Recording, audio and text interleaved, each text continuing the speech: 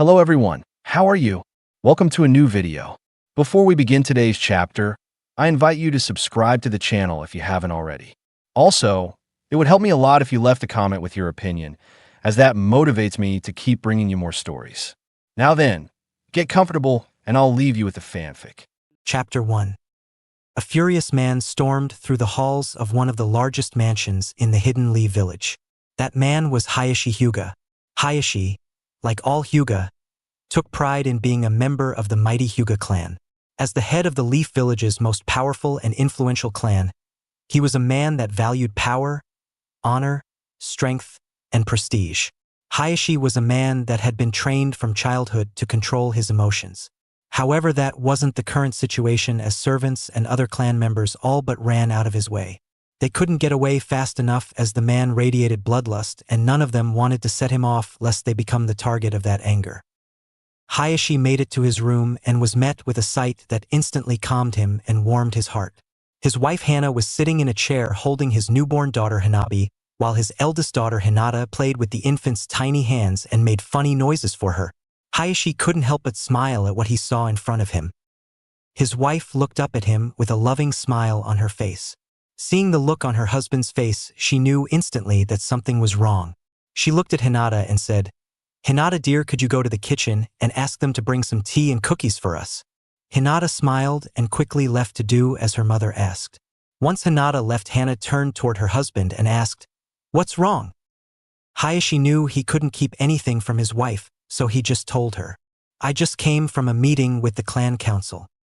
After hearing the news, Hana's face grew grim. She knew if he was upset, then something terrible had happened in the meeting. "What did they want?" she asked. Hayashi looked at her, his expression stony, anger easily seen in his eyes. "The council has deemed Hinata unfit to be clan heiress. They have demanded that I name Hanabi as my heir and place the cage bird seal on Hinata and place her in the branch family." There was a silence that he knew wouldn't last. He was right. "What?" Hana screamed in a rage. "How dare they?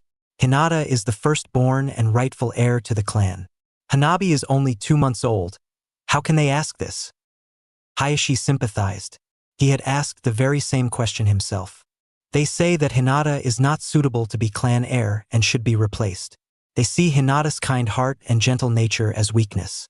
They want to take over Hanabi's training when she is older, as well as to find and arrange a husband for Hinata." Hayashi was unable to continue because he was cut off. "They can't do that. Only we can arrange a marriage for her," she said. "I made sure to remind them. They said that if we are unable to find someone worthy of the clan, they will find someone for us." He said the last part with anger in his voice. "They want to rob my eldest child of her birthright and turn my youngest into an emotionless puppet. We can't let them do that," she begged him. "We won't," he said. "We can't change their decision on Hinata.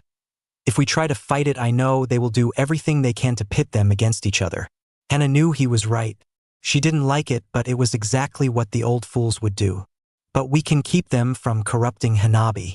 The Hyuga doctrine states that as her father I get to train her." Hana knew that much was true at least. Even the council can't go against the clan doctrine. It's what had kept the clan together for so long, if only barley. "For Hinata, all we can do is try to find someone that will be a good husband for her," he said sadly. Hana walked to the part of the room where they kept the family pictures. She smiled sadly at the newest one. It was the one taken the day Hanabi was born. "I hear that Sum Inuzuka has been looking to arrange a marriage for her son. I guess we could talk to her," he said, trying to see how he could help his daughter.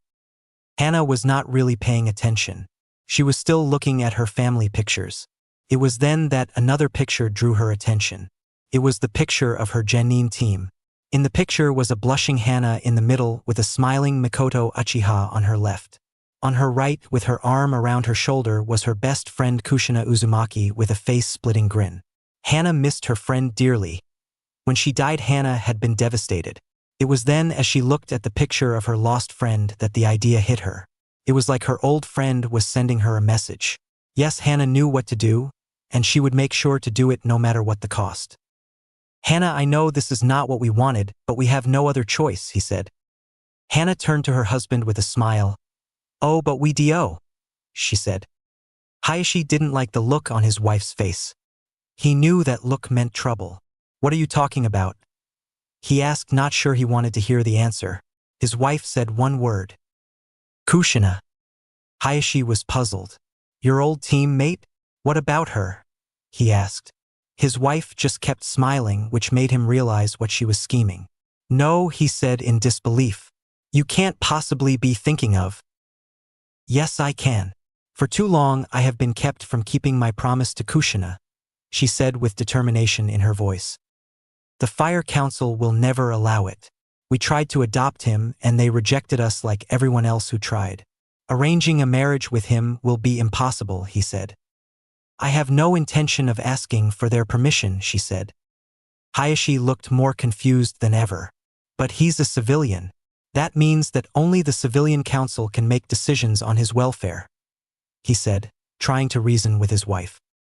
"Not if he's taken back to his family," she said in a serious voice. Hayashi's eyes went wide as he finally understood what she was really planning, and he felt the unfamiliar grasp of fear on his heart. "We can't. It's treason. If the Hokage found out, he won't be able to do anything once the Uzumaki get involved," she snapped. "You think they will be able to protect us from being executed for treason? They will probably declare war on the Leaf if they find out we lied to them." He snapped back at her. He knew the Hokage would not just let this go. The third had gone through a lot to keep the boy's heritage a secret. The only reason he and Hana knew was because Hana had been there to help her sensei with the delivery of Kushina's child. The Hokage had told them that they couldn't reveal the child's heritage because it would put him in danger from his father's enemies.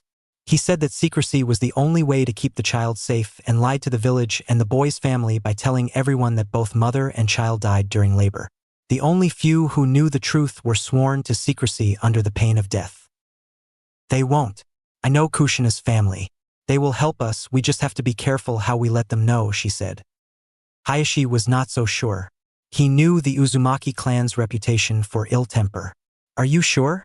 What if they share Kushina's idea of kill first and ask questions if someone is lucky enough to be left alive?"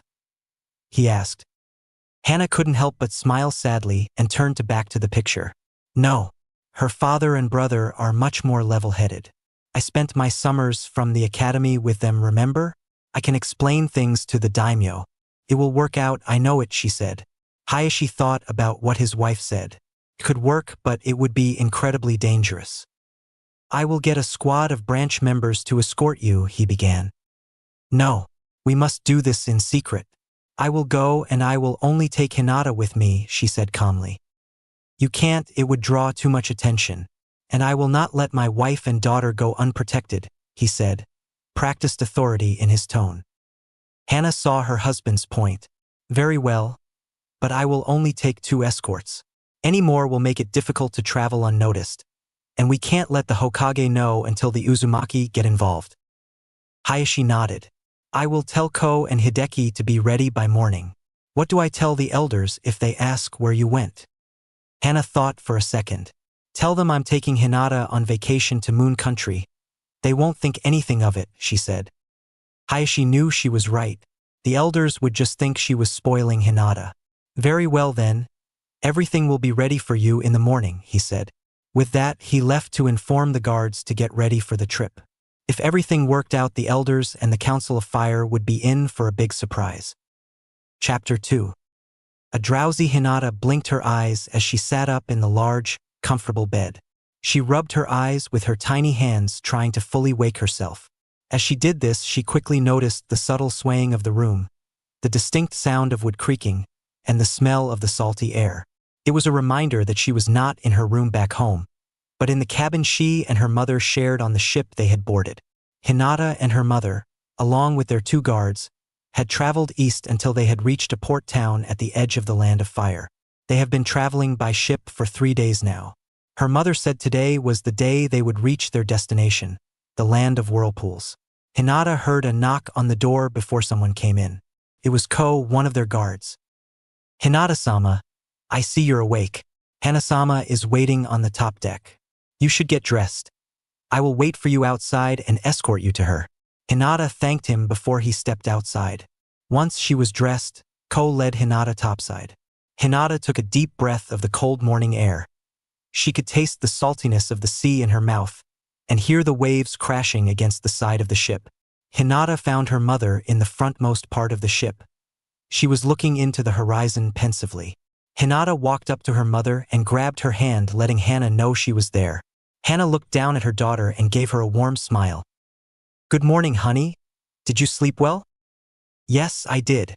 Hinata looked out onto the ocean for a moment as her mother had been doing.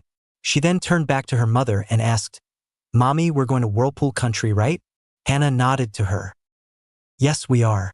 It won't be long now, we're almost there." Hinata was happy to hear that. Being in a ship for so long with nothing to do was boring for a 5-year-old.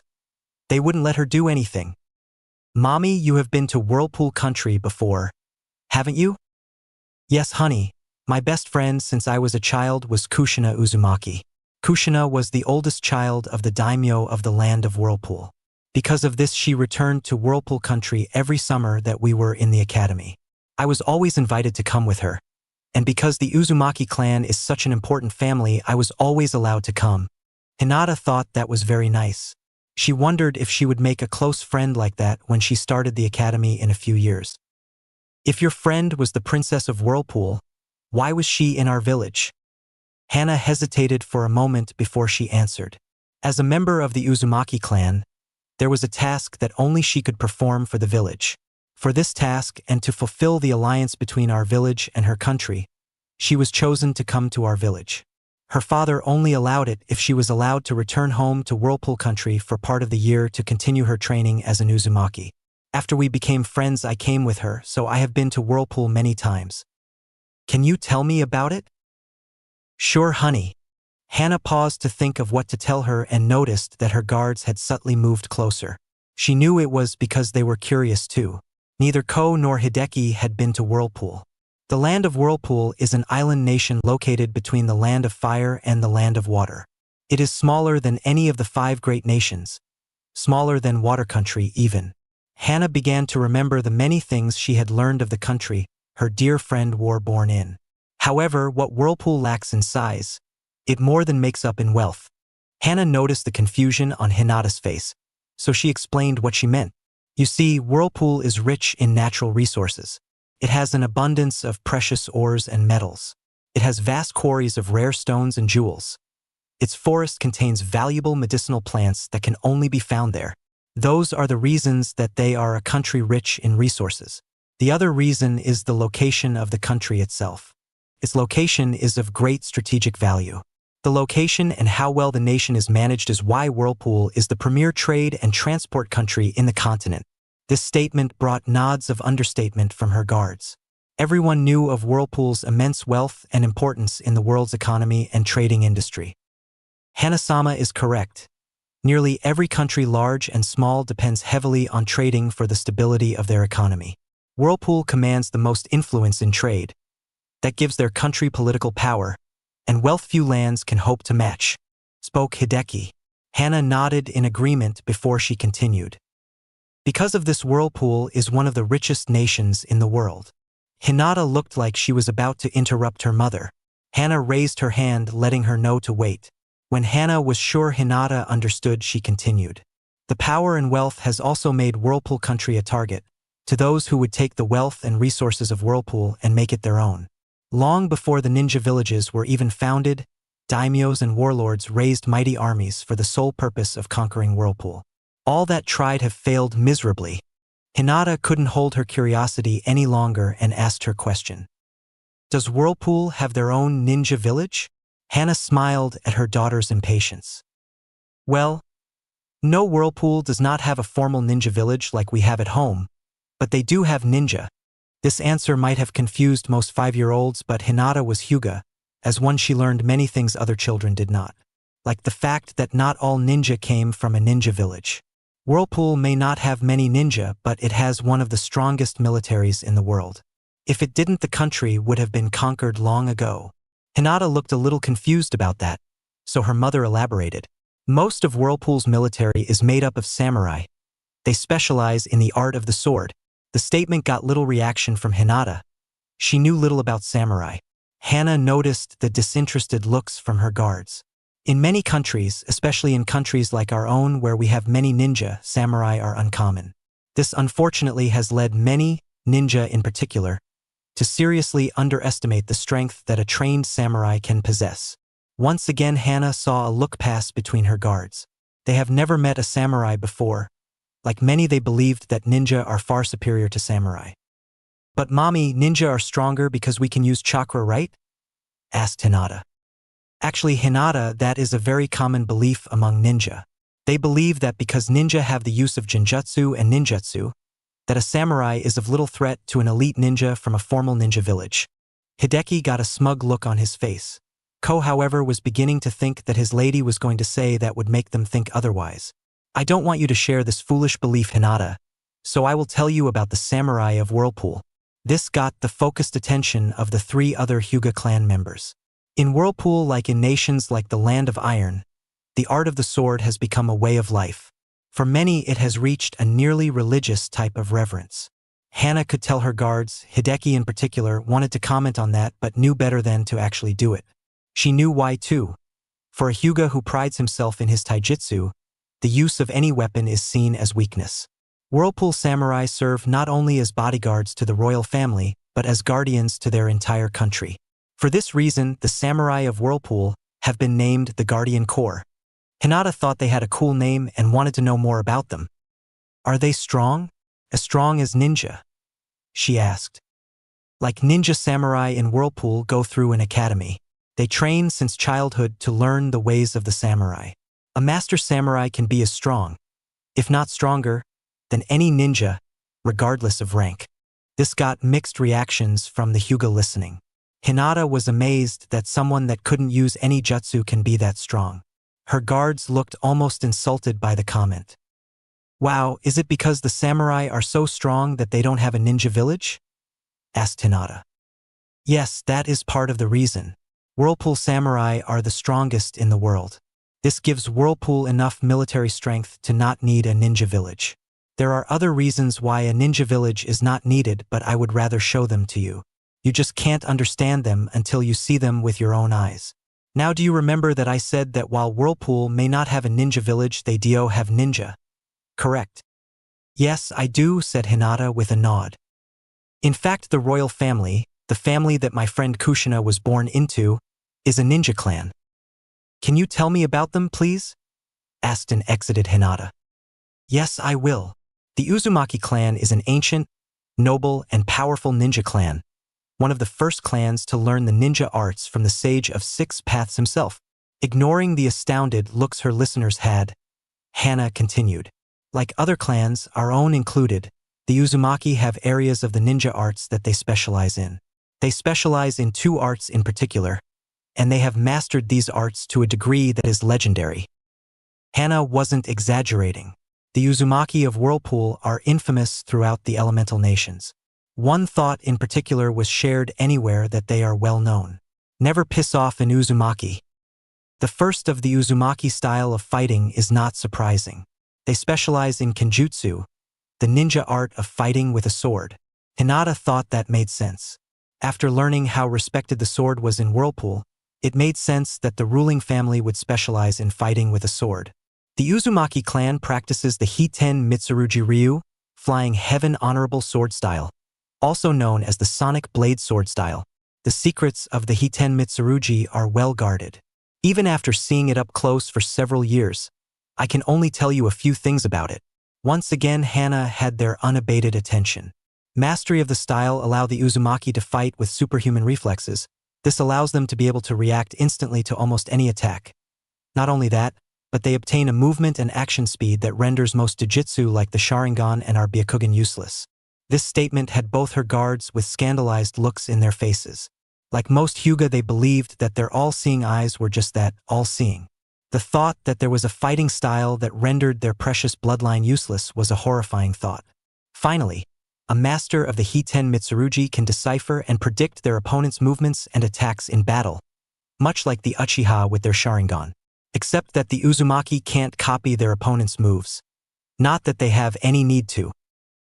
Hana remembered Kushina wiping the floor with several Uchiha and Hyuga when she and Hana took their Chunin and Jonin exams. Kushina may not have been a Hiten Mitsurugi prodigy like her younger brother, but her mastery of the style earned her the title of Konoha's Red Death. She was known and feared by the enemies of the Leaf almost as much as her husband, the fourth Hokage. The second and perhaps most frightening skill of the Uzumaki clan is that they specialize in what is arguably the most difficult ninja art. They specialize in Fuinjutsu, the art of sealing. They have mastered it to a level of skill that none ever thought possible. Their skill in sealing is why the Uzumaki are feared by their enemies throughout the world. But mommy, can't everyone learn sealing? Well, yes, they can. The basics are like any other ninja art, easy enough to learn. But unlike the other ninja arts, one can study Fuinjutsu their whole life and never truly become a master. You see, Hinata, the art of Fuinjutsu is like painting or sculpting or playing an instrument. You practically have to be born with the gift for it to ever become a true seal master. That is what's so scary about the Uzumaki. For generations they have been born natural seal masters, nearly all of them. The Uzumaki are able to master even the most complex types of sealing techniques. They can decipher, compose, alter, or even remove any type of seal. For the two Hyuga with a seal on their foreheads, thoughts of its possible removal couldn't help but pass by them. For one who grew up branded for a life of servitude, any thought of the possibility of freedom only occurred in their dreams. Hinata thought about what her mother said because it was her dream to one day unite her family. She hated that her family was torn in two, and that most of them were branded to be little more than slaves. The thought of freeing them from that fate was something that appealed to her, and appealed to her greatly. All three were brought back from their thoughts when Hana continued. The use of sealing in battle is one of the many reasons the Uzumaki are so feared in battle. The Guardian Corps samurai have special seals on their armor that protect them from chakra-based attacks. Like the snow ninja in the first Naruto movie, but with seals instead of machines. The seals make all type of ninjutsu and genjutsu utterly useless against them. Ko and Hideki understood that without the use of chakra, the advantage of ninja over samurai would be greatly reduced. They now realized that even their own fighting style would be useless against Whirlpool samurai. It's lucky that even with their famous temper, the Uzumaki rarely go to war. Only when foolish daimyos or kages try to take Whirlpool's riches does the Guardian Corps go to battle. To try and take Whirlpool is suicide. Its defenses are impenetrable. Hana saw the confused/curious looks they all had and smiled. Don't worry, you'll see soon enough. You have to see for yourself to truly grasp how futile it would be for anyone to try and invade Whirlpool. Hana turned to look at the horizon. She knew they would soon be there. It has been years since she has been to Whirlpool. She knew her mission would be difficult. The Uzumaki lost all love for the Leaf Village when Kushina died. If not for Kushina's father's decision to simply abolish the treaty with them as well as banning all Leaf Ninja from his land, instead of going to war, the village would have been destroyed. Kushina had been loved by all of the people of Whirlpool. When word reached them of her death, they blamed the Leaf Village, and they demanded blood. Kushina's younger brother had amassed Whirlpool's armies, and was preparing a fleet to have them march on the Leaf. The Leaf Village was only spared that fate because Kushina's father let go of his grief long enough to settle his son and his people down. From then on, not only were Leaf Ninja banned from the country and the treaty abolished, Whirlpool ceased all trading with Fire Country. The Fire Daimyo had been furious with the village for that. It had been a devastating economical blow to the nation since they now had to go through other lesser and more expensive ways to trade for just about everything they imported to the country. For the last 5 years, the Fire Daimyo had been trying desperately to gain the Whirlpool's daimyo's favor. He went as far as to offer one of his daughters for an arranged marriage with Kushina's brother. That offer was refused. Kushina's brother vowed never to marry again after his young wife and son were killed. Hana knew that coming to Whirlpool was dangerous. She hoped they could blend into the crowds and make to the people's palace before they were discovered.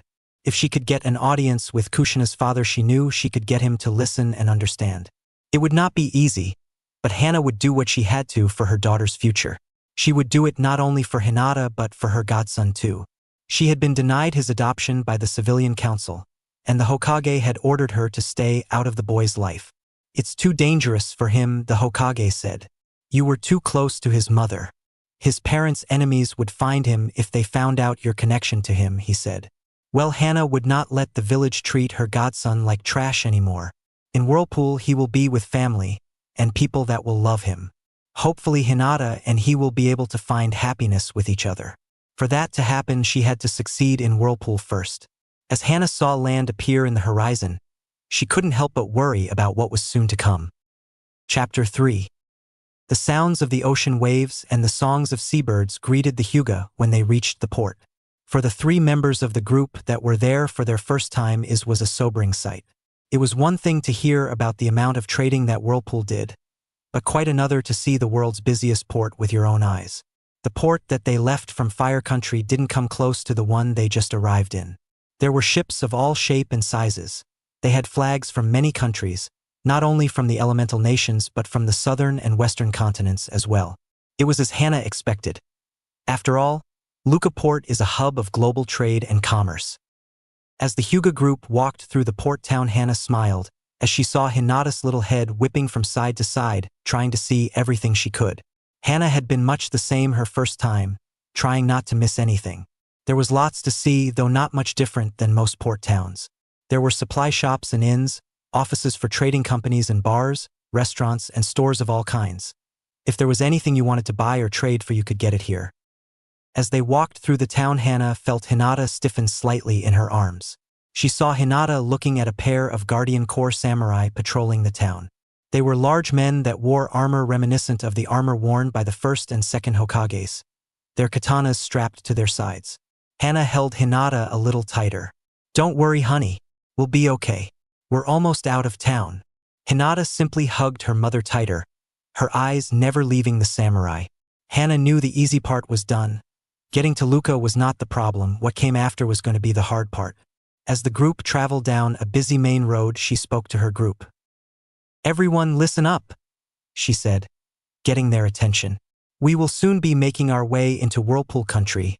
This generated a few confused looks. "I thought we were in Whirlpool Country, mommy?" asked a confused Hinata. "Well, technically we are, honey. Luca Island is a territory belonging to Whirlpool, but the main island of Whirlpool Country is up ahead." "Why did we not go straight to the main island, Hana-sama? Would it not have been easier?" asked Hideki. Hana shook her head. "There is only one way in or out of the Whirlpool main island, and it's just over that hill," she said, pointing to the small hill they were about to go over.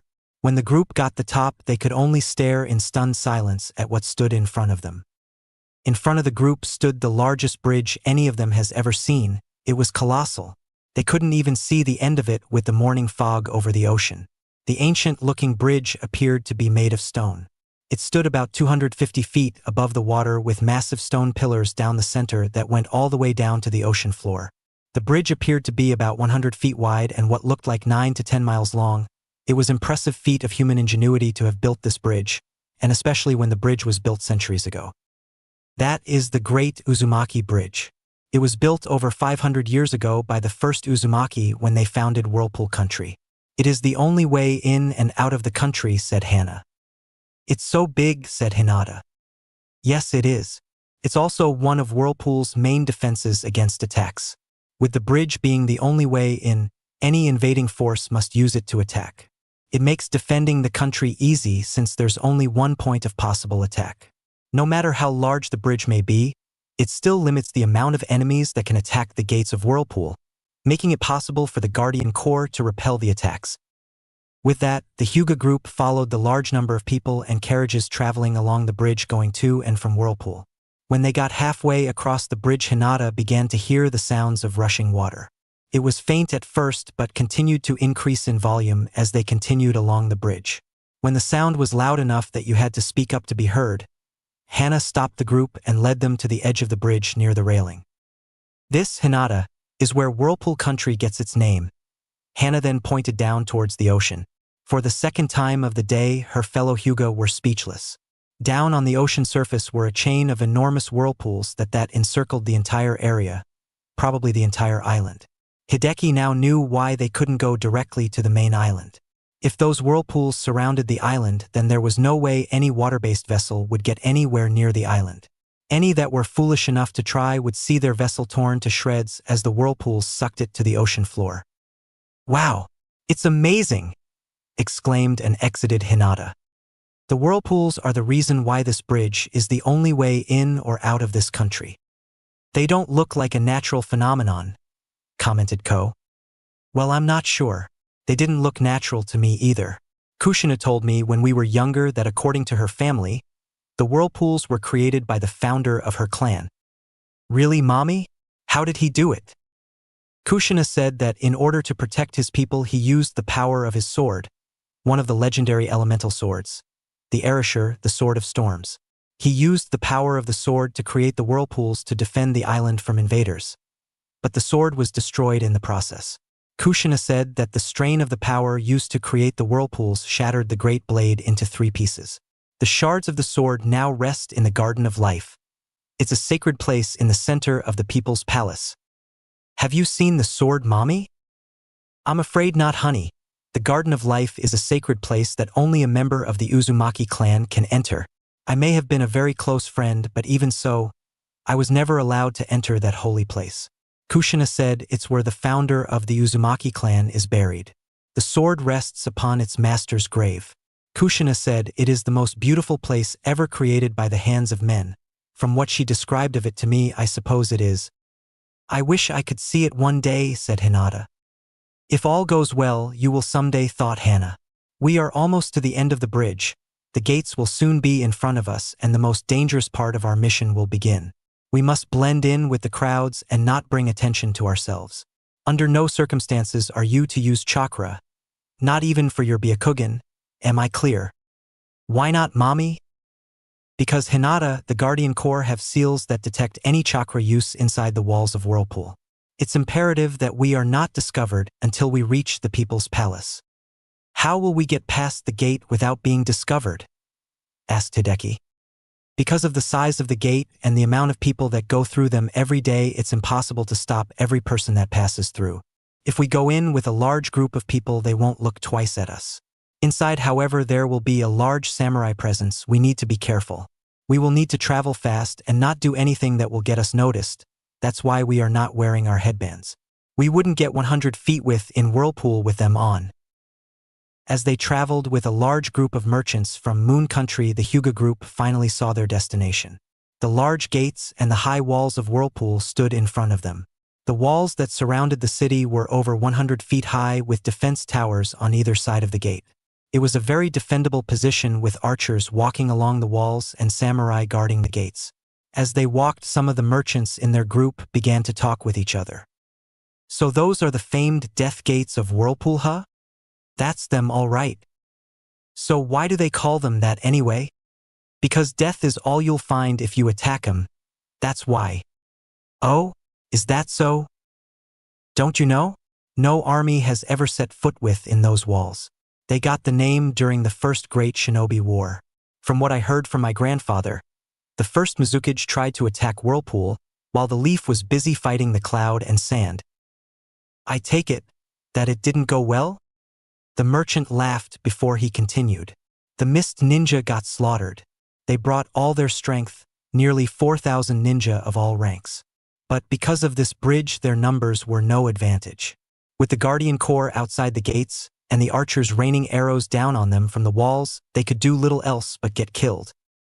Didn't the ninja use jutsu? Oh, I'm sure they tried. But the walls and the gates are covered in seals that protect them from just about any ninjutsu.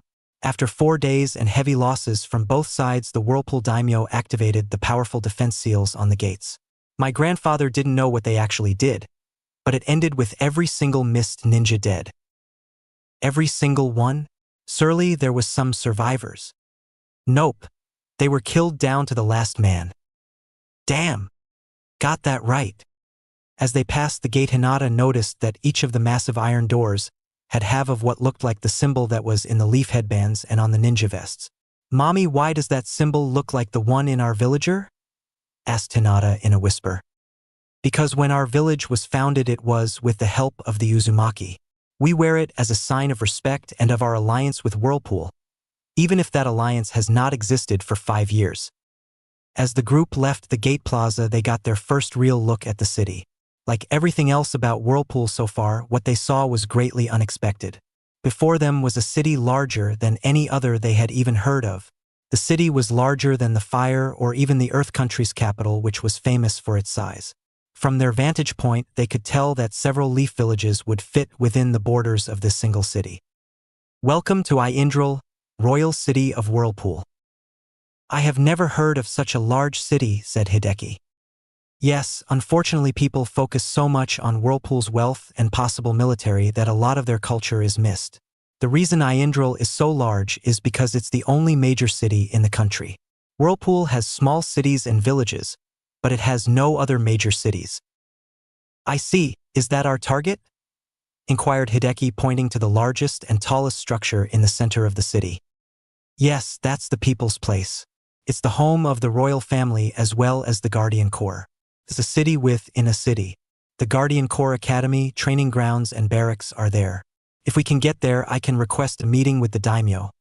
I'm sure he will see me if we can get there. Let's go. Hana felt nostalgic as she led her group through the city. She had spent a lot of time in this metropolis with Kushina.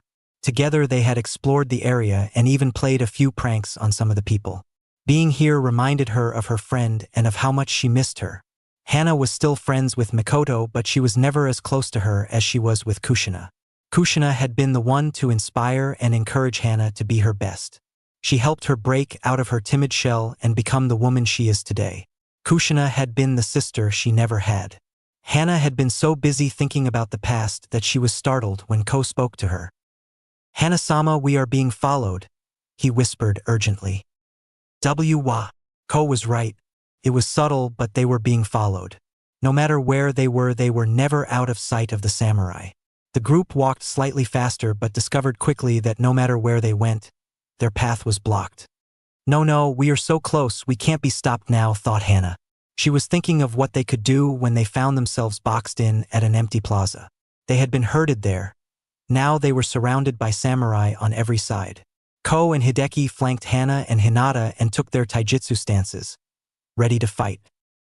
I suggest you stand down, Leaf Ninja, or we will be forced to subdue you, said one of the samurai. With an unspoken signal, all samurai unsheathed their swords simultaneously. Just as it looked like this was going to end in unavoidable bloodshed, a voice cracked through the air. Samurai, stand down. We do not draw our blades on women and children. A chill voice echoed from the shadows.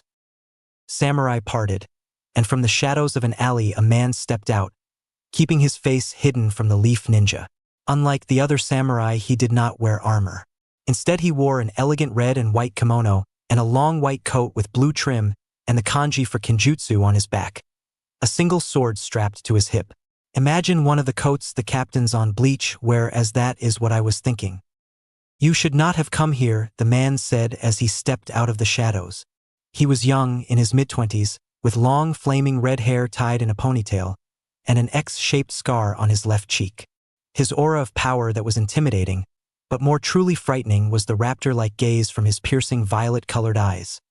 Those were the same color eyes that Kushina had also shared. This was Kushina's younger brother, Kenshin Uzumaki, High Commander of the Guardian Corps. Only his father outranked him. One of the samurai stepped forward and spoke. Kenshin-sama, we caught these Leaf Ninja trying to sneak into the city. Yes, though I cannot imagine why they would even try, especially someone that knows our city so well.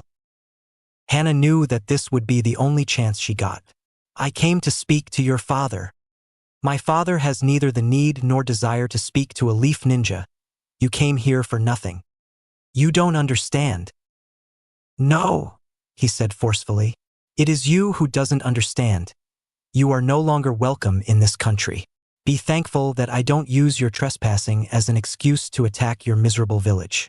Only because you have a child with you and what you once meant to my sister will you be allowed to leave in one piece. He then turned to the samurai that had spoken earlier and said, escort them to the port and make sure they are on the next ship out of here. I will not suffer their presence in our land. Yes, sir. It's about Kushina. Kenshin turned around in an instant and shot a death glare that made a shiver run down the spine of every Hyuga. How dare you speak her name in front of me? He said with killer intent, rolling in waves. Get them out of my sight. Now! As the samurai moved to grab them, Hana called out.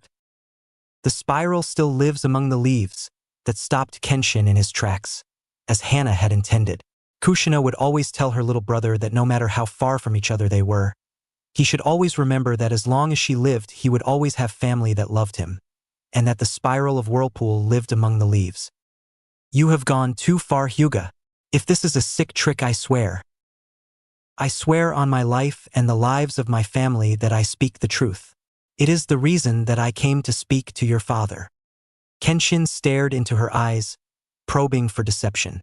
After what seemed like forever, he said calmly, "Take them to my father. I will go ahead and let him know that you're coming." Without another word, he turned and left. Hana breathed a sigh of relief as they were escorted to the people's palace.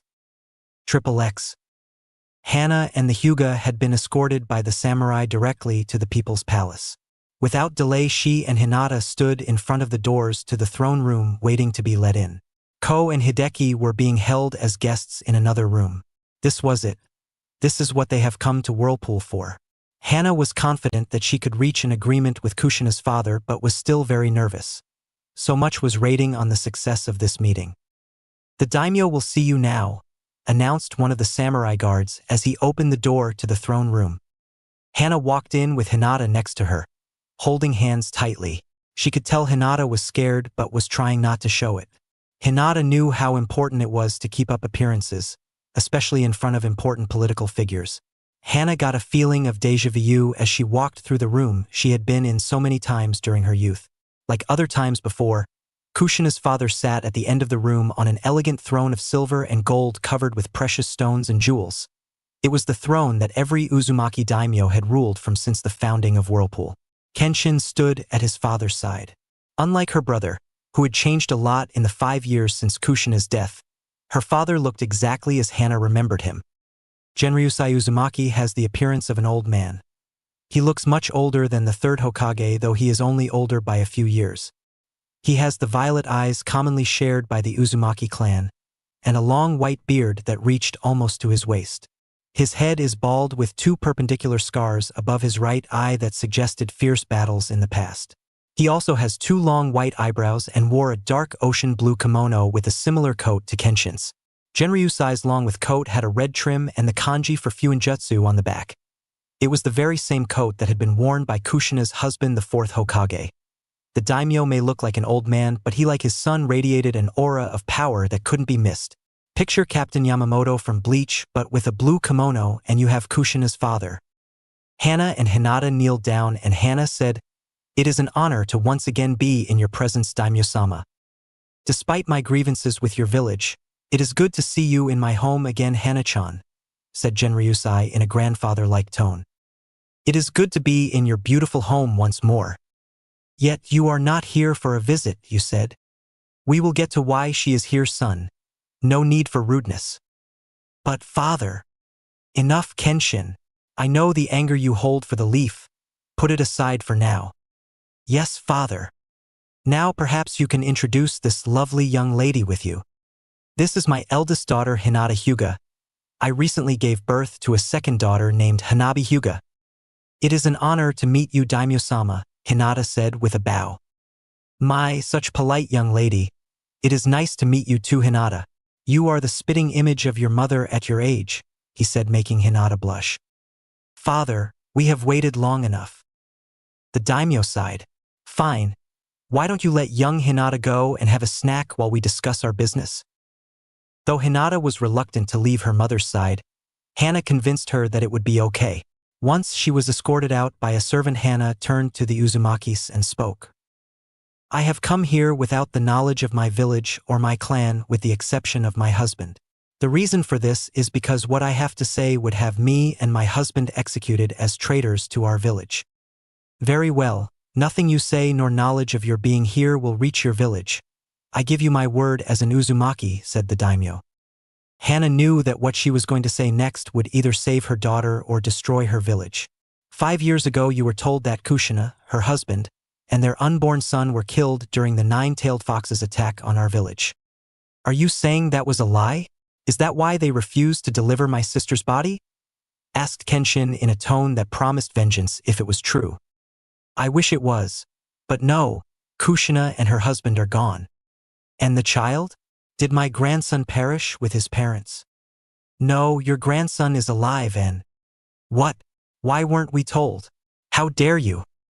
Quiet, Kenshin, said the daimyo in an imperial tone, his grandfatherly attitude long gone and now replaced by a steeled mask of controlled emotions. Let her finish. I don't know why you were not told, but we were told that the child's heritage must be kept secret until he is old enough to protect himself from his parents' enemies. The few who know of the child's parents have been told to keep it a secret under penalty of death. So the child is in your care then?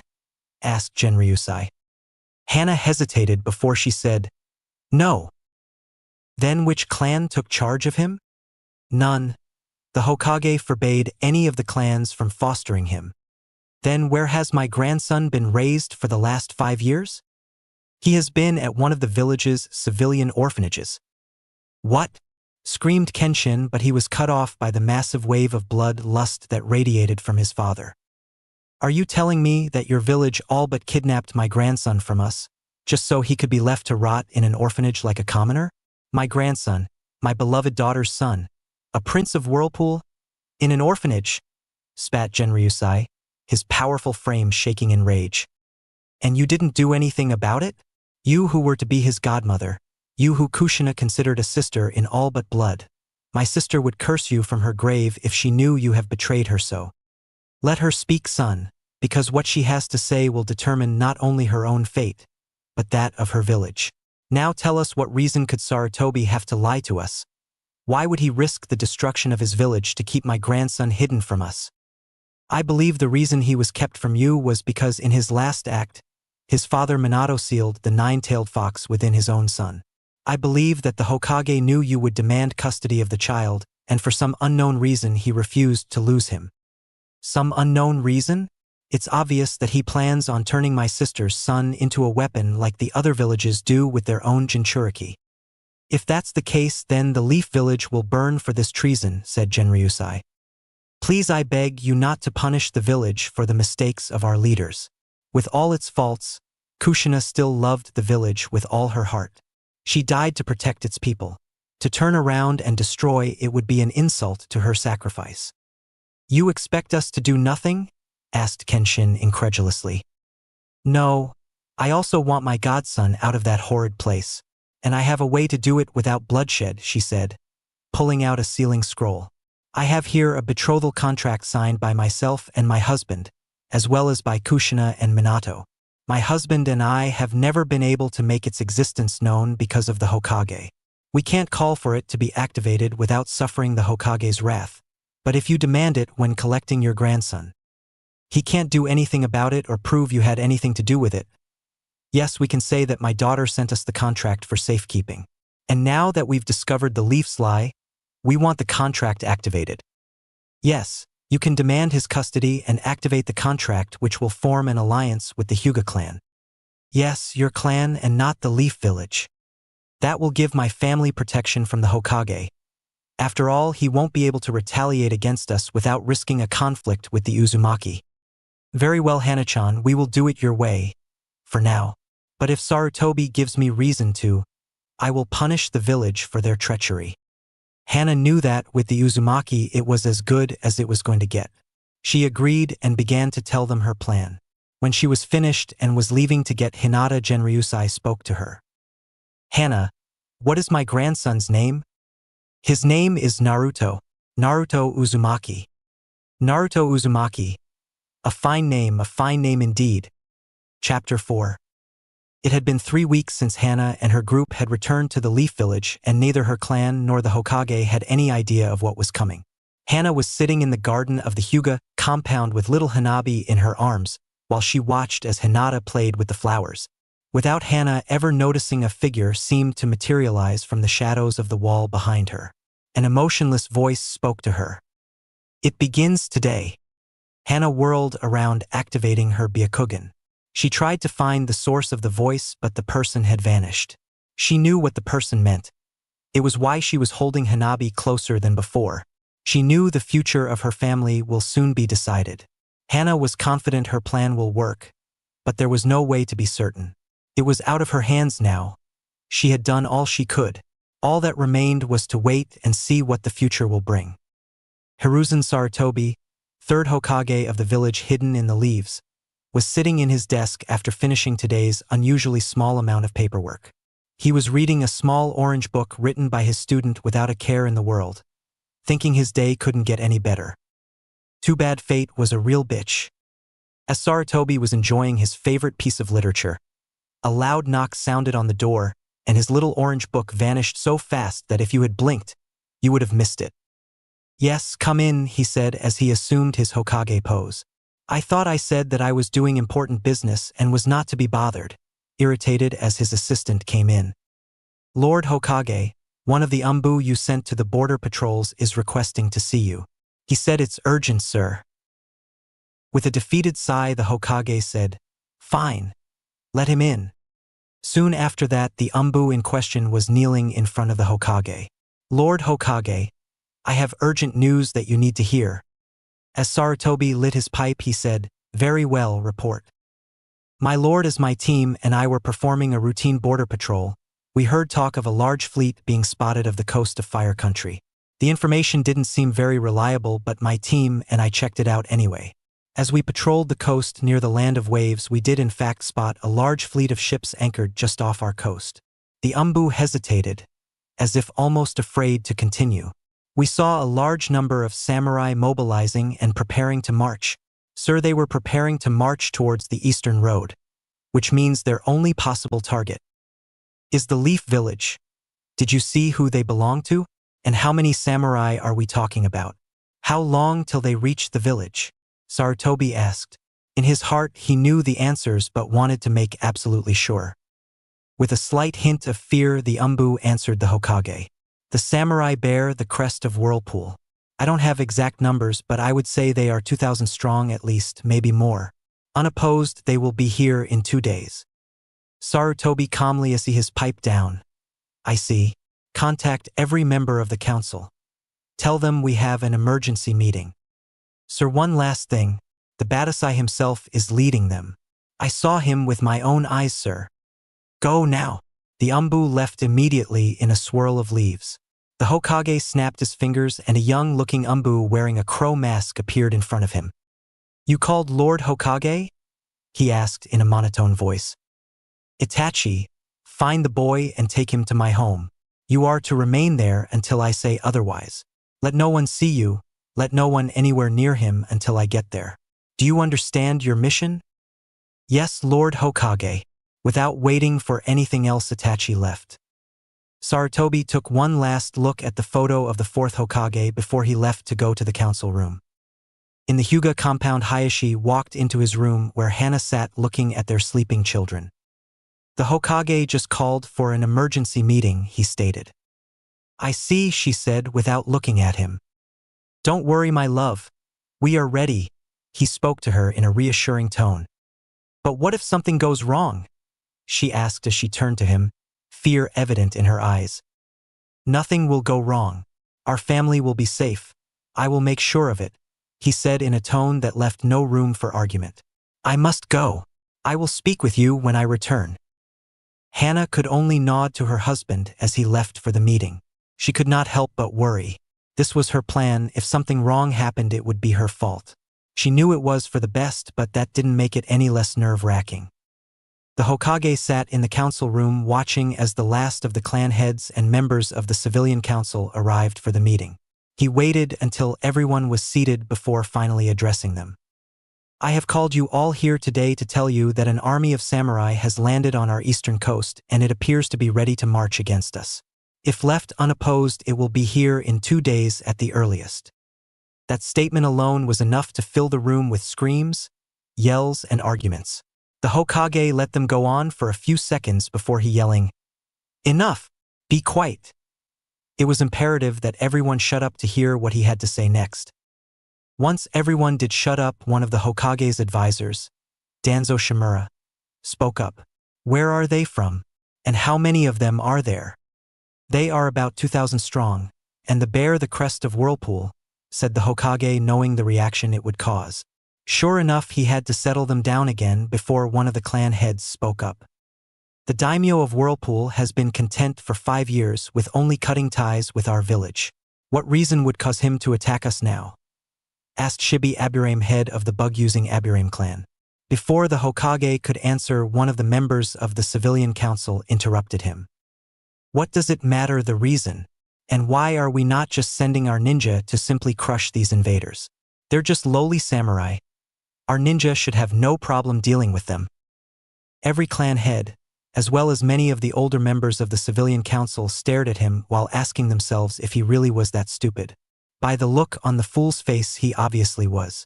Finally, it was Inochi Yamanaka, head of the Yamanaka clan, that answered his stupid question. The reason may not matter to you, fool, but it matters to those of us who have to go out there and die to protect idiots like you.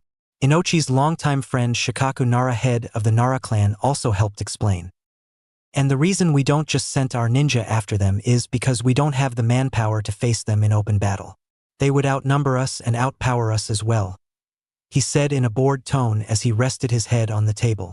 He may have looked like he was trying to sleep, but his mind was racing, trying to come up with possible reasons for this.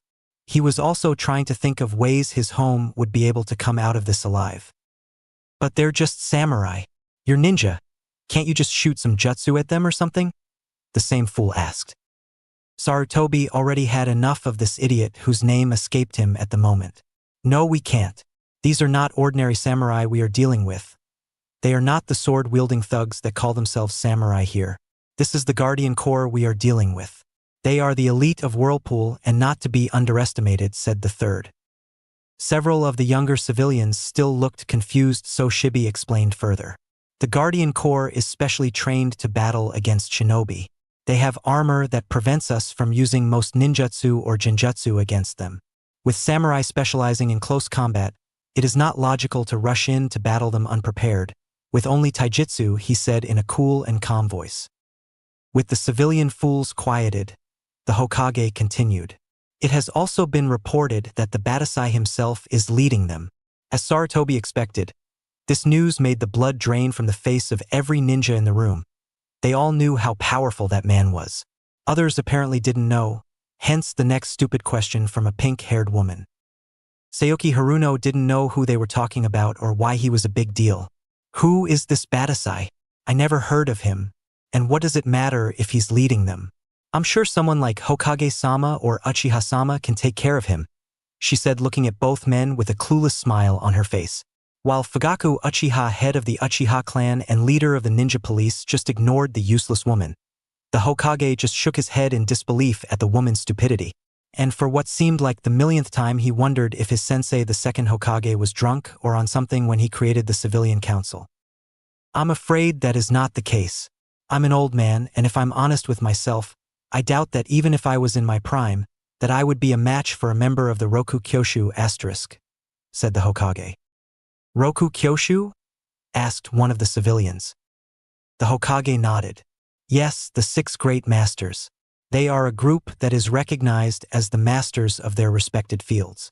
Each of them wears coats of the masters as proof of their power. What do you mean by that, Lord Hokage? Asked another civilian. There are 6 coats that are said to have been made by the Sage of 6 Paths himself. He presented these coats to his original 6 disciples, each who specialized in one of the 6 great ninja arts: ninjutsu, genjutsu, taijutsu, kenjutsu, senjutsu, and fuinjutsu. Since the creation of the ninja arts, these coats have been passed down from master to master. There are only 2 ways for the coat and title of master to be passed down: either by the current master of a field to willingly pass the title, or by someone stronger killing the current master and claiming the coat by force. The seriousness of the situation finally sank in for most of the civilians in the room, and many were suddenly very scared. Surely we have someone that can fight him? We have powerful ninja, don't we? Asked a scared older man. Sarutobi didn't know if he should just lie to them. He decided to remain truthful and told them, the only one who might be able to face him would be Jiraiya. He isn't here, and we can't be sure that he can get here on time. It was an annoyed Danzo that spoke next. And whose fault is it that both our remaining Sannin are out of the village? If you didn't let them do what they... It wouldn't matter if he was here, came to regal voice of Hayashi Hyuga, speaking for the first time. As everyone's attention was directed at him, he continued. In all of his life, Kenshin Uzumaki has only failed to win one fight he wanted to win. Even then, his opponent was only able to fight him to a draw. This was news even to the Hokage. Nobody had ever heard of the Badasai ever fighting to a draw. And who, pray tell, was his opponent Hyuga? For I have never heard of this, said Fugaku with a sneer. Hayashi stared at the Uchiha head with a mask of indifference and answered, I believe you have heard of him, Uchiha. After all, he was our teammate for years. But perhaps you remember him best as your fourth Hokage? Said Hayashi as he fought to keep his mask. The Uchiha really pissed him off. The stunned silence in the room was broken by the Hokage. Minato fought the Badasai? When? And for what reason? And how is it that only you know of this? I know because my wife and I saw the fight with our own eyes. The reason nobody knows is because it is not common knowledge. And the reason they fought was for the hand of Kushina. They fought for Kushina's hand? Asked some Inuzuka, head of the Inuzuka clan. Yes, when my wife and I accompanied Minato to ask for permission to marry Kushina. Her father said it was tradition for anyone wishing to prove themselves worthy of marrying an Uzumaki, to show it by proving their strength in mortal combat. Kushina's younger brother did not feel Minato was worthy to marry his sister and gladly volunteered to be the one to test him. They both fought with everything they had, and in the end the daimyo stopped the fight before they killed each other. Naturally, the daimyo gave Minato his blessing to marry his daughter, much to the frustration of his son.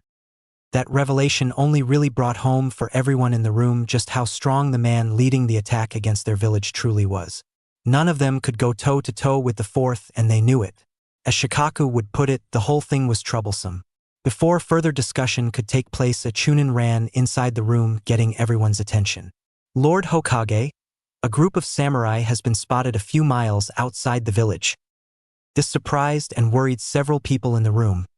They thought they had some time to prepare for the attack. How many? Asked the Hokage in urgency. 12 samurai are escorting a carriage. They are less than 3 miles from our northern gate. A carriage? Asked a council member. He was clearly confused. Yes, a carriage with the flag of Whirlpool and the royal crest of the Uzumaki clan. This had the council trying to figure out what it could possibly mean. Could it be a trick? Or some diversion? While the discussion was going on, a second Chunin came in the room with a note. He ran and gave it to the Hokage. After he read it carefully, he spoke to the room full of nervous council members.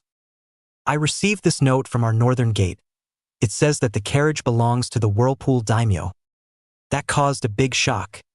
It was almost unheard of for the Uzumaki daimyo to leave his country. It says that he has requested a meeting with the Hokage and the village council. If we refuse, there will be no other chances for discussion until the leaf has been destroyed.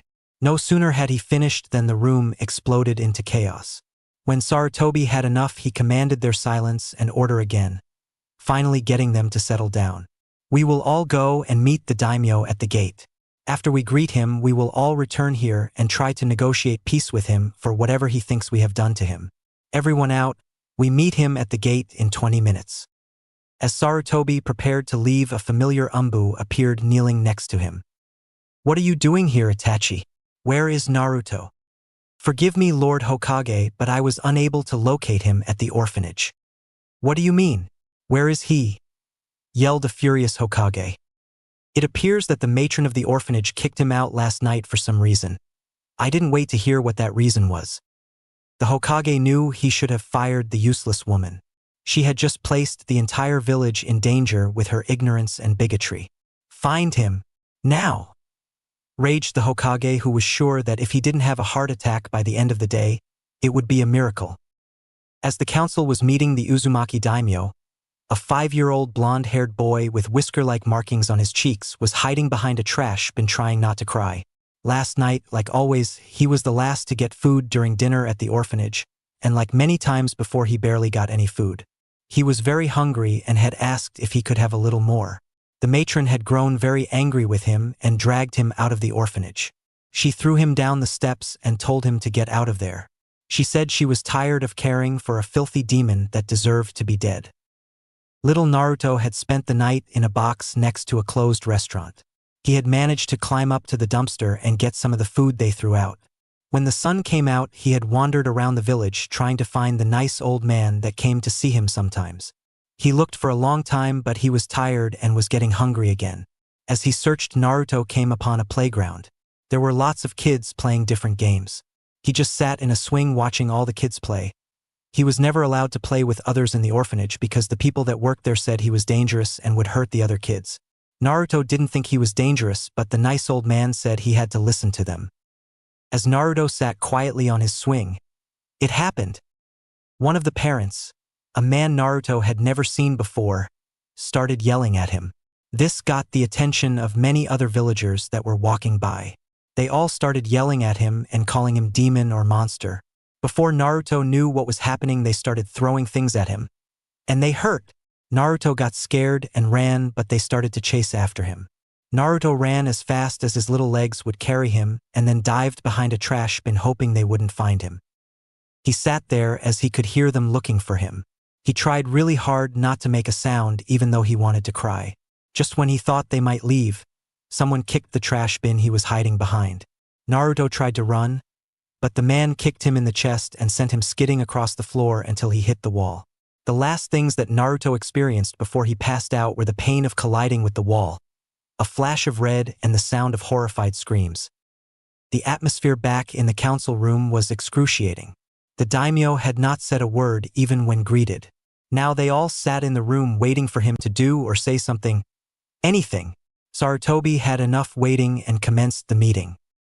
We were told that you requested this meeting so that we may find a way to resolve whatever it is that has caused the country of Whirlpool to wish to do war with our village. Genryusai surveyed the room with his raptor-like gaze. He could feel the fear and anxiety coming from the fools in the room.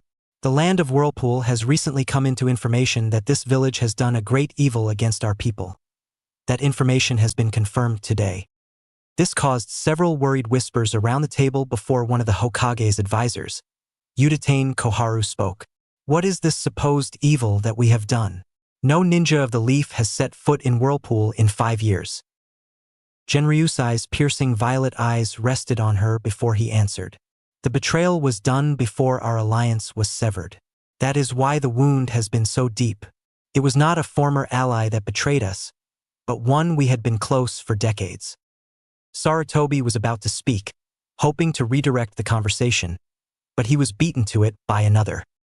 You have yet to tell us what you say we have done or what we can do to make things okay again, said the same fool that had spoken earlier today. Genryusai's eyes narrowed at the fool. His body tensed as he clearly tried to control his rage. The killer intent that escaped him, however, left nobody guessing how the daimyo felt. Just as Genryusai gained enough control to speak, another voice spoke behind him. What you have done is betrayed the Uzumaki clan, and I hold the proof in my arms. As if materializing from the shadows, Kenshin Uzumaki appeared holding the tiny form of a blonde-haired boy.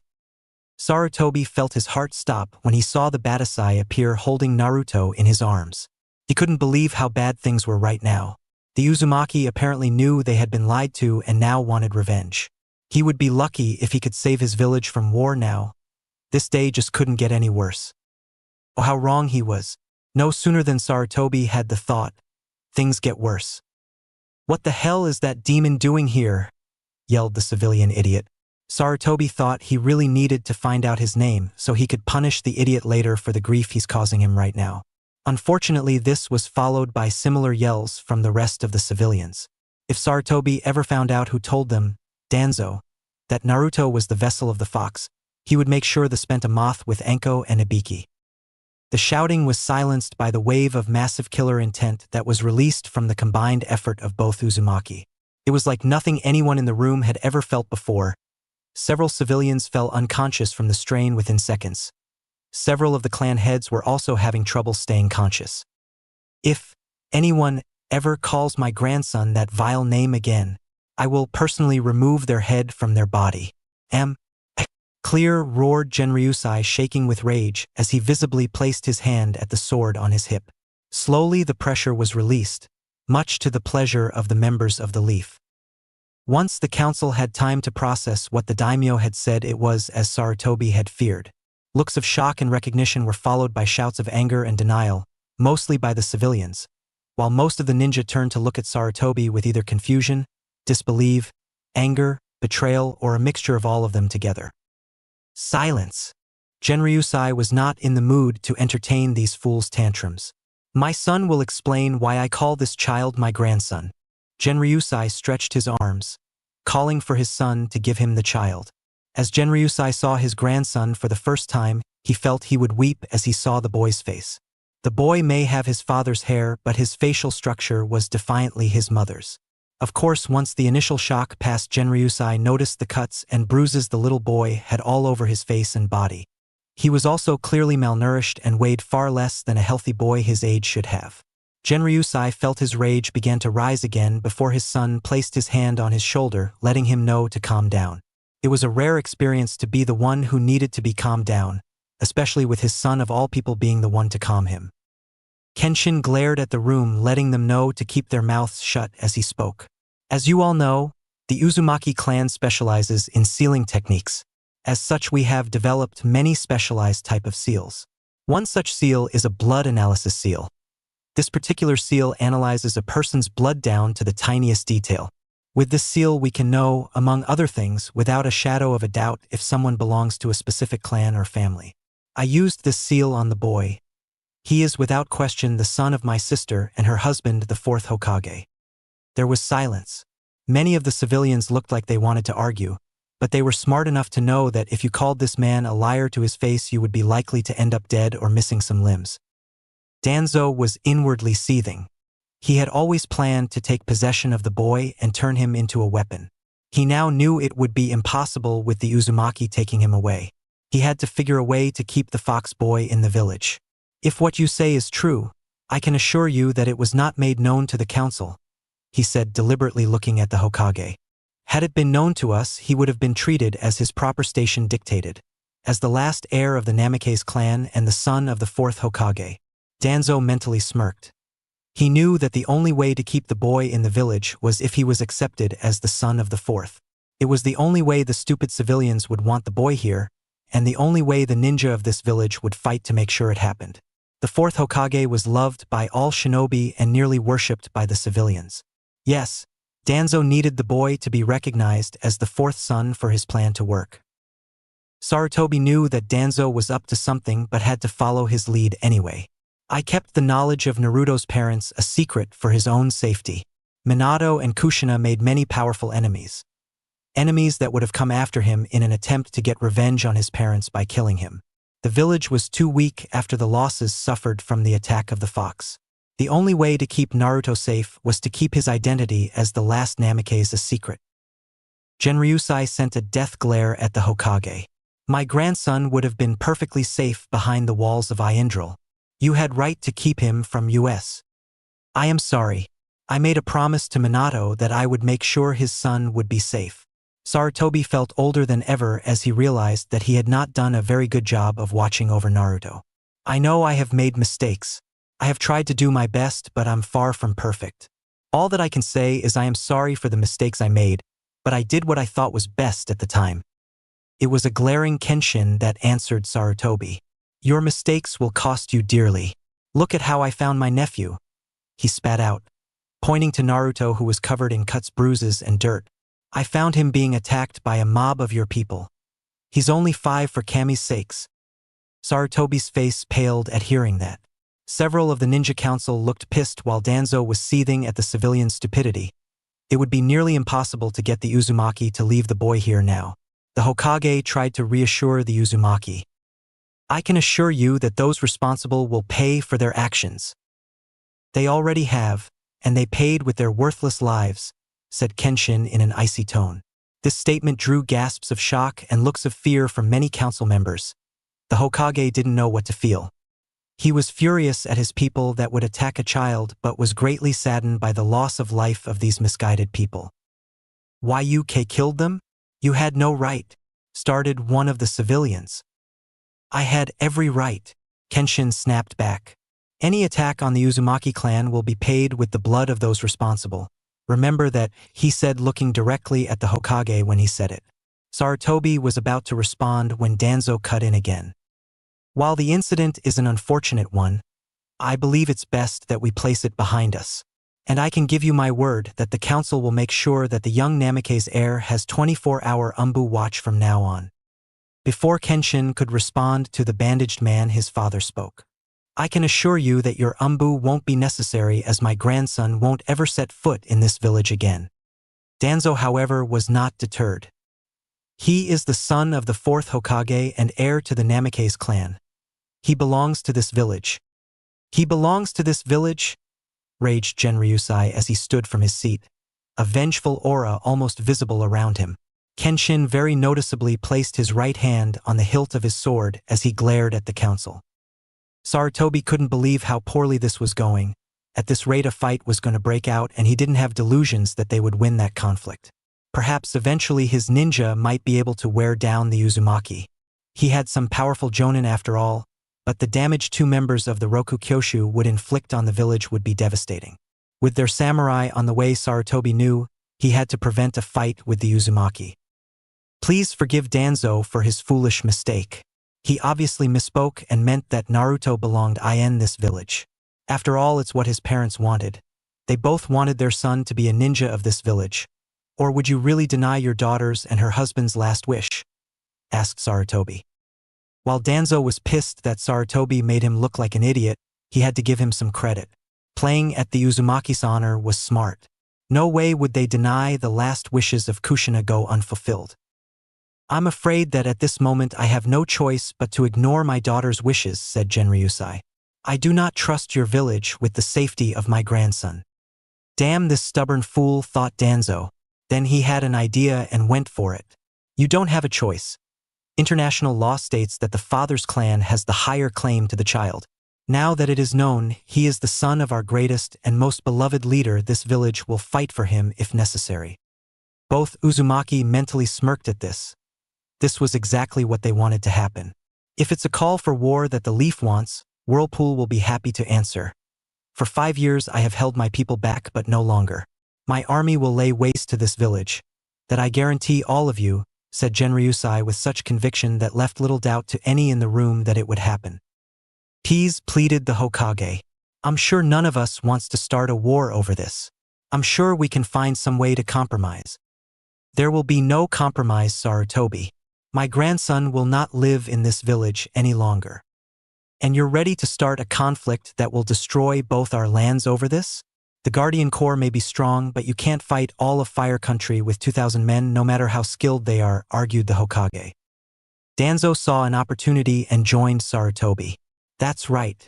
The Fire Lord will not stand to have an invading army on his land.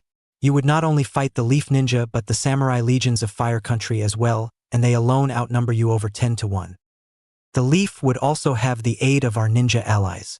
The Sand, Star, and Waterfall villages would be on our side, said Sarutobi, hoping this would deter a conflict that would cost thousands of lives. Genryusai began to stroke his beard with one hand as if contemplating what they had said before he answered them. Yes, it would be a rather costly endeavor for us if things were as you said they are. He then smirked at them, sending a shiver down their spine. It's a good thing that things are most certainly not the way you say they are. Of course, Danzo began. No, they're not, interrupted Genryusai. The help you could get from the minor ninja villages would be insignificant if you got any help at all. And while the Sand Village could be a problem, they have had a hard time recuperating from the last war. The Kazekage would not risk losing the major provider of goods to his village over you wanting to steal my grandson. No, I don't think you will have their aid at all. Danzo growled, mainly because the old fool was probably right in his assessment of the situation. The Fire Daimyo would still not let your samurai simply. He was cut off as Genryusai simply started to chuckle. Have none of you wondered why I came to you from the northern road to your village? This was met by blank looks of confusion until someone said, troublesome. Everyone in the room turned to look at the head of the Nara clan. It has been bothering me since we were told. Now I realize why you were coming from the north when your army was coming from the east. You were coming from paying a visit to the Fire Daimyo, weren't you? Genryusai's smirk grew larger at that. As usual, the intellect of the Nara clan is impressive. Yes, I did pay a visit to my old friend the Fire Lord. He was overjoyed to have Mai in his home and received me with a massive feast in my honor. And imagine his surprise when I told him the reason for my visit. He was naturally appalled that a village that his country hosted had done such treachery as to basically kidnap a member of the Whirlpool royal family. "But we didn't know," whined one of the civilians. "It matters little to me or to your daimyo," responded Genryusai. "He even offered to come here himself at the head of his army to make sure my grandson was returned to me. The fire daimyo knows well what damage I can do militantly, economically, and politically. He won't side with you in this. Of course, my promising to resume our trade with Fire Country if he gave me his support in this also helped," he said with a smirk on his face. "Let's face it, your village is at an all-time low. You haven't recuperated from the Fox's attack and the short war with the Cloud Village that shortly followed it. If there was a war between our nations, your village would not survive." The council members and the Hokage lowered their heads in defeat. They knew the daimyo was right. They were about to lose the son of their greatest hero forever, and it was entirely their own fault. Just as all seemed lost, a voice got everyone's attention. "Perhaps there is no need for conflict." It was the voice of Hayashi Hyuga that said this. "I don't know if you are aware, but both I and my wife, Hana Hyuga, were rather close to Minato and your daughter Kushina." Genryusai smiled, knowing the plan was going perfectly. "Yes, how is Hana-chan? I have missed her dearly since the last time she came to Whirlpool," said Genryusai using his grandfather-like voice, which actually had some people thinking it was creepy the way he quickly changed attitudes. "She is doing well, thank you. She is at home with my newborn daughter, but it was actually my eldest daughter that I wished to speak to you about." Genryusai frowned, pretending to be upset. "Is that so? This wouldn't have anything to do with a certain document that my daughter sent to me for safekeeping, would it?" This had everyone's attention just as Hayashi and the Uzumaki had planned. "It would, but I will leave it for you to decide. I will tell you this. It would have made your daughter very happy if you agree to it. I know my wife would be thrilled if you did. Forgive me, Hyuga-sama, Uzumaki-sama, but what are you talking about?" asked Sayoki Haruno. Genryusai looked at the pink-haired woman and answered, "We are talking about a betrothal contract that was made between my grandson and Hayashi's eldest daughter and signed by my daughter and her husband." This caused an excitement to all Leaf members. Here was a chance of keeping the fourth son in the village. "I supposed I would be willing to consider it," said the daimyo as he stroked his beard. "Under certain conditions, of course," he said.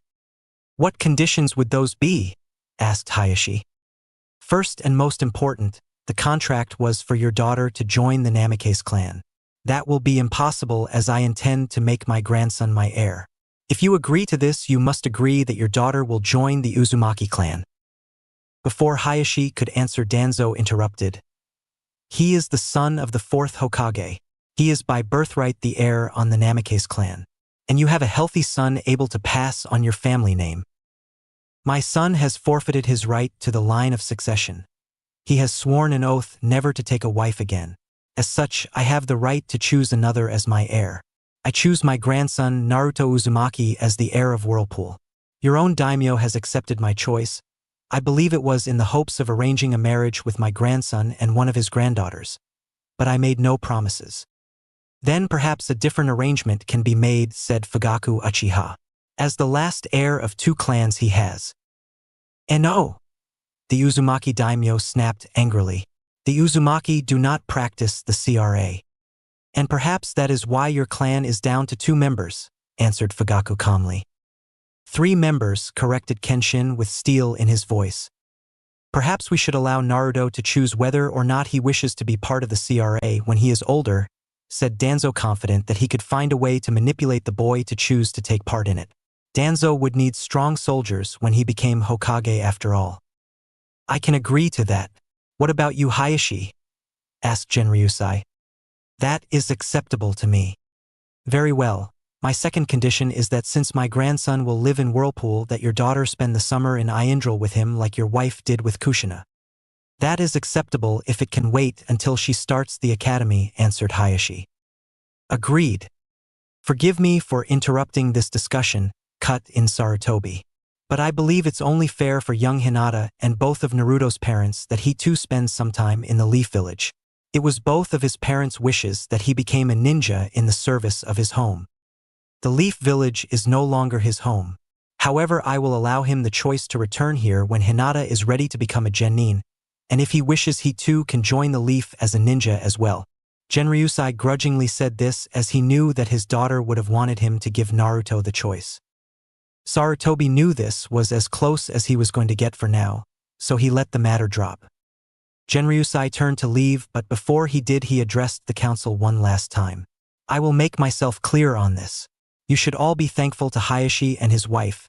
My current agreement with the Hyuga clan is the only reason I'm not declaring war on your village this very second. As long as the alliance between the Hyuga and the Uzumaki stands, your village is safe.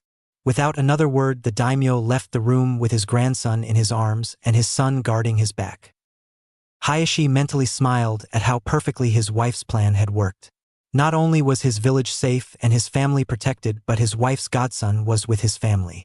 He had also gained protection for his daughter from the clan council, as there could be no better husband for Hinata than the new prince of Whirlpool.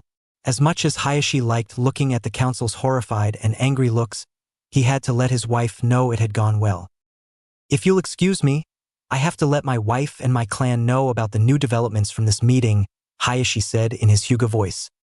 Yes, I think we all need to reflect on what happened in this meeting. And I need to prepare for the announcement that I will make to the village, letting them know about Naruto's heritage. Now that he is with the Uzumaki, there is no reason to keep that information hidden. Sarutobi didn't look happy at all when he made that statement. What a drag. You know this is going to cause a lot of grief with everyone in the village, said Shikaku. I know, but we don't really have a choice anymore. The Uzumaki will not keep quiet about Naruto's parents. The village will have to deal with it whether they like it or not, said the third. Several minutes later, Hayashi made his way into his room and found Hana sitting alone on their bed. Where are the children? He asked. Hanabi is in the nursery and Hinata in practicing her taijutsu. How did it go? She asked in a worried voice as she stood up. Hayashi actually had a huge smile on his face as he wrapped his arms around his beautiful wife's waist. It all went perfectly, just as you planned. Naruto is with his family, the council and the Hokage can't do anything about it, and Hinata is now his betrothed. Hana wrapped her arms around her husband's neck and kissed him hard. That great. When do we tell the elders? And Hinata, when does she meet Naruto? I will tell the elders the news in a meeting tonight. Hinata, I think we can wait to tell. I think the daimyo wants some time to get Naruto accustomed to the life in his new home before Get tells him about his responsibility to Hinata. My guess is that Genryusai wants to wait at least 2 years until just before Hinata starts the academy until we tell them about their arranged marriage. Yes, I suppose that's for the best. At least our daughter gets a couple more years to just be a little girl. I'm very happy that all went well. All we can hope now is that the children can find love with each other. Hana's voice then turned from happy to one with worry. What about the cage bird seal? The elders will want to place it on Hinata immediately. Hayashi's smile grew to a full-out smirk. Don't worry about that. I have some bad news for the elders if they think they will be placing that abomination on my daughter. I was unable to do anything for my brother or his son, but I will save my child from that fate. Hana hugged her husband closer. She knew how much it pained him that his brother had sacrificed himself for him. Hana thanked Hizashi for the sacrifice every day. She had done her best to help Niji, but every day the boy grew colder and more he spoke about fate. Hana would have to try harder to help her nephew, not only for him but for her husband as well. Only the future would tell what fate had waiting for everyone. Hana would just have to wait and see. Chapter 5.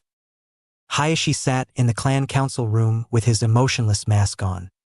He knew that the meeting that was about to begin would cause trouble within the clan.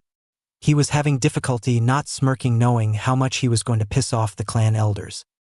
Thank you for coming to this meeting. I have news from my meeting with the council and the following meeting between the village council and the Whirlpool daimyo. And what news do you have, Hayashi? Is war with Whirlpool inevitable? Asked one of the elders. It seemed that was the case. However, I was able to reach an agreement with the Uzumaki that saved the village from war, answered Hayashi. What do you mean? What agreement? And what does this agreement with the Uzumaki mean for the clan? asked another elder. The agreement was for a marriage between my daughter Hinata and the heir of Whirlpool. Hayashi inwardly smirked at the shocked looks on the elders' faces. He didn't have to wait long for their reaction. You betrothed Hinata to the Badasai? How did you get him to agree? Asked an elder seemingly not bothered by the thought of a 5-year-old being betrothed to a man more than 20 years older. Hayashi glared at the man before answering. No, Hinata has been betrothed to the Whirlpool daimyo's grandson, Naruto Uzumaki. As Hayashi expected, this was met with shock quickly followed by outrage. What do you mean by that, Hayashi? How is that abomination the heir of Whirlpool? Explain yourself. It appears that Naruto bears the Uzumaki name for a reason. He has been proven to be the son of Kushina Uzumaki, Princess of Whirlpool, and her husband, the 4th Hokage. Because of this, he has been chosen as the heir of Whirlpool. In order to prevent war, I suggested an alliance between our clan and the Uzumaki via a political marriage between Hinata and the young prince. What possible reason could you have to do that?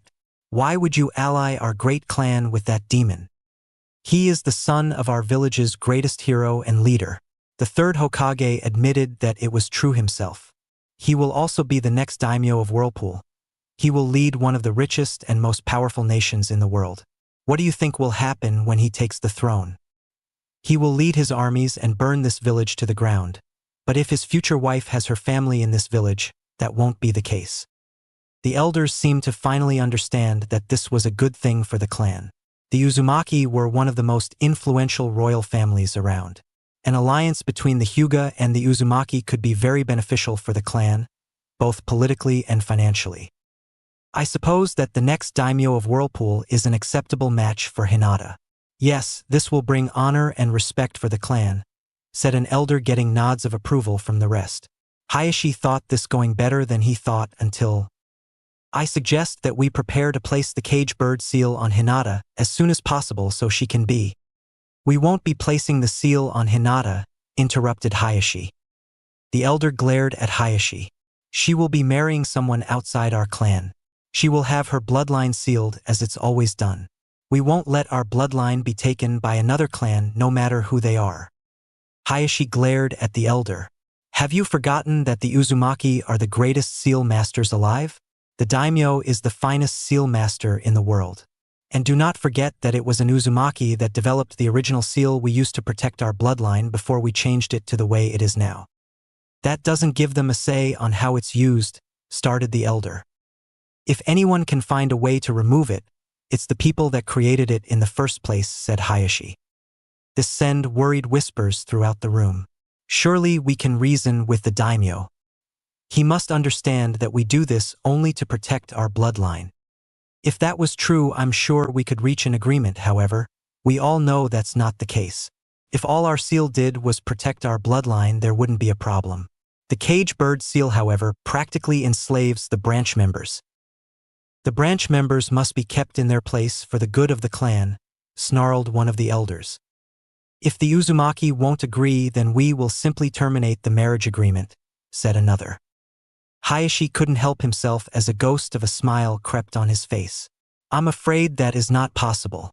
Our alliance with the Uzumaki is the only reason we are not at war, started Hayashi only to be interrupted. That is not our concern. The Hyuga clan has already made a sacrifice to prevent war with the Cloud Village. We will not sacrifice the Byakugan to stop this 1 inch. And who will the village blame? We would lose all our power and prestige. Besides, you're under the impression that the Uzumaki will give us a choice, said Hayashi. We will not let them steal our bloodline. They don't care about our bloodline. The Uzumaki are one of the oldest clans in the world, much older than our own. And they already have a powerful bloodline of their own. Hayashi was losing his temper with these old fools. Then why do they care if we seal Hinata? If you must know, I will tell you exactly what the Uzumaki daimyo told me. He said, I will not have the future queen of Whirlpool branded like she is a piece of cattle. Any attempts to do so, or if your clan breaks our agreement, will result in the Uzumaki declaring a blood feud with the Hyuga clan. A feud that will only end with the extinction of your clan. The daimyo was very adamant that he will not let one of the future leaders of his nation be subservient to any outside influence.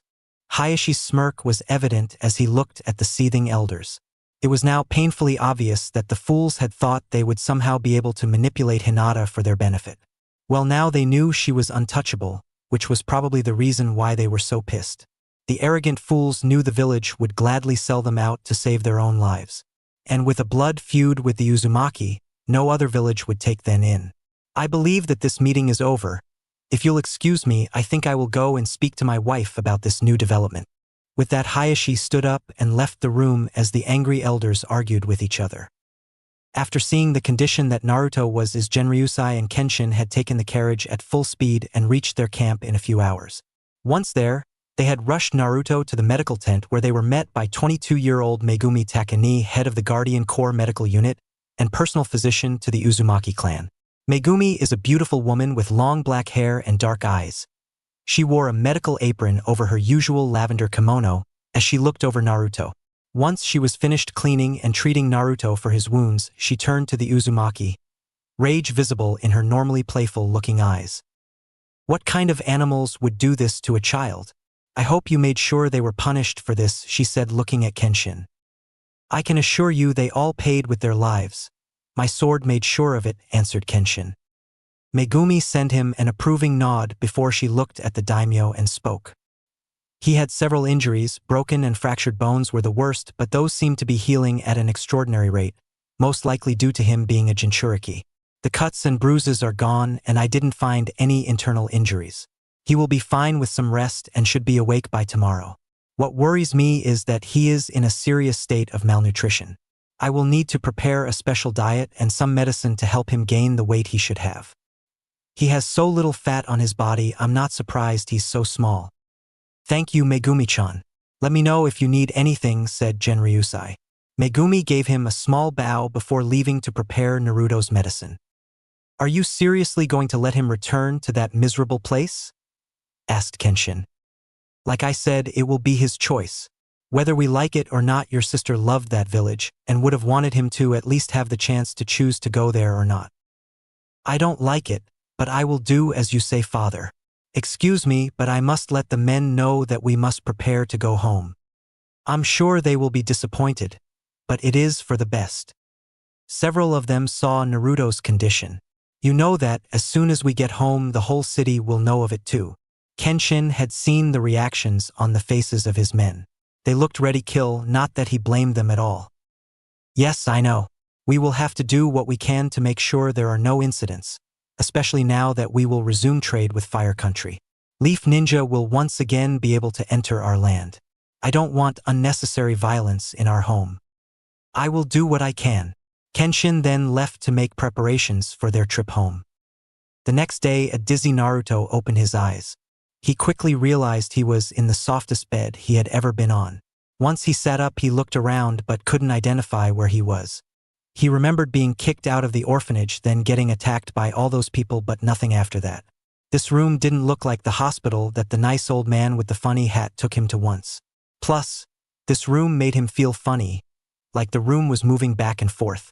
And it smelled weird, kind of like fish or something. Before Naruto could continue to wonder just where the heck he was, he heard the door opening. Naruto turned to see a very pretty lady with black hair come in. She smiled at him before speaking. Ah, I see you're awake. Good morning, Naruto. Are you feeling okay? Naruto was not sure what to say.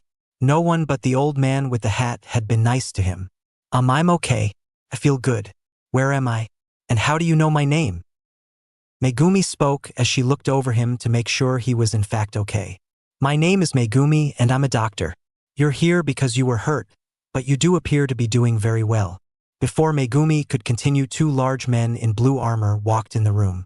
Naruto was a little scared because they both had long swords with them. Megumi-sama, Daimyo-sama wanted to be informed immediately once the young prince was awake, said one of them. Very well, you may go and tell him. Let him know, however, that I must make sure that Naruto gets a small meal, then takes his medicine before I bring him to the daimyo, replied Megumi. Both men placed their right fist over their heart, then bowed before leaving the room. Megumi left the room but returned shortly afterwards. Naruto wanted to ask a million questions, but all of them were forgotten when Megumi placed a tray of delicious-looking food and told him to eat. Once Naruto had finished, which Megumi thought was impossibly fast, Megumi handed Naruto the nicest set of clothes he had ever worn. It was a dark blue kimono that Megumi had to help him put on. Megumi took him by the hand and led him out of the room. Naruto saw that they were not in a building. Naruto looked around and saw that there was water everywhere around him, and there was a strong salty smell in the air. Megumi and Naruto were surrounded by men wearing the same armor as the other two that first came to Naruto's room. Several of them bowed to Naruto as he walked by, which really confused him. "Where are we? And where are we going?" asked Naruto as he pulled on Megumi's sleeve. "We are on a ship, Naruto, and we are going to meet some very important people that are very eager to meet you. Look, we're here," she said, pointing to the door that a man in armor was opening for them. As they walked in, Naruto tightened his hold on Megumi's hand. Naruto could see what looked like very nice paintings on the walls, as well as other very expensive-looking things in the room as they walked through it. When Megumi stopped, Naruto turned his head to look forward and saw two people in front of him. The first was a very old-looking man whom reminded Naruto of the old man with the pointy hat. He was sitting in an expensive-looking chair. He was wearing almost the exact same clothes that Naruto was wearing, but he had a long white coat on him. He also had a long beard that for some reason Naruto really wanted to pull on. The old man smiled warmly at Naruto, which helped Naruto feel a little more at ease. He was still pretty nervous.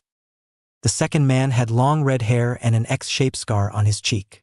He had a similar white coat to the one the old man had. His clothes are similar to those Naruto and the old man are wearing, but his are red and white, not dark blue.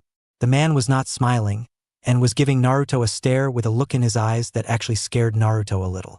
The fact that he also had a sword didn't help Naruto feel any better either. "Naruto, I would like to introduce you to Kenshin and Genryusai Uzumaki," said Megumi. "Eh? But Uzumaki is my name? Why do they have the same name that I do?" asked a confused Naruto. It was Genryusai that answered him. "Because you have the same name as your mother." "My mother? You know who my mother is? Can you tell me, please?" he asked in an almost frantic voice. Naruto had never known anything about his parents.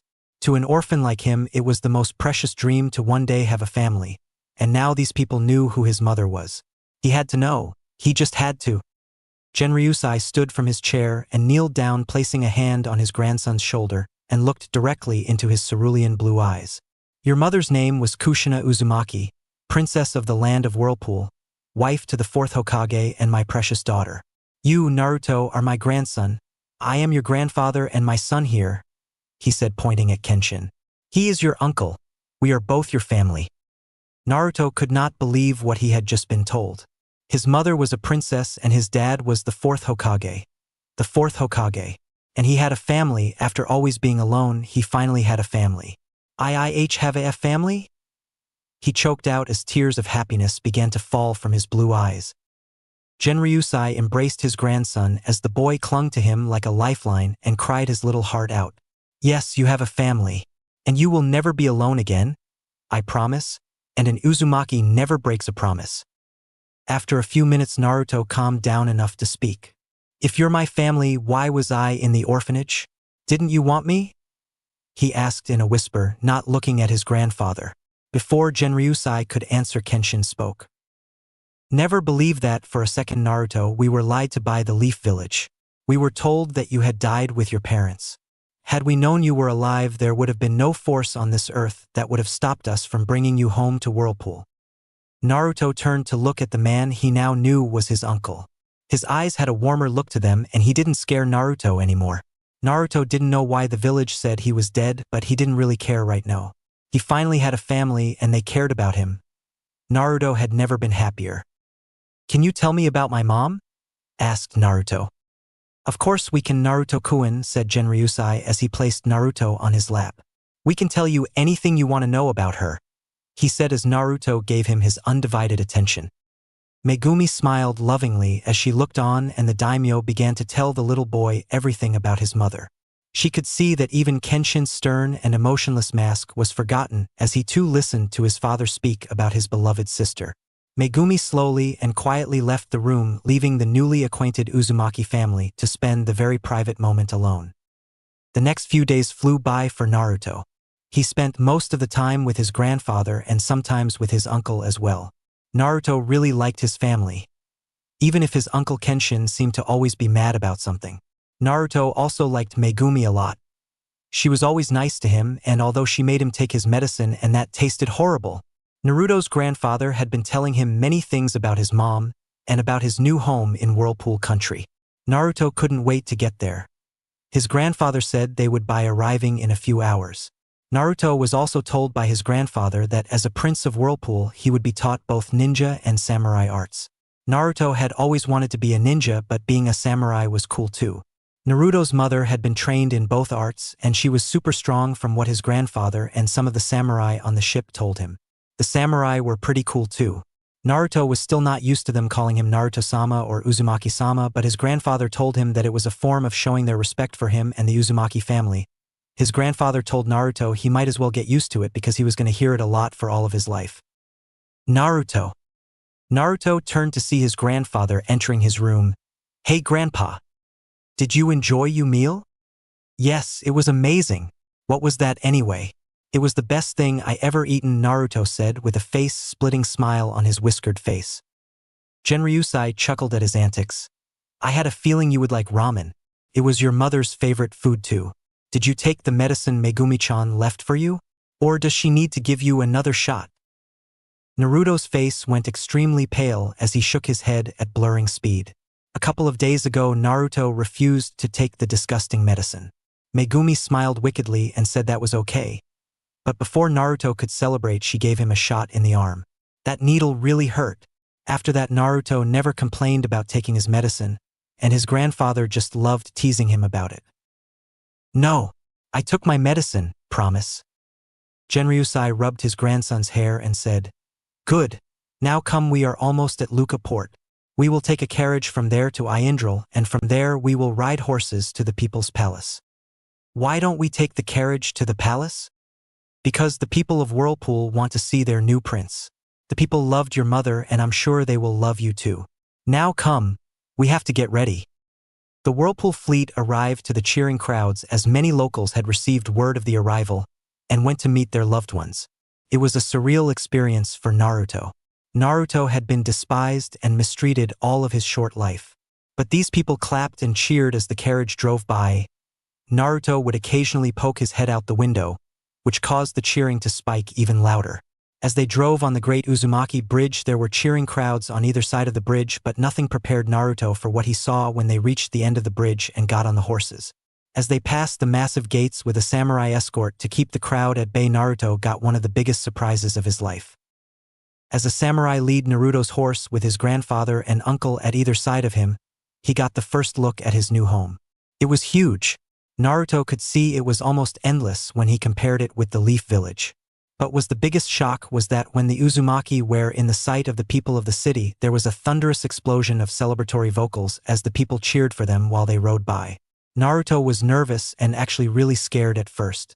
Every time he had seen a crowd this excited, they were trying to hurt him. But these people smiled and cheered and waved at him. The people threw flowers in front of them.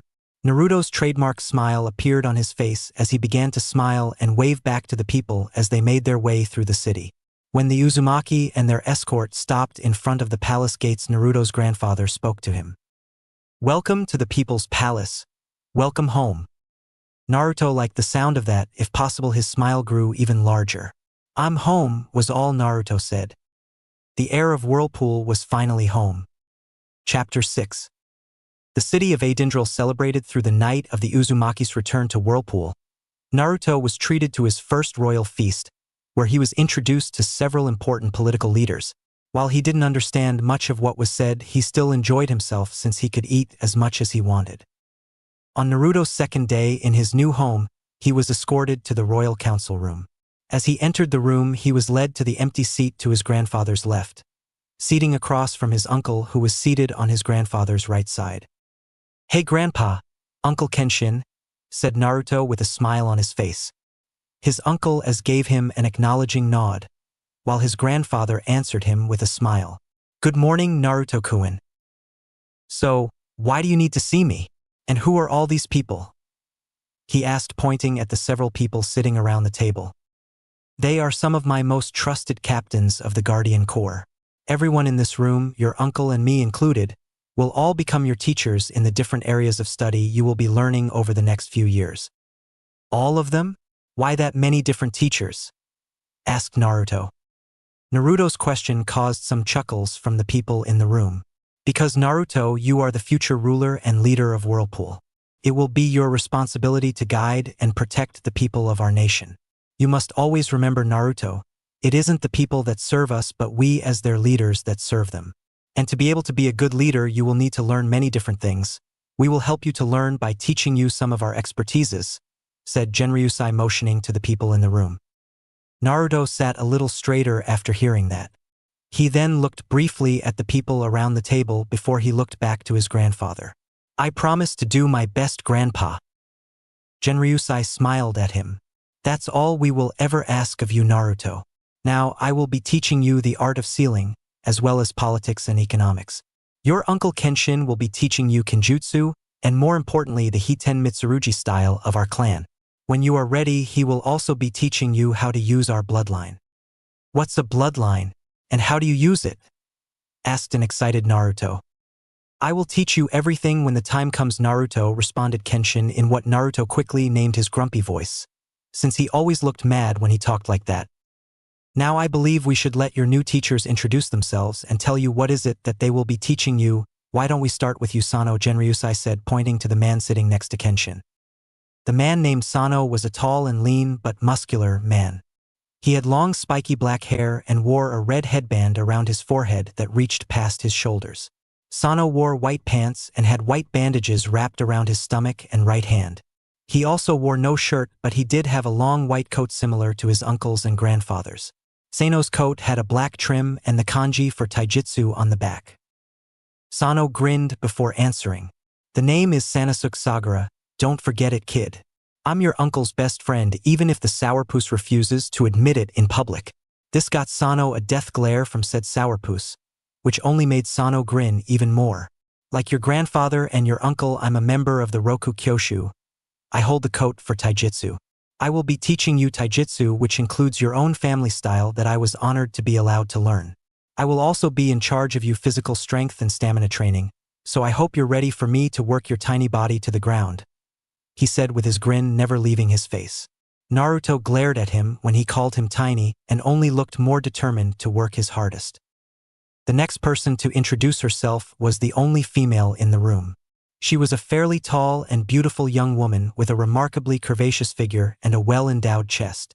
She looked to be in her early 20s and had waist-length raven black-colored hair tied in a high ponytail. She had peach skin and light purple-colored eyes. She was wearing long purple stockings and a very small pink kimono that did little to cover her gorgeous figure.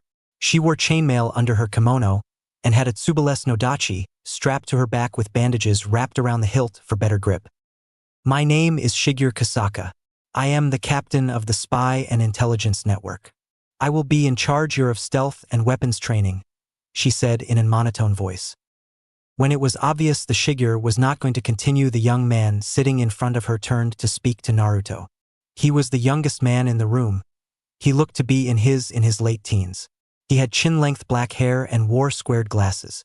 He wore an all-white attire, white pants, long-sleeve shirt, and mantle. The only color in his clothes was the blue cross on his shirt's collar and stripes on his sleeves. My name is Yuryu Ishida. I'm the head of the Ishida clan and captain of the Archer Division of the Guardian Corps. I'm also in charge of the defenses of the city's outer wall. I will be instructing you in tactics and strategy. The next person to introduce himself was a young man in his early 20s. He had bright green eyes and vibrant red hair, with 2 long forelocks on either shoulder and the rest on his back. Naruto thought the man might be related to him since he looked like an Uzumaki. He was wearing a dark blue martial arts outfit with a red trim and a red sash tied around his waist. My name is Kurama Minamino. I am the captain of the Hunter and Tracking Division of the Guardian Corps. If anyone commits a crime against Whirlpool and somehow escapes, it's my team's job to hunt them down and return them here so they can be punished. I will be one of 2 teachers that will instruct you in ninjutsu and chakra control. The other will be this man sitting next to me, said Kurama, pointing to the shorter man sitting next to him. The man in question was around the same age as Kurama. He was easily the shortest of them all and looked to be less than 5 foot tall if you disregarded his long gravity-defying spiky black hair. He wore a white headband on his forehead and had blood-red eyes that had an angular, slightly slanted shape that gave him a sinister look to him. He was wearing a long black cloak-like jacket with a white collar. He had black pants tucked into black combat boots and what looked like a black undershirt. He had a sword strapped to his back, and by the look on his face, he really didn't want to be here as he seemed to be glaring at everyone in the room. When the man didn't seem to be in any hurry to speak, Kurama gave him a subtle push with his elbow, and the man finally gave in and spoke. "My name is Heir. I'm the head of the Guardian Corps' assassination squad. If there is a threat to Whirlpool that can't be dealt with through peaceful means, my team and I terminate that threat. I will be helping Kurama teach you ninjutsu." Naruto was a little scared of the small man. He looked like he didn't want to help Naruto at all. "Don't worry about our vertically challenged friend, my prince. He's just not a people person." Everyone in the room turned to look at the man at the end of the table, who was now the recipient of a death glare from Heir. This only made the man chuckle, which pissed Heir even more. The man was tall, light-skinned, and has gray eyes which at the moment sparked with amusement. Looked to be in his 30s and had messy light blonde hair with strands framing the sides of his face and in between his eyes. He was wearing traditional wooden sandals and a striped white and green bucket hat that shadowed his eyes. He also wore dark green shirt and pants, topped with a black coat with a black diamond pattern along its bottom half. He had a walking cane in one hand and what looked like a closed fan in the other. "My name is Kisuke Urahara, but you can just call me Urahara like everyone else, my prince. I am the head of the Research and Development Division of the Guardian Corps. I will be teaching you history, science, literature, and philosophy, as well as anything else that strikes me at the time," Urahara said as he fanned himself. Naruto wasn't sure what to think about his new teachers, but he knew that he was going to work as hard as he could to make his family proud. "Excellent, we will begin your training tomorrow morning, Naruto. For now, you can take the rest of the day off." Naruto smiled at his grandfather and nodded before leaving the room. Genryusai and the others continued to discuss Naruto's training. Back in the Leaf Village, the news of Naruto's true heritage and his leaving was received with mixed feelings. The civilian population was in complete denial and refused to accept that the demon was the son of the fourth Hokage. The ninja population, at least the ones from established clans, accepted the news as the truth, and they were furious that it had been kept a secret from them. While most ninja had not been openly hostile to the boy, they didn't do anything to help him either. They now realized that they had been letting the civilians get away with tormenting the son of the fourth Hokage, and it sickened them. Once the elders had told the main house members of the deal with the Uzumaki, the Hyuga household became an awful place. The main branch members were outraged that Hayashi would willingly surrender the Byakugan to another clan. Unfortunately for them, no matter how much they complained, there was nothing anyone could do to stop the arrangement without starting a blood feud with the Uzumaki. The fact that Hinata was now the most important member of the Hyuga clan, as far as the village was concerned, was something that also agitated the main house members, as now they couldn't openly ridicule her or insult her for being a failure. Hana and Hayashi couldn't be any happier. Both of their children were safe from the clan elders now that the village knew Naruto's heritage. While the village couldn't agree on the truth of that information, what they all did agree on was the important role that the Hyuga played in stopping the war with Whirlpool. All the adults also knew how important Hinata was to the village, and they now treated her with great respect whenever she went out in public. Hinata herself had not been told of her future marriage since her parents wanted to wait until she attended the academy to tell her. Hinata was currently sitting in the Hyuga clan's private dojo, waiting for her father to arrive to start her lesson. She was a little surprised when she saw both her parents walk in. "Hello, mother," father said Hinata. "Good morning, honey," said Hana. "Good morning, Hinata," said Hayashi. "Are you ready to begin your lesson, honey?" Hinata smiled at her mother. "Yes, mother." "Hinata, you will be starting the academy in 2 years. Because of recent developments, your mother will be taking over your training when I am unable to do so. You are of great importance to the clan and to the village. I'm sure you have noticed that people are nicer to you or treat you differently than before. I know you wish to know why that is, but you will have to wait until your 7th birthday for us to tell you. I want you to remember that no matter what anyone might tell you, You are first and foremost our daughter, and nothing will ever change that, said Hayashi. Your father is right, Hinata. Some people may treat you differently, but we will always treat you as our daughter first, and as a Hyuga second. We will always love and be proud of you no matter what. So while we will ask you to train and study hard, we don't want you to feel that you always have to be the best to make us proud of you. Do you understand, honey? Yes, mother. Thank you for believing in me. Your mother and I will always believe in you, Hinata. Now let's begin our training session. Yes, father. In Whirlpool, Naruto excited to begin his training. He needed to learn so much, but he was determined to do his best to make his family proud. Naruto had been led to one of the palace's many private training rooms, but was surprised to see his grandfather there instead of Sano, who he was told was to begin his physical training before he began to learn from the other teachers. Grandpa, what are you doing here? I thought I was going to train with Sano-sensei? Asked a confused Naruto. Genryusai smiled at his grandson. You will be, but before you do, it's time that you receive something that every Uzumaki receives once they begin their training to become warriors of Whirlpool. It is one of the Uzumaki clan's most guarded secrets, a secret that has been passed down generation to generation since the founding of the Uzumaki clan. Naruto sat a bit straighter once he heard that. He knew that whatever his grandfather was about to give him was very important, and he wasn't about to disappoint him. Genryusai continued, I promise to let your uncle teach you about our Kenjutsu style, but what you need to know is that there is a reason why the Uzumaki are the only ones that can truly master the Hiten Mitsurugi style. In the past, many have tried to steal the secrets of our fighting style. But even those who have managed to discover some of our secrets have never harnessed the true strength of the Hiten Mitsurugi style. Why is that, Grandpa? Asked Naruto. Because Naruto, the Hiten Mitsurugi style was created by the founder of our clan to be used only by our clan, and he made sure that nobody but an Uzumaki could truly master it. I will let your uncle tell you the reason, since I promised him he would be the one to teach you of our bloodline and Kenjutsu style. What I will show you today is one of the reasons why we are the only ones that can master the Hiten Mitsurugi. Okay, Grandpa, what do I need to do first? Asked an eager Naruto. Oh, that's easy, Naruto, you just need to take off your clothes, said Genryusai. What? Why?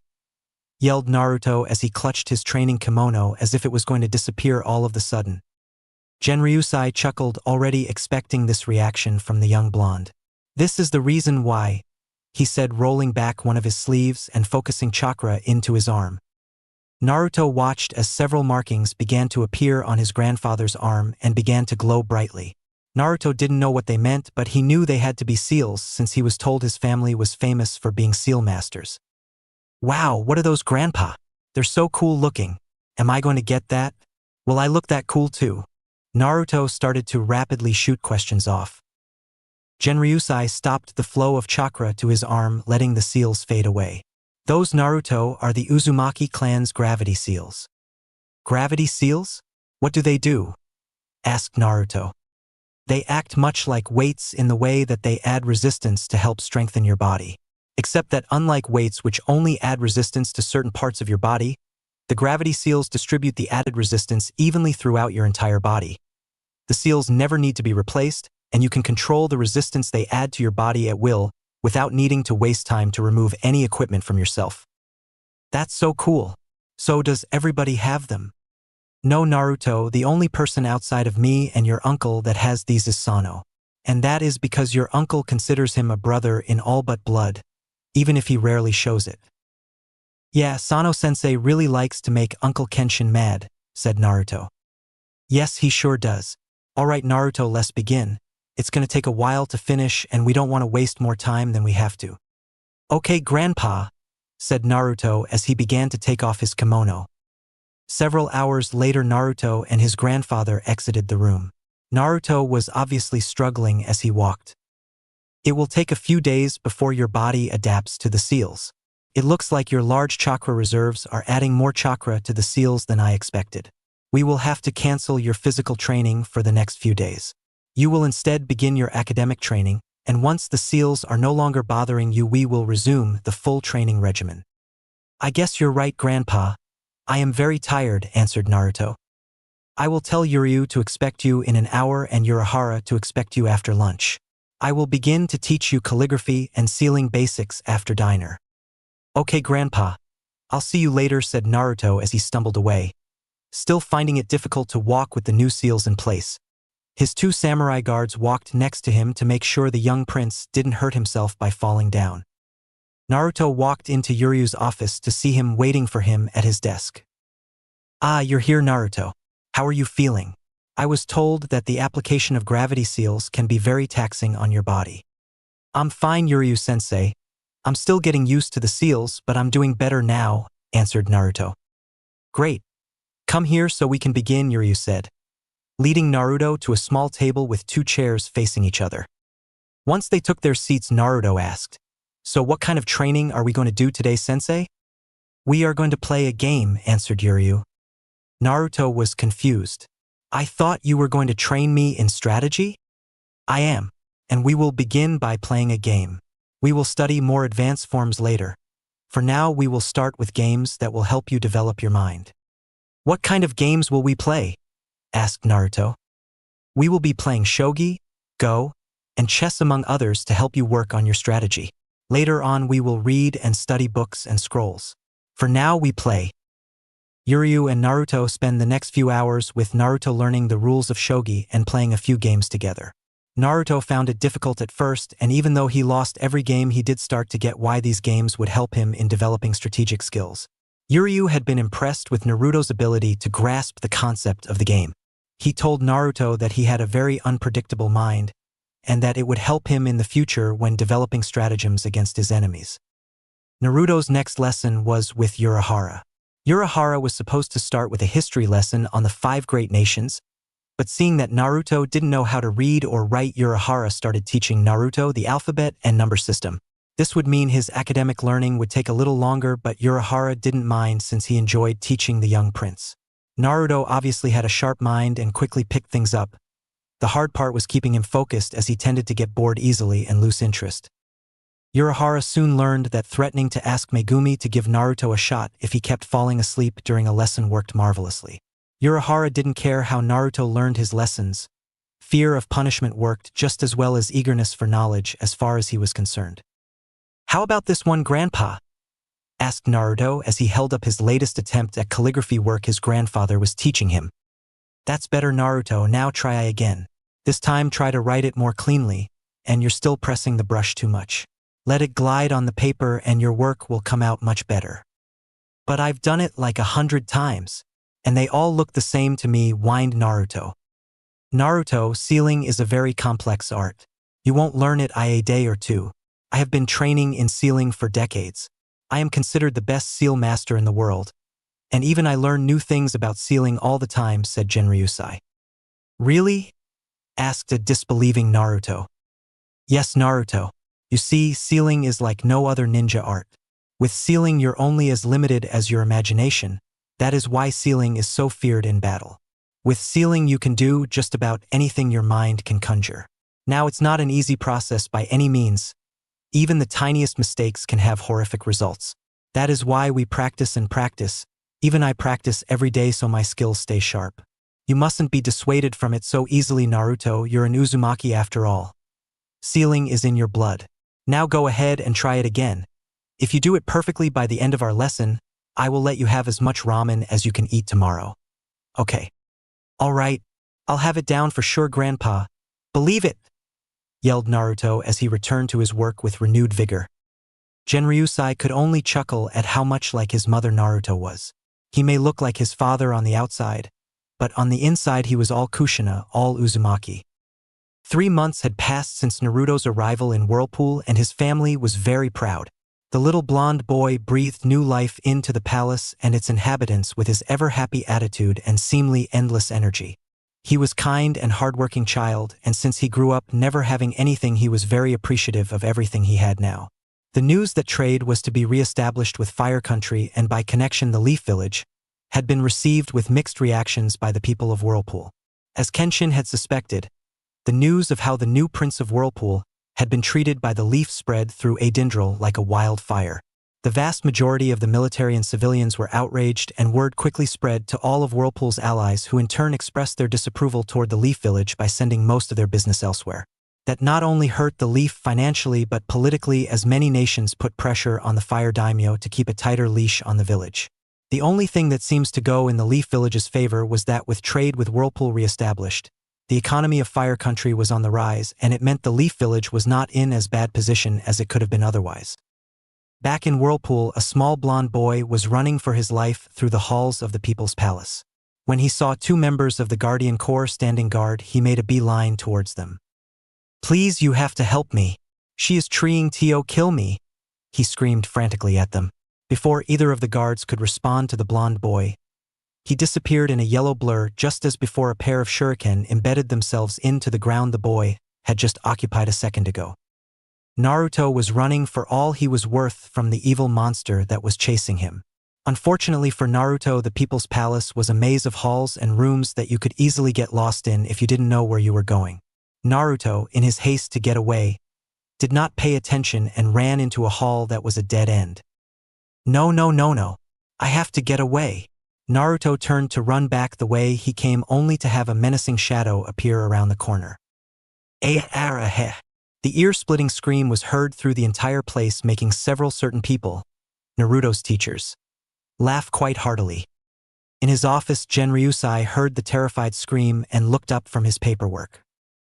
That was Naruto. "It must be Tuesday already," he said before he decided to check how Naruto's training was going. Genryusai didn't have a hard time finding Naruto. All he had to do was follow the screams. Sure enough, it was Tuesday, as he saw Shigeru throwing shurikens at Naruto, who was desperately trying to dodge them. Genryusai walked up to Shigeru and asked, Shigeru-chan, how is Naruto's training going?" "Good," she said in a monotone voice without looking at him or stopping what she was doing. Naruto, who saw his grandfather, yelled at him for help. "Grandpa, please help me. She's crazy." Genryusai turned back to Shigeru and asked, "What kind of training are you working on right now, exactly?" "Dodging," was her answer as she continued to launch shurikens at Naruto. "I see. Carry on," said Genryusai as he turned and left to continue his paperwork, but not missing Naruto's indignant yell of, "What?" Genryusai only chuckled as he left. He was sure that Shigeru wouldn't hurt Naruto, well, not too much anyway. Later that day, Naruto found himself in Megumi's office getting his injuries looked at. Even though Shigeru only gave him minor cuts, and those were mostly healed by the fox by the time he got there, Megumi always liked to make sure Naruto was fully recovered after any injury. "I'm telling you, Megumi-sensei," Megumi has been teaching him about medicine and healing, but only when he has free time, not as an official teacher. Naruto still calls her sensei. "Shigeru-sensei is going to kill me one of these days if she keeps throwing sharp weapons at me." "Come now, Naruto. I'm sure she's not that bad. After all, you haven't actually gotten seriously hurt. You only have some small cuts, and those are almost done healing." Naruto had to agree. As much as Shigeru's training freaked him out, she never actually hurt him. "Well, it still hurts a lot," he grumbled. "Well, you're fine now. Get yourself something to eat and rest before your next training session, okay? By the way, who is your next session with?" asked Megumi. "I have ninjutsu training with Kurama-sensei. He said that Hai-sensei will be there this time, but he never shows up though." "Well, maybe he'll show up this time." Naruto shrugged. "I guess. I'll see you later, Megumi-sensei," Naruto said as he waved goodbye and left to get something to eat. "Yuck, this is impossible," whined Naruto as he tried to focus his chakra and hold a pair of leaves to his hands. "Calm down, Naruto. I know you're getting frustrated, but you're doing great," said Kurama. "But it's been 3 months and I can't get the leaves to stick for more than a few seconds," argued Naruto. "I told you that's only because you have so much more chakra than most people. You're actually doing better than I thought you would be. Just relax and remember what I have told you about chakra. Chakra is a combination of both spiritual and physical energy. To be in control of your chakra, you must be in control of both your mind and body," replied Naruto. "Exactly. So clam your mind and try it again." "Yes, Kurama-sensei." As Naruto continued his exercise, Kurama turned to look behind him and spoke. "Are you going to stay there all day? Or are you going to actually help since you actually showed up?" Coming from behind a tree, Hai answered him. "I don't see why you and the daimyo insist on me being here." The boy had no chakra control, so you can't really think I can teach him anything. He has little control because of the fox. He is very sharp and works very hard too. If he didn't have the fox, he would certainly have amazing chakra control. It's only been 3 months, and he can already do what even some of the kids in the ninja academies can't. I still think you're wasting your time. He has too much chakra. Having him try to use such a small amount is like trying to pick a grain of sand from a beach.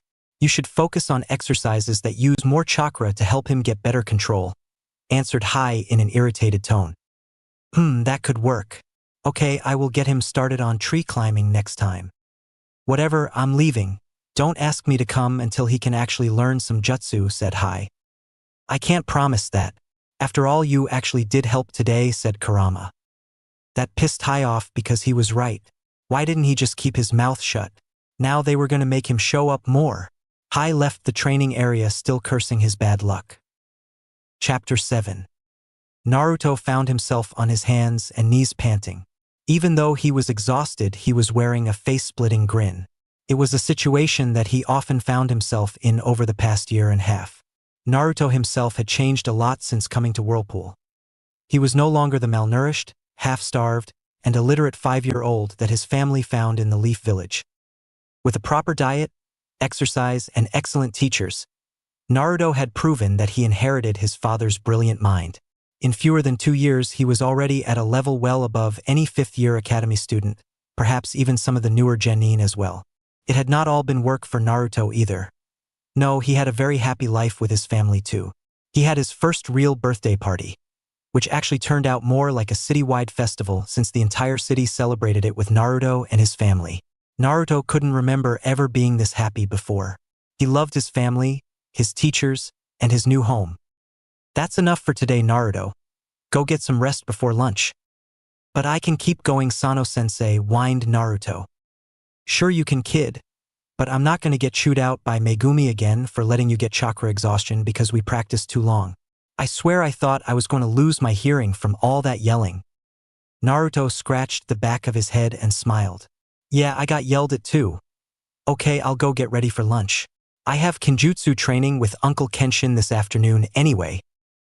Tell that sourpuss not to forget we have to go out drinking tomorrow night, said Sano. Naruto stopped walking and turned around. You really should stop trying to get my uncle to meet women.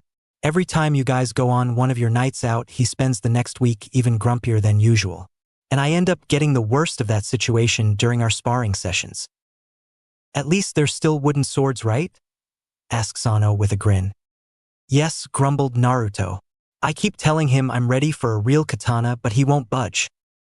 I'm sure he's got his reasons. Just give him some time, kid.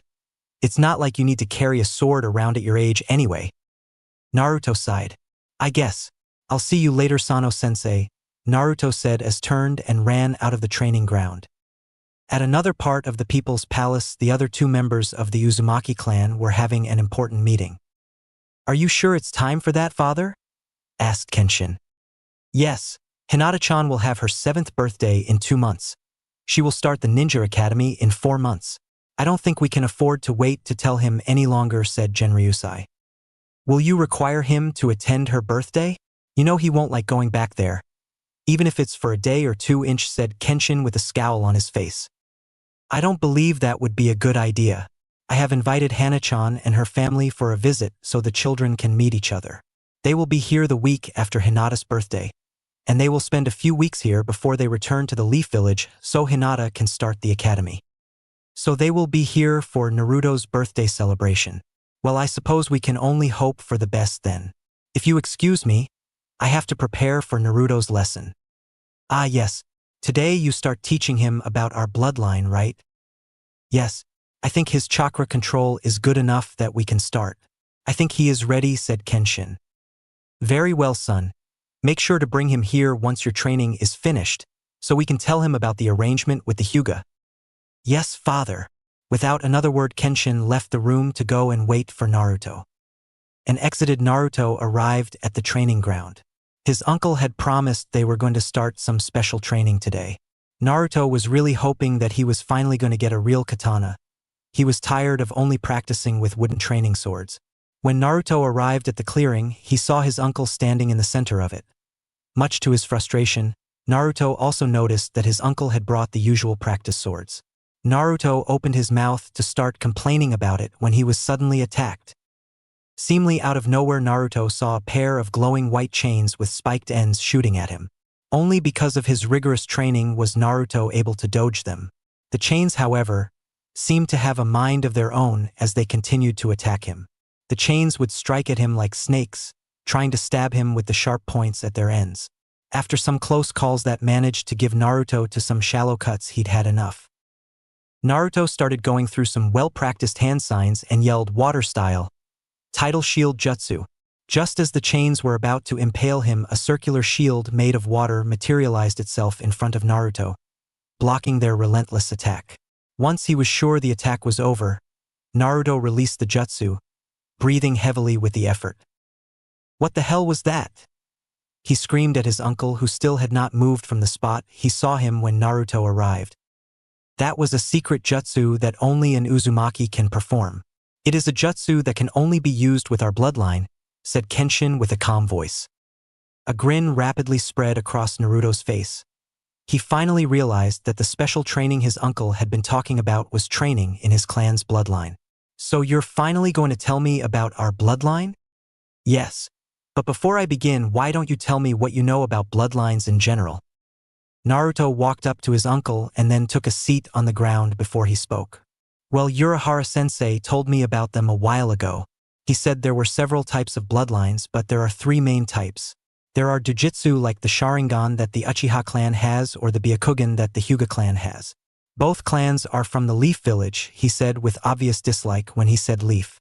Jujutsu are ocular jutsu that enhances the user's eyesight.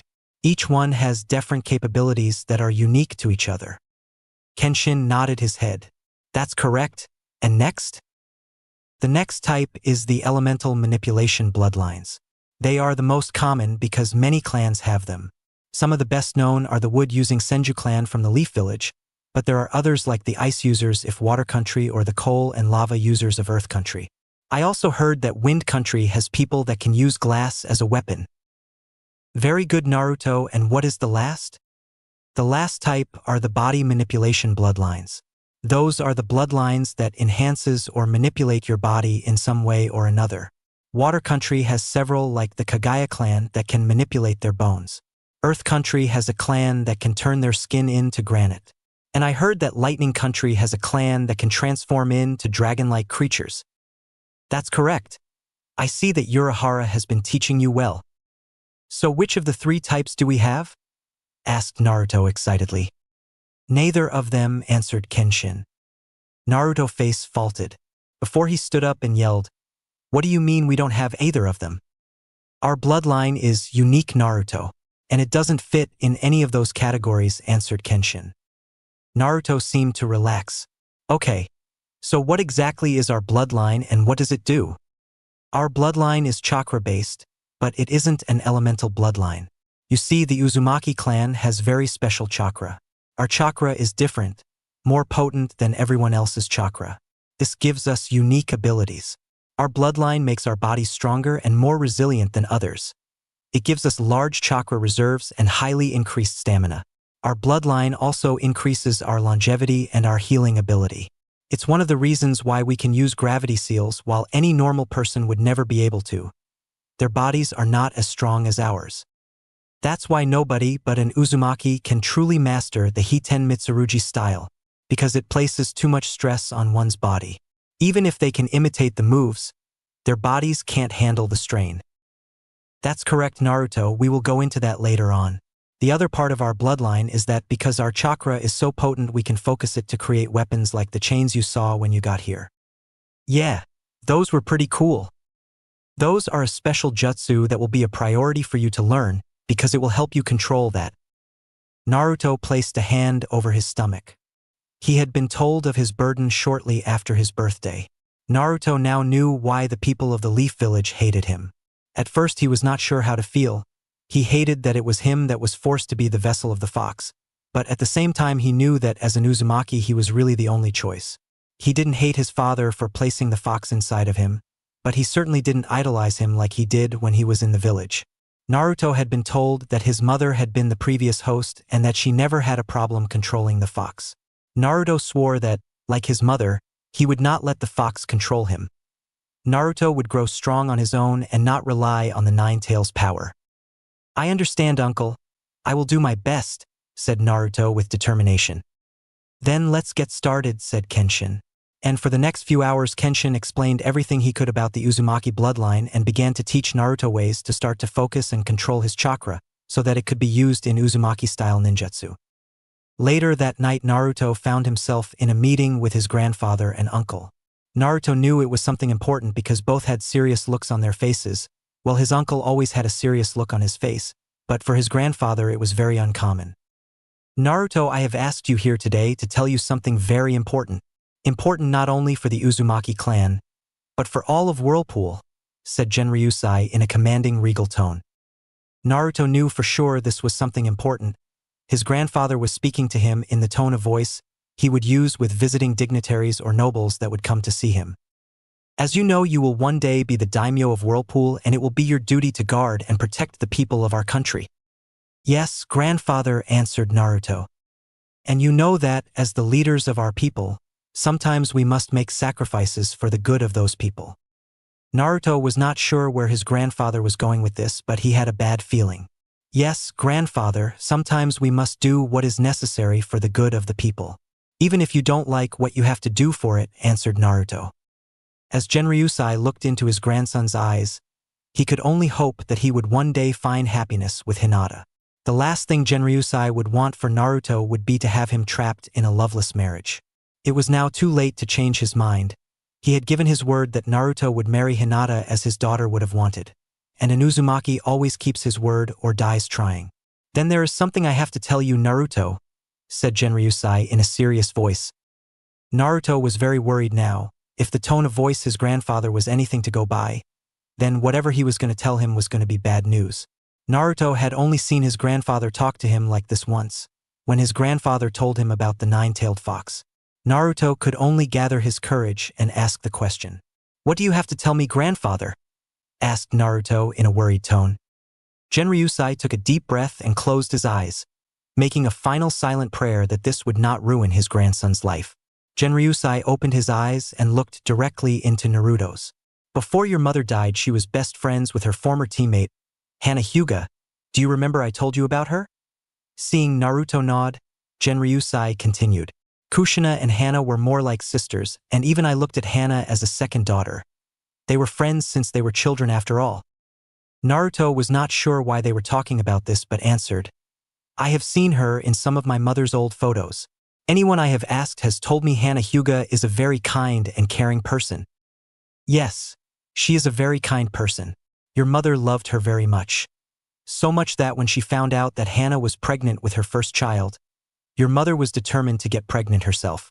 Your father agreed as he too wanted to start a family, and a month later she was pregnant with you." Naruto blinked in surprise. He had not heard of that all. "Wow, I had no idea," said Naruto. Then Kenshin decided to put in his 2 cents. "When my sister and Hana were both pregnant, they agreed to have each other as the godmother to the other's child. That makes Hana Hyuga your godmother, and Kushina would have been godmother to Hana's daughter Hinata." "I see," said Naruto, still not sure where this was going. "And when your parents found out that Hana and her husband were having a girl while they were having a boy, they made a very important decision. A decision involving you." Naruto felt his chest grow tighter, dreading what his grandfather would say. "Your parents wanted to unite both families by arranging a marriage between yourself and Hana's daughter Hinata," said Genryusai, and waited for Naruto's reaction. Naruto could only sit there in stunned silence. His parents had placed him in an arranged marriage? Sure, he had heard of them from Urahara. He knew that it was not uncommon for noble families to practice them, but he couldn't believe that his parents had actually placed him in one. And now he was expected to marry someone that he has never met? Naruto couldn't help but feel betrayed by his parents. One of the things he loved the most about his parents was that they obviously loved each other very much. You can see it in any of the pictures of them together. You could feel the love they had for each other. Naruto wanted that for himself in the future, He wanted to be able to look at his wife the way his father looked at his mom and have his wife look at him like his mother looked at his father. But now that would probably never happen. I see. Naruto could feel his eyes start to moisten. I understand, grandfather, and I will perform my duty to the clan. If that is all, may I be excused? Naruto asked as it was getting hard to use his voice. The look of sadness in his grandson's usually happy face was painful for Genryusai to see. He knew Naruto would need time to sort out his feelings. Yes, you may, Naruto. Hinata and her family will be joining us in 2 months. They will be here so that the two of you can begin to know each other. Not feeling that he would be able to use his voice, Naruto gave his grandfather a nod before leaving to go to his room. Give him some time, father. He will be sad for a while, but he'll be back to his old self before you know it. He is my sister's son after all. He has her strength in him, said Kenshin. I hope you're right, son. I don't like to see him like this. All we can do is try to help him in any way we can. Yes, I suppose that is all we can do for now, said Genryusai, knowing that they would have to wait 2 months to see how Naruto and Hinata would interact with each other. He only hoped that their first meeting would go well. Back in the Leaf Village, the next 2 months flew by and the day of Hinata's 7th birthday had arrived. It was a big day for the Hyuga clan. Over the last 2 years things had begun to change for the clan. Many things for the better. Hayashi, knowing that the elders had to tread carefully around him because of his alliance with the Uzumaki, had steadily been pushing for the unification between the main house of the Hyuga and the branch house. While it was slow going, it was still progressing, and Hayashi had the full support of the branch house, though his nephew still looked at the main house with contempt. Hinata had also changed in the last 2 years. While she was still a little shy around people she didn't know well, she was not the scared child that would cling to her mother's leg every time they left the compound. Hinata was more cheerful and confident than before and was advancing in her study of the gentle fist style. While she was still disliked by the elders and most of the main house, Hinata was loved by the entire branch house except Niji. Hinata was very excited for her birthday. She loved spending time with all of her family. This year was more exciting because her parents were going to tell her some important news. The party itself was a very formal event. Many of the clan heads and their children stopped by. Hinata knew some of the children but was not really friends with them since she didn't really leave the compound very much. That was going to change this year because she was finally old enough to join the academy this year. It would start in 2 months and some of the children she had met would be in her year. Hinata enjoyed talking, playing, and spending time with kids her own age. She enjoyed her party very much this year. It was after the guests had left that she was asked to meet her parents in the council room. When Hinata arrived, she was met by her parents, who were sitting in the middle of the room with what looked like a present in front of them. Hinata, please sit. There is something of great importance that we need to speak to you about, said Hayashi as he motioned her to sit in front of them. Yes, father, she said as she took a seat. First of all, honey, we have one last present for you, said Hana as she pushed the beautifully wrapped box closer to Hinata. As Hinata carefully opened the box, she let out a small gasp. Inside the box, having been carefully packed, was a beautiful blue kimono, the color of clear ocean water. It was obviously extremely expensive. It was pure silk and had small whirlpools all over in a darker blue. On the left shoulder it had the Hyuga clan crest, while on the right it had the red swirl that the ninja of the Leaf Village wore. Hinata lightly touched the fabric and noticed just how incredibly soft it was. This was the most beautiful kimono she had ever seen and couldn't wait for a chance to wear it. It's gorgeous, Hinata said as she continued to stroke the fabric. It's made from ember silk. Yes, I play WoW. Ember silk comes from the ember spider. It's a vicious spider that grows nearly 5 foot tall and is very dangerous. They are only found in a few small islands near Demon Country. Because of how dangerous it is to obtain and how beautiful the silk is, ember silk is extremely expensive. That kimono is more than likely worth a fortune, said Hana, having seen Kushina in a beautiful kimono made from ember silk for her wedding. You didn't need to get this for me then, even though it is beautiful, said Hinata. Your mother and I did not get this for you, Hinata. It was a present for you on the behalf of someone that you haven't met yet, said Hayashi. But why would someone I have never met send me something so expensive? Asked Hinata, confused. Hayashi and Hana looked at each other, and once Hayashi got a nod from Hana as a final confirmation, he began to explain. Hinata, You are my eldest daughter, and your mother and I both love you more than you can possibly imagine. You have a gentle, kind, and loving heart, and we love you for it. However, there are many within our clan that mistake your kindness for weakness. The clan elders among those that feel this way, along with the majority of the main house of our clan. Hinata was a smart child. She knew that the main house members didn't like her and would often glare at her when they thought no one was looking. The elders often didn't bother to hide the glares from her. Because of this, after your sister was born 2 years ago, the elders demanded that you be removed as clan heir and be placed in the branch house. Hinata gasped. She knew that the elders didn't like her, but she would have never thought it would be this bad. While they don't actually have the authority to force me to do it, they had enough support within the clan at the time to rip our family apart. Could have ended in a civil war within our clan. Your mother and I could not let that happen. But neither could we just let them place the seal on you. Hinata visibly shuddered at the thought of having that vile creation placed on her forehead. That is when your mother came up with a plan to save both you and our clan. You see, before you were born, your mother was best friends with the wife of the 4th Hokage. Hinata smiled at that. Her mother often spoke of Kushina Uzumaki Namikaze. Yes, I know, mother, and I visited Whirlpool Country 2 years ago, said Hinata. You visited Whirlpool for a very important reason, Hinata. Your mother loved her friend so much that when they found out that they were both pregnant, your mother with you, a girl, and Kushina with a boy, we made a choice for the good of the clan. Hinata felt her chest tighten, as if in warning that something bad was coming. We reached an agreement for a betrothal contract between yourself and the son of the 4th Hokage, Hayashi said, knowing how much this would hurt his daughter. What? Was all Hinata was able to say as she was in shock of what she had just heard. It was originally to unite the Hyuga and the Namikaze clans. But the day that their child was born was the day that the 9-tailed fox attacked the village. As you know, both the 4th Hokage and his wife died that day. The 3rd Hokage also announced to the village that their son had died at childbirth. But that was a lie, Hayashi said, cutting Hinata off. Your mother and her sensei, along with 2 others, were there when the child was born. But the Hokage forbid us telling anyone. Whoever did would be killed for treason. Why would he do that? Asked Hinata. I don't know, but I think it was in a misguided attempt to keep a promise to the 4th. No matter the reason, it turned out to be a huge mistake. Your mother and I tried to do what we could for the boy, even tried to adopt him into our clan. However, the Hokage and the village council blocked us at every turn.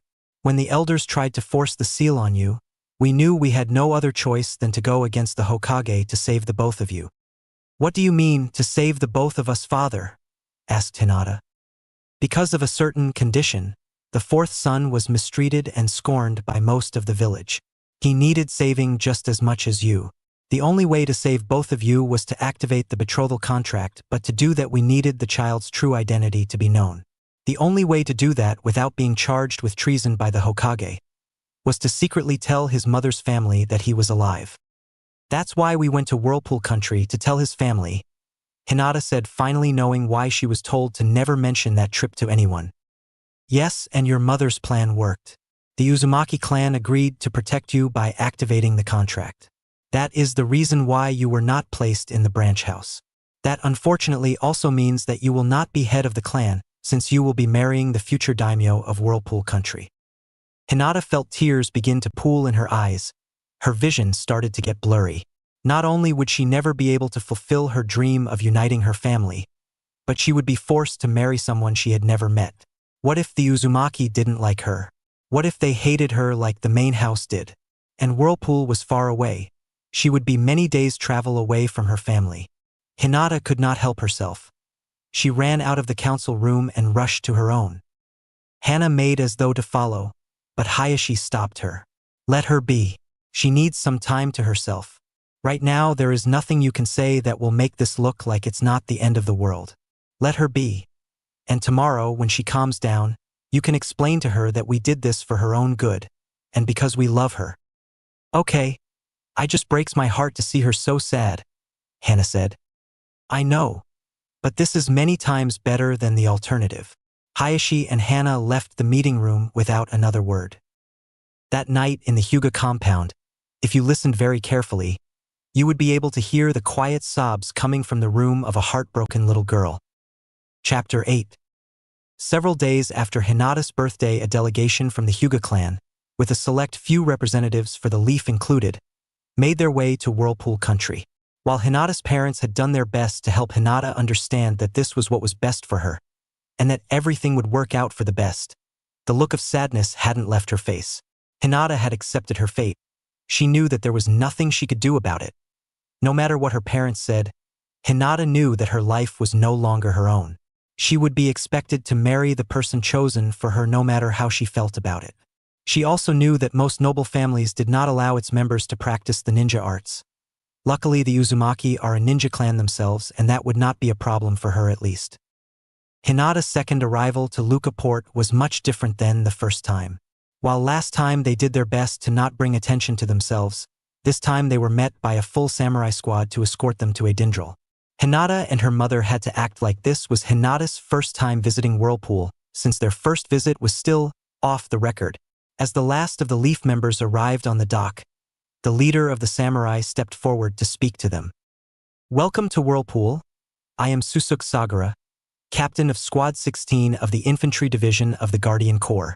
My squad is charged with escorting you to the People's Palace.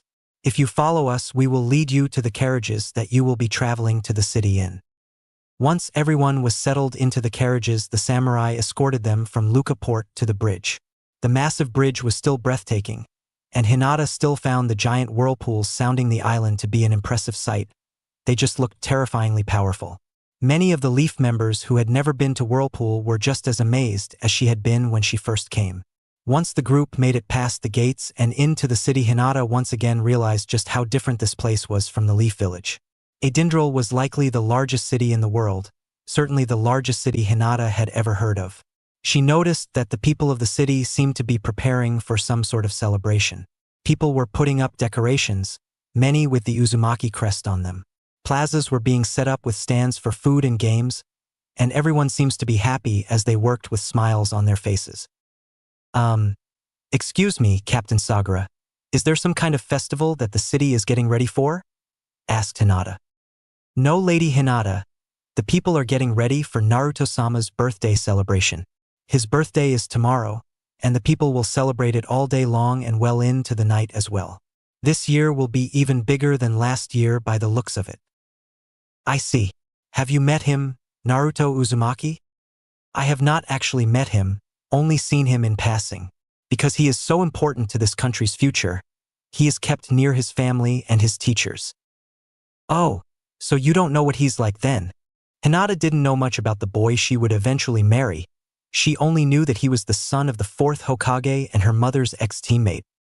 "As I said, I have not actually met him myself, but I do know that you need not worry. Naruto-sama is a very kind and intelligent young man. He is also a very hard worker. He is trained by some of the best captains in the Guardian Corps and never complains about how much work they make him do. I believe he will make a great leader someday. Perhaps once you get to know him, you will see that as well." Hinata spent the rest of the ride to the palace quietly thinking about what the captain said. Perhaps if she was lucky, her future husband would not be too bad. She knew she had to make the best of it, not only because she had no other choice, but because it was expected of her by her clan and the whole Leaf village as well. Once the group arrived at the People's Palace, they were escorted to their rooms. After resting and having time to freshen up and change into more formal clothing, they were led to the throne room. Hinata and the rest of the Hyuga were wearing traditional Hyuga robes, while the Leaf Jonin representing the Hokage wore their standard uniform. As the door opened, Hinata's heart started to beat faster. It was time. The next meeting was likely the most important meeting of her life. All she could hope for was that it would go well. Naruto had not been his usual happy self over the last 2 months since being told about the arranged marriage. He had been depressed for weeks, and only recently had he began to act more like himself. Naruto had spoken to all of his teachers and asked many questions. While he didn't like his situation, he knew it was his duty to his people, and it helped a little knowing that his mother wanted this for him. Naruto's teachers helped by listening and advising Naruto in what little ways they could. Naruto hoped that the girl wouldn't be one of those really stuck-up nobles he had come to hate. At least this Hinata girl is from a ninja clan and would relate to him better than most girls his age. Naruto honestly didn't have any friends his own age. Naruto loved his family and his teachers, but he did feel like he was missing out on something. Because of who he was, most kids around his age would not even look him in the eyes. Kids in the palace were either servants or academy students for the Guardian Corps and would not really talk to him unless spoken to. Naruto knew they didn't do it to be mean. They were just intimidated because he was an Uzumaki. After several failed attempts at making friends his age, Naruto had given up. Maybe he would have better luck with Hinata. After all, if they were going to be married one day, he might as well try and be friends with her at least. Naruto sat to his grandfather's left wearing a royal, dark blue kimono that had several intricate designs on it. Naruto hated wearing all this formal stuff but knew he had no choice. His grandfather was in the middle as he sat on the Uzumaki throne, and his uncle was standing next to him. Both were wearing similar kimonos to the one Naruto was wearing. Naruto sat straighter when he heard his grandfather tell a servant to let the group from the Leaf Village in. It was time to meet the person he would share his future with. Naruto looked on as several people were escorted in to the throne room. There were 3 men that were defiantly ninja of high rank, judging by appearances. One of them had black hair tied in the shape of a pineapple. He had a scar on his face as well as a lazy look to him. His appearance didn't fool Naruto. This guy was paying close attention to everyone and everything in the room. The second man had black hair and was wearing a coat that covered the bottom part of his face. He was also wearing sunglasses that Naruto thought were pretty cool. This man had a very stoic look to him. Naruto could tell this man knew how to keep cool in stressful situations. The third man had black hair and a beard, and even if the man tried to hide it, Naruto and likely everyone in the room could still smell the scent of tobacco coming off of him. He was wearing a sash that Naruto recognized as worn by the elite guardians of the Fire Daimyo, so Naruto knew this guy had to be pretty strong. To their left were 2 much older-looking people, a man and a woman, both wearing expensive kimonos similar to the ones that the dignitaries that regularly visit Whirlpool. They both had an arrogant feel to them, like they felt they were very important people or something. Naruto didn't pay much attention to them at all. To the far right, there was a larger group of people. They were all wearing regal-looking white robes. They all had long black hair and clear pupilless eyes, the Byakugan of the Hyuga clan. There were 4 men protectively flanking the 5 people in the center. In the center there was a much older man, the only one who had mostly white hair. He also had an "I'm better than anyone" kind of attitude to him. Next to him was a stern-looking man, who Naruto assumed was the head of the Hyuga clan, Hayashi Hyuga if Naruto remembered correctly. Standing next to Hayashi was his wife, Hana Hyuga. She was a very beautiful woman. Hana had long silky dark blue hair, and her Byakugan had a more lavender tint to them than the usual colorless one that the other Hyuga had. She was giving Naruto a loving smile that he could tell she honestly meant. Hana had a very cute little girl in her arms that seemed to be about 2 years old, Hanabi Hyuga, the younger of the 2 Hyuga heirs. It was the final member of the group that drew Naruto's attention. She was about his age and wore the same white robes as the other Hyuga. She had short hair the same dark blue color as her mother, as well as the same lavender tint in her Byakugan eyes. She had a nervous look on her face that Naruto understood, and Naruto could see the hint of a blush on her cheeks. She's very pretty, thought Naruto as he felt an unfamiliar heat on his face. It was as Naruto looked at the person he was expected to one day call a wife that she looked his way and their eyes met. Hinata had a difficult time trying to keep calm as her family made their way into the throne room. She kept her eyes down as much as possible, not daring to look up.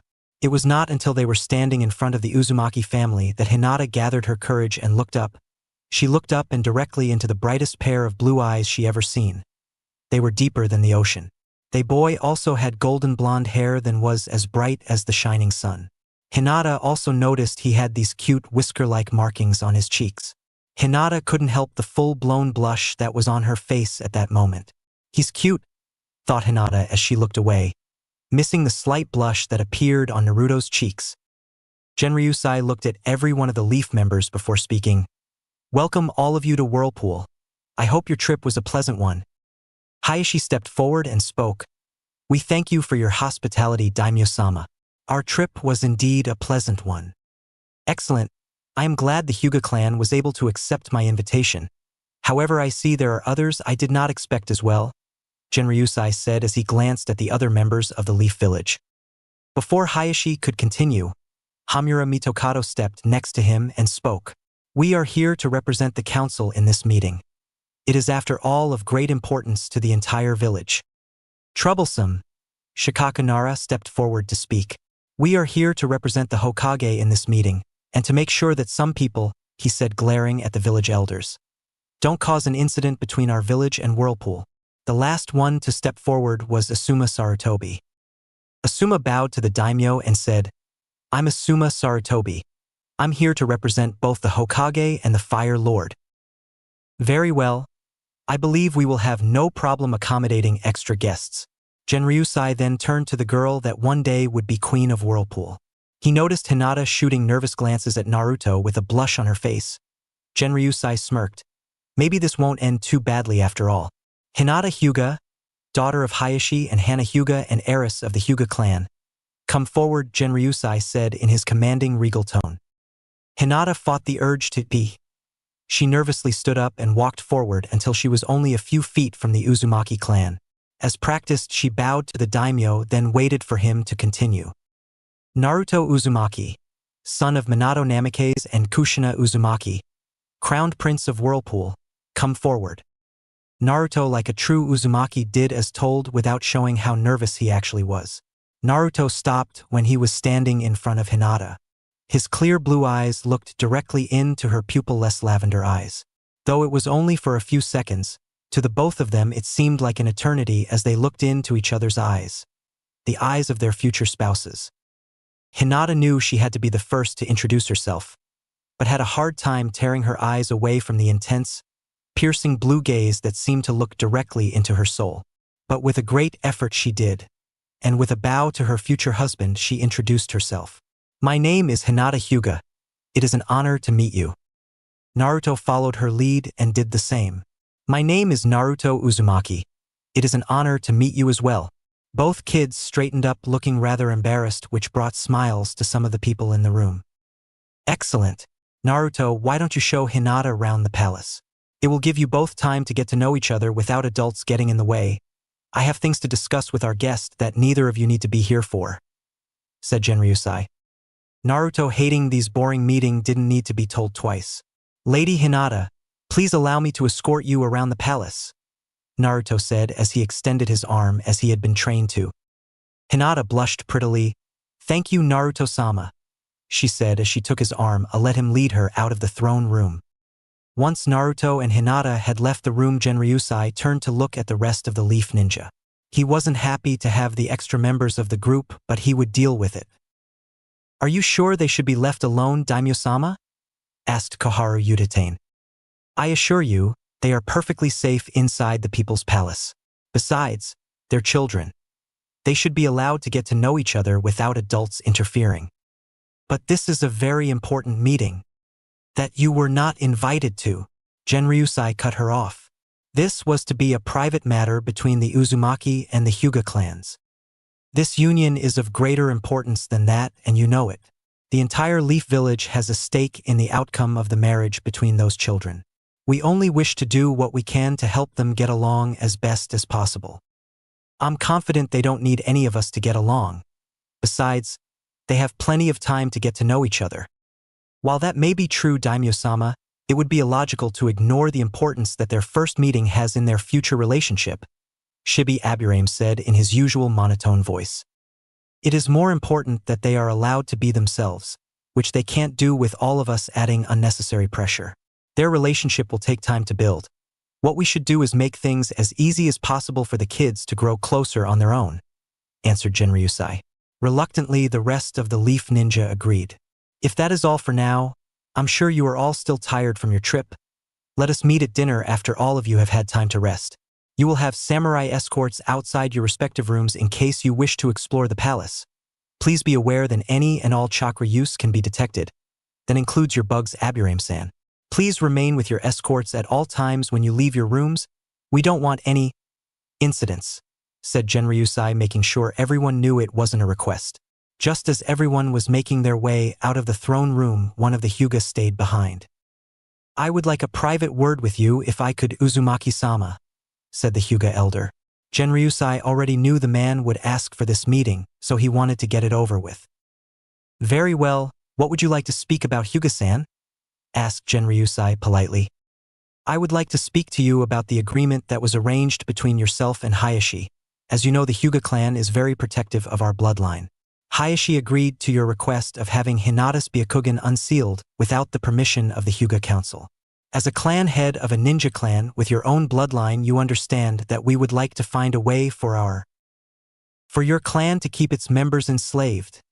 Cut in Kenshin in an angry tone. The elder glared at Kenshin but knew better than to answer him, because Kenshin was right. As I told Hayashi, that is non-negotiable. I have studied your cage bird seal and it's an abomination. You changed the seal my Aunt Mito made for the Hyuga. That seal protected your bloodline without the ability to cause pain to the one bearing it. Do not forget, Hyuga-san, I am known as the best seal master in the world. Do you honestly believe I haven't already found a way to safely remove that seal of yours? The Uzumaki smirked as the Hyuga elder paled. Oh yes, I already have. I already told Hayashi and Hana about it. They both believe it would cause too much bloodshed if we were to try to have the Hyuga branch house unsealed at the moment. However, it is a possibility. Personally, what the Hyuga do to each other is none of my concern. However, Hinata is as good as an Uzumaki in my eyes. Genryusai's eyes narrowed and his tone of voice hardened. And the Uzumaki take care of their own. Is that clear? The elder gritted his teeth and answered, Crystal. He then stormed out of the room in a rage. What are the chances that they will let this go? Asked Kenshin. Not likely, they're too stubborn for them to let it go so easily. We'll have to keep an eye on things. If they try something stupid, they'll find out why you don't ever anger the Uzumaki. Shortly after leaving the throne room, Naruto was leading a nervous Hinata through one of the many halls in the palace. He stopped and turned to look at Hinata. So, what would you like to see first? He asked, not sure what she would like. Hinata fidgeted with her finger before saying, Anything you like will be fine, Naruto-sama. Oh, you really don't need to use the whole Sama thing. I don't really care about that stuff. Besides, I thought that we could be friends. You know? Naruto said as he smiled and scratched the back of his head. Hinata blushed. Okay. Naruto-kun? Naruto smiled and nodded. So Hinata, what kinds of things do you like to do back home? WL, I like to spend time in the garden with my sister or learning to cook with my mother when I'm not studying or training. I also like to read. In that case, let's go to one of the palace's gardens, said Naruto. Hinata was excited when she heard that, thinking he meant the Garden of Life. Naruto escorted Hinata to a very spacious garden with many beautiful flowers. It was beautiful but not what Hinata expected, so she asked Naruto, Is this the Garden of Life? Oh, you know about that? No, this is just one of our regular gardens. To be honest, even I haven't been to the Garden of Life. It's a very important location for my clan. It holds the remains of the founder of our clan. My grandfather said he would take me to it soon though. I'm sorry, but I can't take you there. Well, not until we're actually married, he said, causing both of them blush furiously. What kind of training do you do, Naruto-kun? Hinata asked once they took a seat in one of the many stone benches that the garden had. I do all kinds of training. I have 9 different teachers that help me study all sort of things. 9 teachers? I only train with my parents, but I will start the academy when we return to the village. I'm really looking forward to it. Hinata noticed that Naruto frowned when she mentioned the Leaf Village. Is something wrong, Naruto-kun?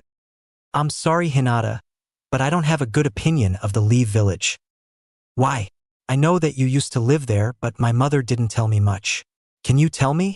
I would like to get to know you better. Naruto sighed.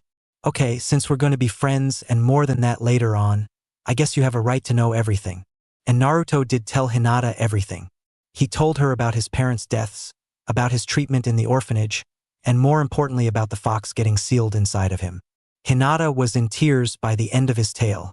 Naruto thought she was crying because she thought he was some kind of freak or because she was scared of him. He couldn't help but feel hurt. He thought he would finally have a friend. Imagine his surprise when Naruto felt Hinata's arms wrap around him as she gave him a tight hug. Naruto felt his own eyes water as he returned the hug. I'm sorry that the people of my village treated you that way, Naruto-kun. You didn't deserve any of it. You never asked to be the jailer of a demon. You mean you're not afraid? Asked a confused Naruto. My mother told me that your mom was also a Jinchuriki, and she was still my mother's best friend. I don't care about that. I still want to be your friend. I actually don't have any back home. There are not many kids my age in the clan, and I'm not allowed to go outside the compound without an escort, so it makes it hard for me to approach other kids. Yeah, I know what you mean. I don't have any friends my age either. Well, we have each other now, right? Just like our moms had each other. Naruto smiled widely. Yeah, I guess we do. After Naruto and Hinata spent some more time talking and getting to know what each other liked or didn't like, one of the servants came to let them know they had to get ready for dinner. After Naruto escorted Hinata to the room she shared with her parents and sister, Naruto left to get ready with a big smile on his face. The dinner went surprisingly well. Naruto and Hinata sat next to each other and talked about many little things like what food they liked or didn't like, while the adults talked about politics and finances. They all paid attention to how well Naruto and Hinata seemed to be getting along. That was a relief to everyone, especially Hinata's parents and Naruto's family. The next day was Naruto's birthday, and the entire palace was a buzz of activity. After breakfast, Hinata joined Naruto in his taijutsu training with Sano. Naruto soon learned that the Hyuga were feared for a reason. The gentle fist wasn't very gentle at all, and it hurt.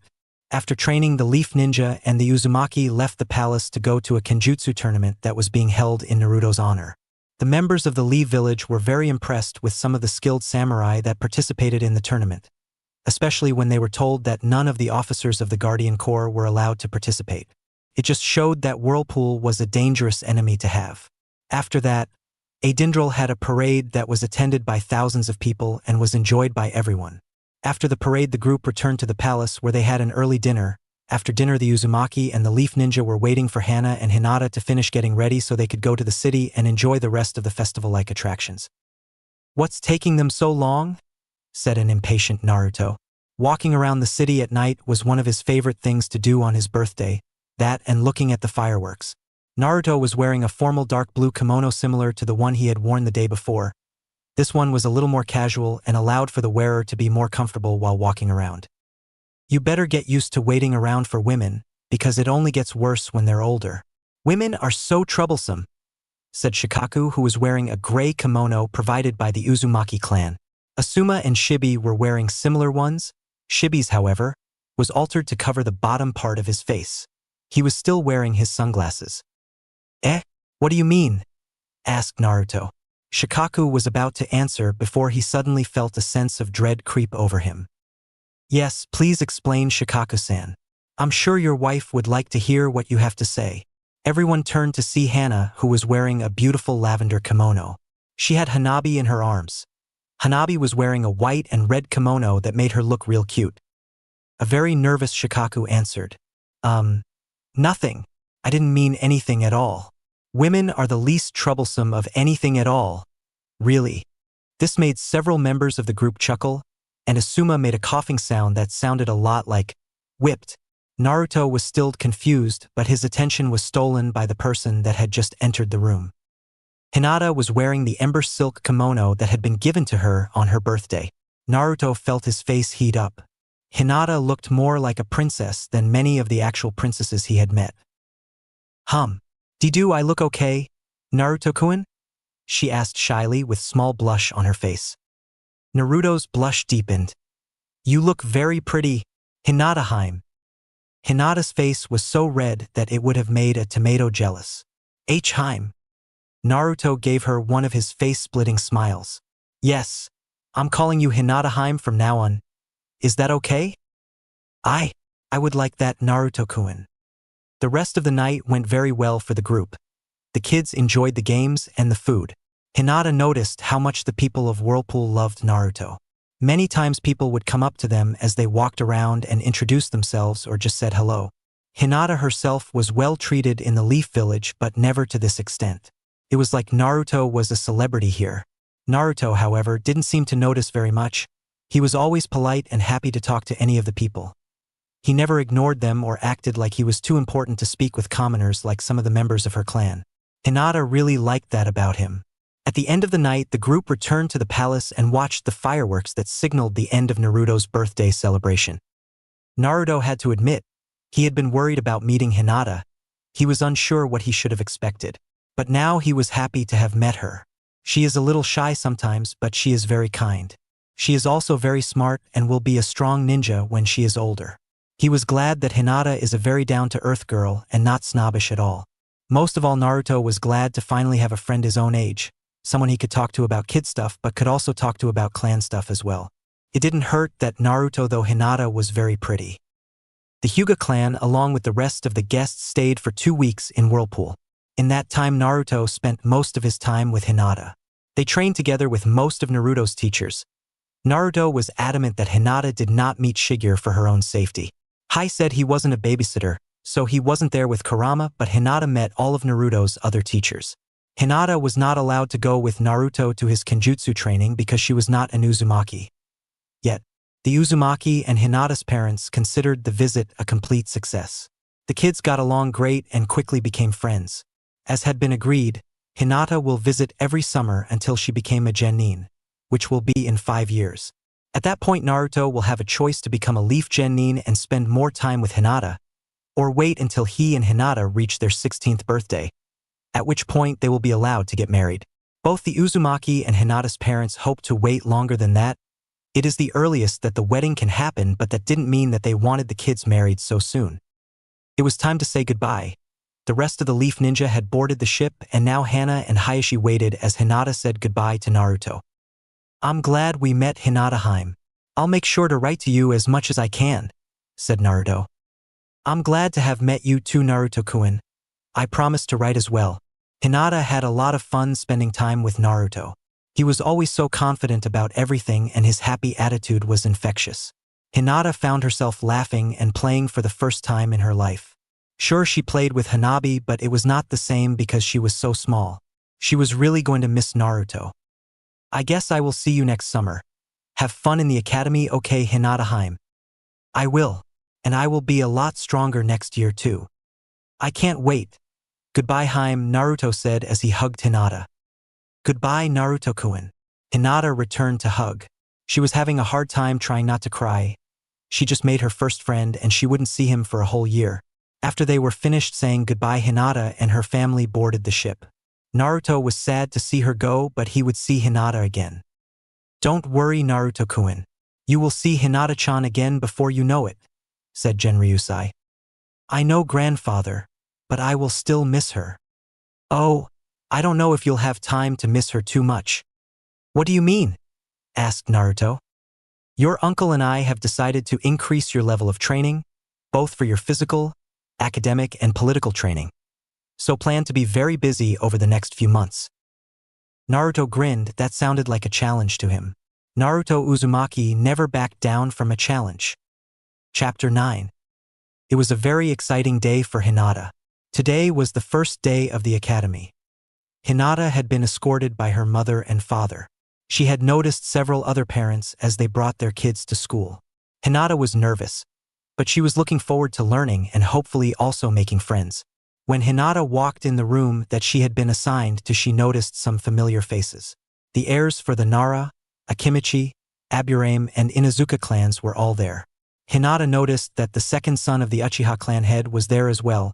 There were several children from civilian families there too, including a pink-haired girl that was talking to the Yamanaka clan heiress.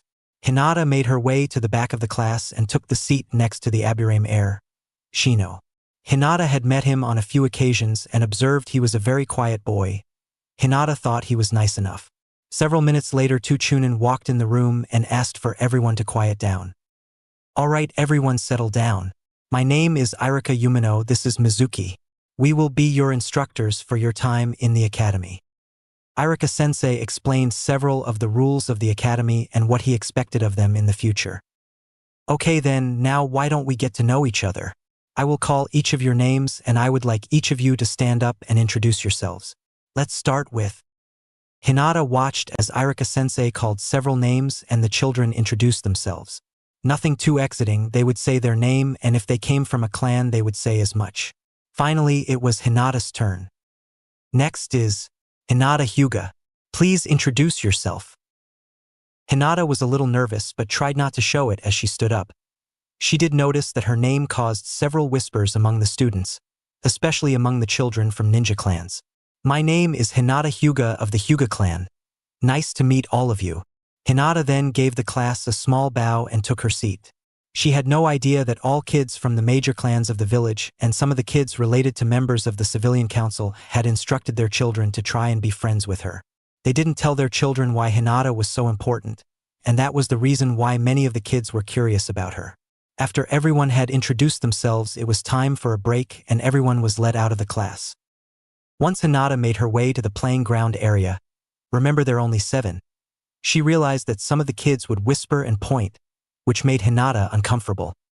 You shouldn't let them get to you, you know? Hinata turned around to see the Inuzuka heir standing behind her. They've just heard a lot about you. We all have actually. Why you have? Asked a confused Hinata.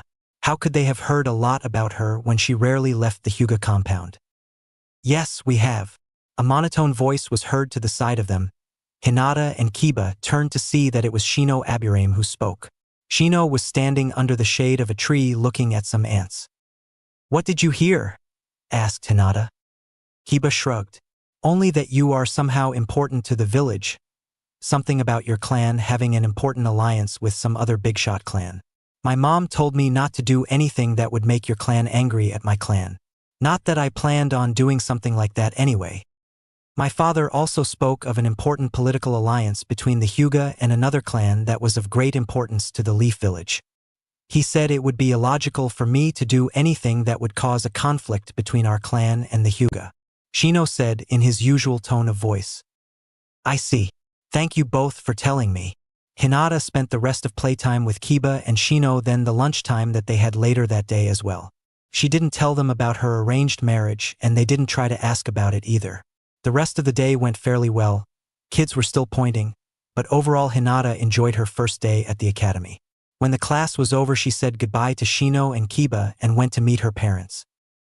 How was your first day, honey? Asked her mother. Hinata smiled. I liked it very much. I met several new people too. I think I'm going to enjoy coming here very much. Well, we are happy to hear it. Come on, Hinata, let's go home. You can tell us all about it. Okay.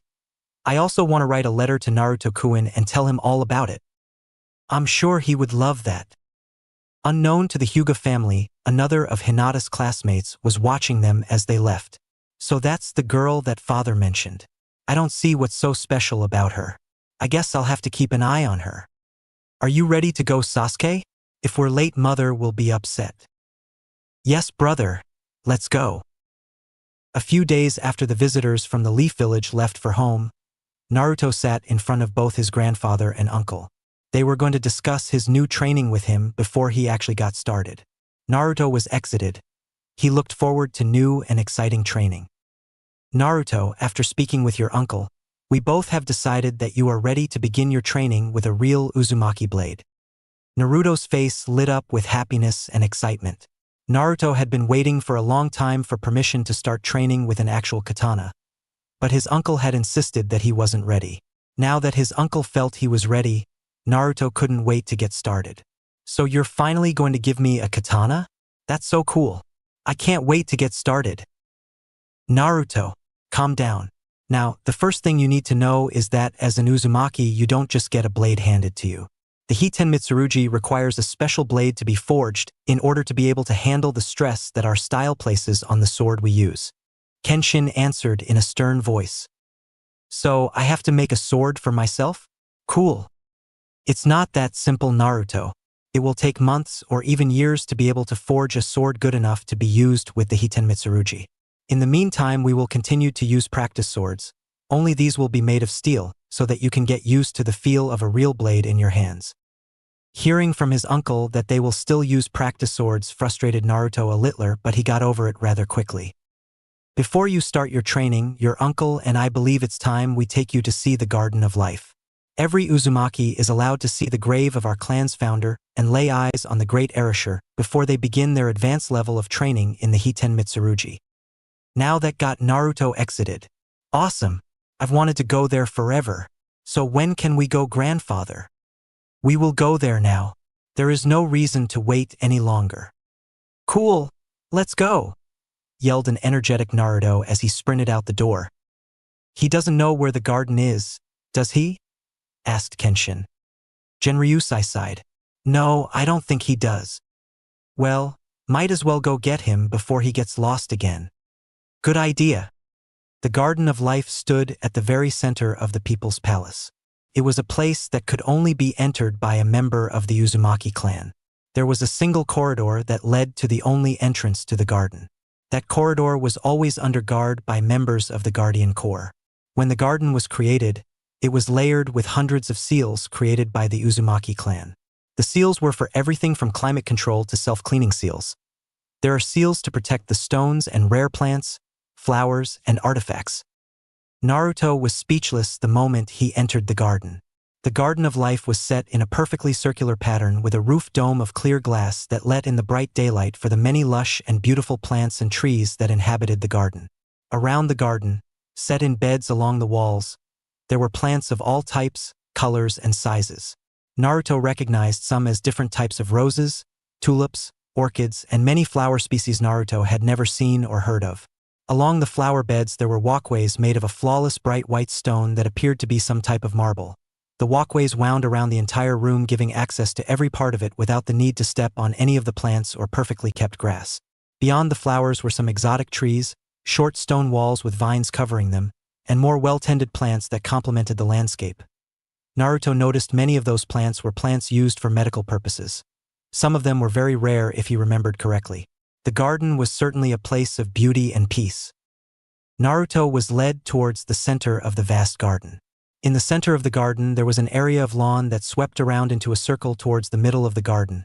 In the very center there was a spacious and extravagant-looking pond, filled with crystal-clear water and beautiful koi fish of different colors and sizes. In the center of the large pond was a small island, which could only be accessed by a bridge made of the same flawless white marble that made up the garden's many walkways. On the island there were two things that drew Naruto's attention. One was an ancient-looking white tree that looked a lot like a sakura tree, except that the flowers on it were not the usual pink-colored flowers that Naruto would have expected. The flowers on this tree were a bright blood-red color that was a breathtaking sight to see. At the center of the island, there was what Naruto knew was the tomb of the founder of the Uzumaki clan. It was a simple, perfectly rectangular-shaped tomb made of white marble. It was about 3 feet high, just low enough for Naruto to be able to see it without problem. The tomb also had intricate carvings of historical scenes on all 4 sides. The one that drew Naruto's attention most was the carving that depicted the creation of the massive whirlpools that gave their country its name. Here lies the founder of our clan, one of the original members of the Roku Kyoshu and student of the Sage of Six Paths. This is the tomb of Takashi Uzumaki, Lord of Storms, wielder of the legendary sword, Heir. The moment that his grandfather mentioned the legendary blade, Naruto's eyes shot to the top of the tomb where his grandfather had told him the blade rested. And just as Naruto had been told, the once magnificent blade laid on top of its master's tomb. The Heir had been broken in 3 pieces. Naruto looked at the first piece. It was the hilt of the blade. The handle was wrapped in a dark ocean blue silk that looked almost new. Naruto had expected it to look old and worn. Naruto had been told by his uncle that the material was ember silk that had been layered with seals to protect it from stains and damage. Still, it didn't look used at all. The tsuba, handguard, was a red circle, and was made in the shape of the Uzumaki crest. It was the blade itself that took Naruto's breath away. The blade was of average length, about 28 inches, and had been broken in 2 in almost the center of the blade. That, however, was not really noticed by Naruto. What drew Naruto's attention was that the blade of the sword didn't look like it was made of metal at all. The blade looked almost like it was made of glass or water. It had a color like clear blue water, and Naruto could tell that the blade was semi-transparent. Think of the color of the Brotherhood sword in FFX and you will get what I was trying to go for. Naruto's hand moved, as though drawn to the sword with a mind of its own, to touch it. Be careful, Naruto. The blade is… Ouch! It's still sharp. Naruto whined as he sucked on his now bleeding finger. Genryusai sighed. I tried to tell you, Naruto. The blade may be hundreds of years old, but it has never grown dull because of the many seals placed on it when Takashi forged it. What's it made of? Asked Naruto. Genryusai was about to answer him when Kenshin spoke. Father, look at the erasure. There was more emotion in his uncle's voice than Naruto had ever heard come out of him. Naturally, both Uzumaki looked at the sword to see what he was so excited about. When Naruto and his grandfather turned to look at the sword, they saw that the blade had begun to glow. It was only faintly at first, but it quickly grew brighter and brighter. Suddenly, the ends of the blade, where it had been broken, seemed to momentarily liquefy and connect with each other. The glowing slowly stopped, and when it had completed, the erasure was whole once more. "By Kami, I don't believe my eyes," said a stunned Kenshin. Almost as if in a trance, Genryusai spoke. "In the time before the great darkness, the true heir of Whirlpool shall rise, and only then will the sword that was broken be remade." "But that's impossible. You can't actually belly." "You saw with your own eyes, Kenshin." Naruto touched the sword, and only then did this happen, Genryusai said, pointing to the erasure. "What are both of you talking about? What's going on?" asked a confused Naruto. Genryusai looked directly into his grandson's eyes. When Takashi Uzumaki was on his deathbed, he spoke of a child of prophecy, the one that would save the world from a great darkness. His last words before he died were the words I spoke. From that time till this day, every heir of the Uzumaki clan has been brought here before they start their advanced training and after they have completed said training. I never imagined that I would live to see the day that the erasure would accept another as its master, far less that it would be my own grandson. "What does this all mean exactly?"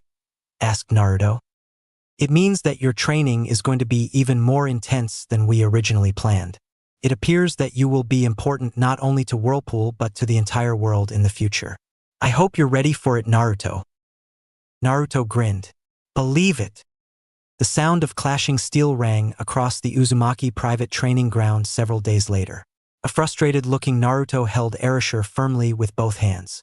Unlike his uncle, Naruto was covered in shallow cuts and bruises, some that were already healing thanks to the Uzumaki bloodline.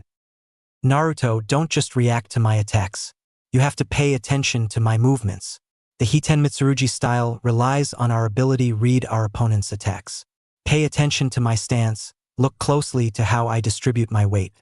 Every small detail of your opponent's posture can be used to predict what he or she is going to do next. Every movement, no matter how small, can be what determines whether your fight ends in victory and defeat." "Yes, uncle, I will try harder," answered Naruto. "Let's take a short break for now. We can continue after you have rested a little." "Okay. Father said you received a letter from Hinata. Did you write her back?" "Yes, she started the academy and is really happy. She has already made some new friends and is enjoying spending time with kids her own age. I wrote back and told her about the erasure." "I see. I'm glad to see that you are getting along with each other. Once we are finished with today's training, Father wants to speak to us." "Is there something wrong?" asked Naruto. "I don't know. We will have to see what he wishes to speak to us about." Naruto continued his new kenjutsu training. His uncle was harder on him now that he was wielding a true Uzumaki blade. Naruto was much like Kenshin was in his younger years, a natural for the Hiten Mitsurugi. Naruto would suck in all information that he was told and learned from his mistakes incredibly quickly. Kenshin had no doubt that if Naruto continued to learn at this pace and with the power that the erasure already possessed, Naruto would one day be wearing the master's coat for kenjutsu. Once training was finished, both Naruto and Kenshin met with Genryusai to discuss the business that he wished to speak to them about. "Thank you both for coming. I have news that need to be discussed between the three of us," said Genryusai in a no-nonsense-like tone. "Yes, father," said Kenshin. Naruto nodded in acknowledgement. "For days ago, there an incident involving a ship in one of our transport companies." Kenshin frowned. "What kind of incident?" he asked. "As our ship was traveling towards its destination in the southern continent, it was intercepted by a military ship belonging to the hidden Mist Village. The Mist Ninja claimed that they were patrolling for smugglers and demanded to be allowed to search the ship. That's ridiculous. Whirlpool would never participate in such a dishonorable act, said Kenshin. Something that our captain made sure to tell them. He also told them the fact that even though the ship was near the land of water, they were in international waters and Mist Village had no authority to search our vessel. So what happened? asked Naruto, who was very interested in the outcome. Unfortunately, the incident escalated because neither side would back down. The end result was an altercation between the Mist Ninja and our samurai. Our escorts cut down several Mist Ninja before they retreated back to their ship. Unfortunately, they answered with a full military strike against our ship. Our vessel was able to escape, but with severe damage. Nearly all the cargo of expensive silks, spices, herbs, and other things trading goods was lost. We also suffered several casualties to the ship's crew. I would never have believed that the fourth Mizukage would be foolish enough to start conflict with us after what happened to the first. He claims that it was not his intention to start a conflict, but he is not admitting blame for the altercation. Neither he nor the daimyo is willing to pay for the damages either. We are not going to just let this go, are we? They hurt some of our people. Naruto was furious. He was very protective of the people of Whirlpool. They had welcomed him with open arms and had shown nothing but love and respect to him. Anybody hurting his people would find Naruto's rage focused on them. No, we certainly cannot let this insult go unanswered. If we did, it would jeopardize the safety of all our ships if other nations thought they could get away with something like this, said Genryusai. Not to mention that we would lose many of our transportation contracts if companies didn't think our ships can get their goods to their destinations safely, said Kenshin. So what are we going to do about it? Asked Naruto. Genryusai smirked. The water daimyo and the Mizukage need reminding of why our clan is not to be trifled with. I have decided that both of you will go pay a visit to Water Country and be the ones to remind the Mizukage and water daimyo. Are you sure, father? Naruto is very young, and things might get complicated. I don't want him to be hurt if any unusual altercations come up, said Kenshin. Naruto could tell that there was something more to it. His uncle looked bothered. Naruto didn't know if he was ready to be part of a diplomatic envoy, but he would do his best if his grandfather asked it of him. Your concerns are noted. You have my permission to do whatever necessary to assure Naruto's safety. He needs to learn what is expected of him once his is the leader of our nation.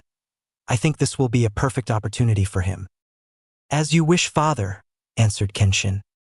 Then prepare to depart tomorrow morning. I have ordered a ship prepared. You will take a single samurai squad as an escort. They will be ordered to keep watch over Naruto at all times and to use deadly force if necessary to protect him. Kenshin and Naruto both nodded and left to get ready for their trip. Chapter 10. Naruto stood on board the Uzumaki clan's royal ship looking out at the endless ocean. Today they would arrive at the shores of Water Country. His uncle Kenshin and he were scheduled to visit both the water daimyo and the Mizukage. While this was supposed to be a diplomatic visit, Naruto couldn't help but feel uneasy for some unknown reason. His uncle had been acting unusual too, like he expected something to go wrong on this trip. He had been hovering over Naruto since his grandfather told them about it. He had been pushing relentlessly during training too. Naruto didn't know why. The sound of armor clanking and heavy footsteps on the wooden floor made Naruto turn around. He saw Captain Sagara making his way to him. Naruto-sama, we will be arriving to Water Country in less than an hour. Your uncle has requested your presence at his chamber to brief you on the plans for the trip. I will escort you there. I know where my uncle's cabin is, Captain. I'm sure you have more important things to do. Nothing is more important than your safety, my prince, answered the Captain Sagara. You expect me to be attacked on our own ship? One must always expect the unexpected and exercise constant vigilance. Naruto sighed. Fine, let's go. As Naruto and the captain made their way through the large ship, Naruto turned to the captain and asked, Do you know why my uncle has been in such a bad mood lately? The captain looked uncomfortable with the question. I don't know what you are referring to, Naruto-sama. Kenshin-sama has not been in a bad mood lately.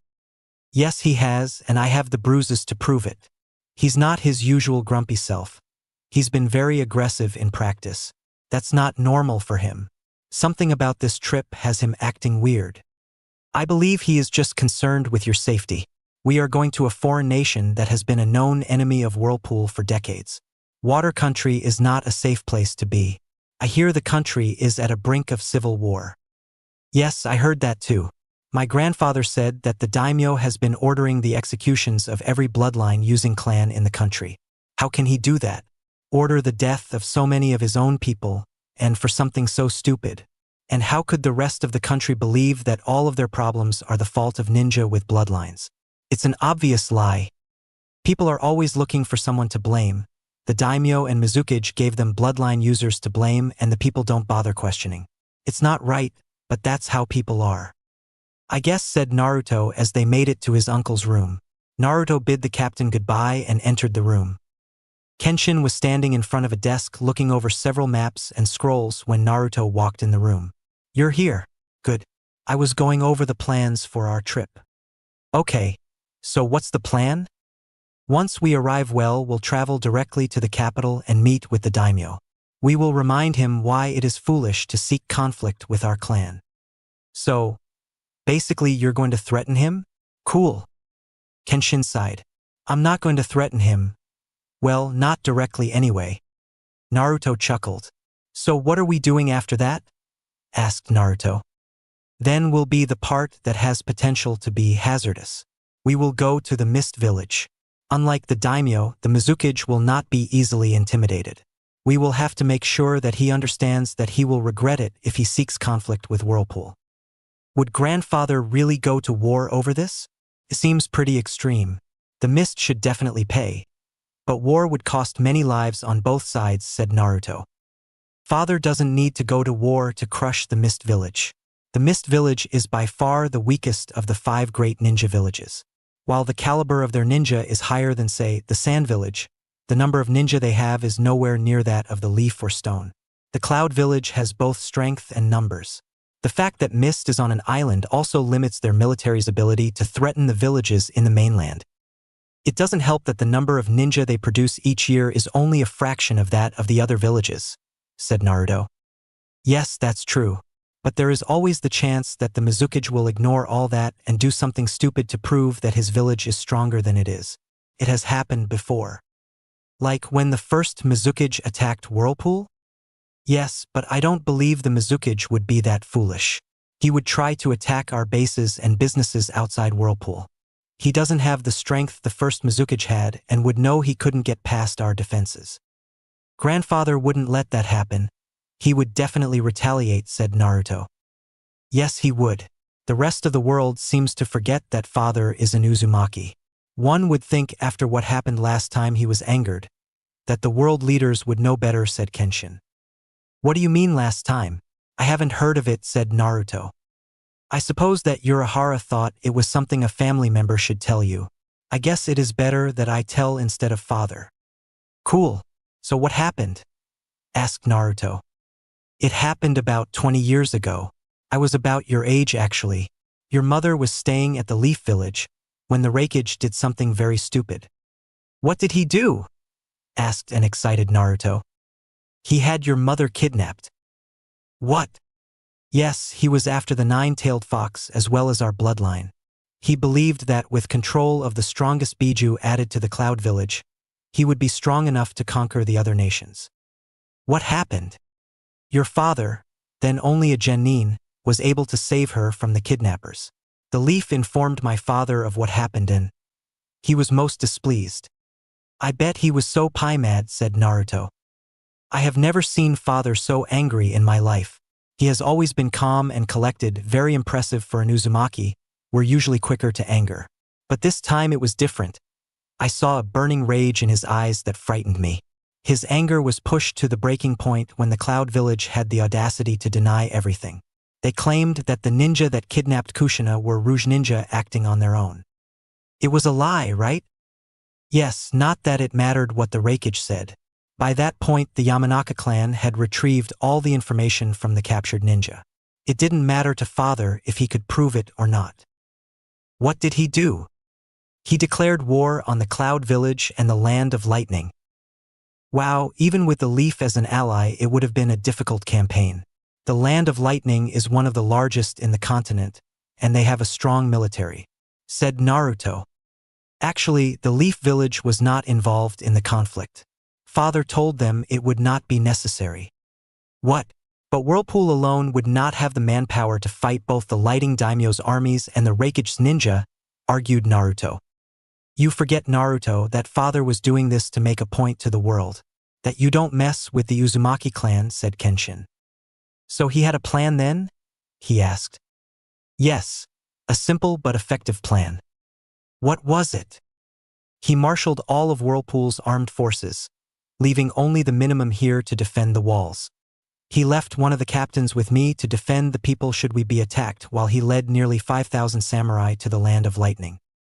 He would have been outnumbered almost 3-1, and that would be the lightning daimyo's samurai alone. It would be even more if you added the Cloud Village ninja to that. Father knew this very well. That is why he placed a call to every mercenary, sellsword, and missing ninja out there to come fight for him. He offered money and asylum to any that came to fight for him. And they came. They came by the hundreds, all seeking the riches and glory that war could bring them. Grandfather used the nation's endless wealth to strengthen his army. A smart move. Over 10,000 men and women joined Whirlpool's forces. While the vast majority were little more than cannon fodder, there were some that were of high caliber. Even with the increased number, it could not be easy to take on both opponents. Easier than you might think, said Kenshin. How? Asked Naruto. Father and 20 of his strongest warriors sneaked into the palace of the lightning daimyo. Father himself killed the man. This forced his oldest son, who was leading the samurai legions, to rush back to defend their capital. Once father returned to the camp, he ordered 5,000 men to go and harass the samurai to make sure they didn't interfere with the attack on the Cloud Village. He then led the rest of the army, which was mostly made up of mercenaries, to attack the Raikage. Did the Raikage bunker himself in the village? Or did he meet grandfather on the field? Asked Naruto. The Raikage did not dare let Whirlpool's armies reach the village. He led the ninja of his village and met father on the battlefield. It was not much of a battle at first. On the first day father ordered a full frontal assault, but he only used the mercenary forces. They were slaughtered. This made the Raikage arrogant, and he sent some of his strongest ninja, including a Jinchuriki, to press his advantage. And grandfather sprung a trap? Yes, he was able to subdue the Jinchuriki of the Two Tails with a binding seal, and he and his captains led Whirlpool Samurai against the Cloud Ninja. With our armor and our seals, our forces inflicted massive casualties to the Raikage's forces.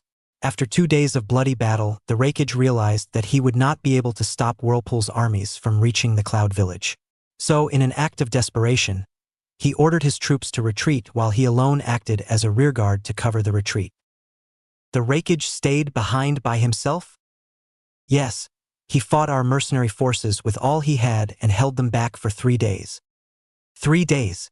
He held back an army of 10,000 for 3 days?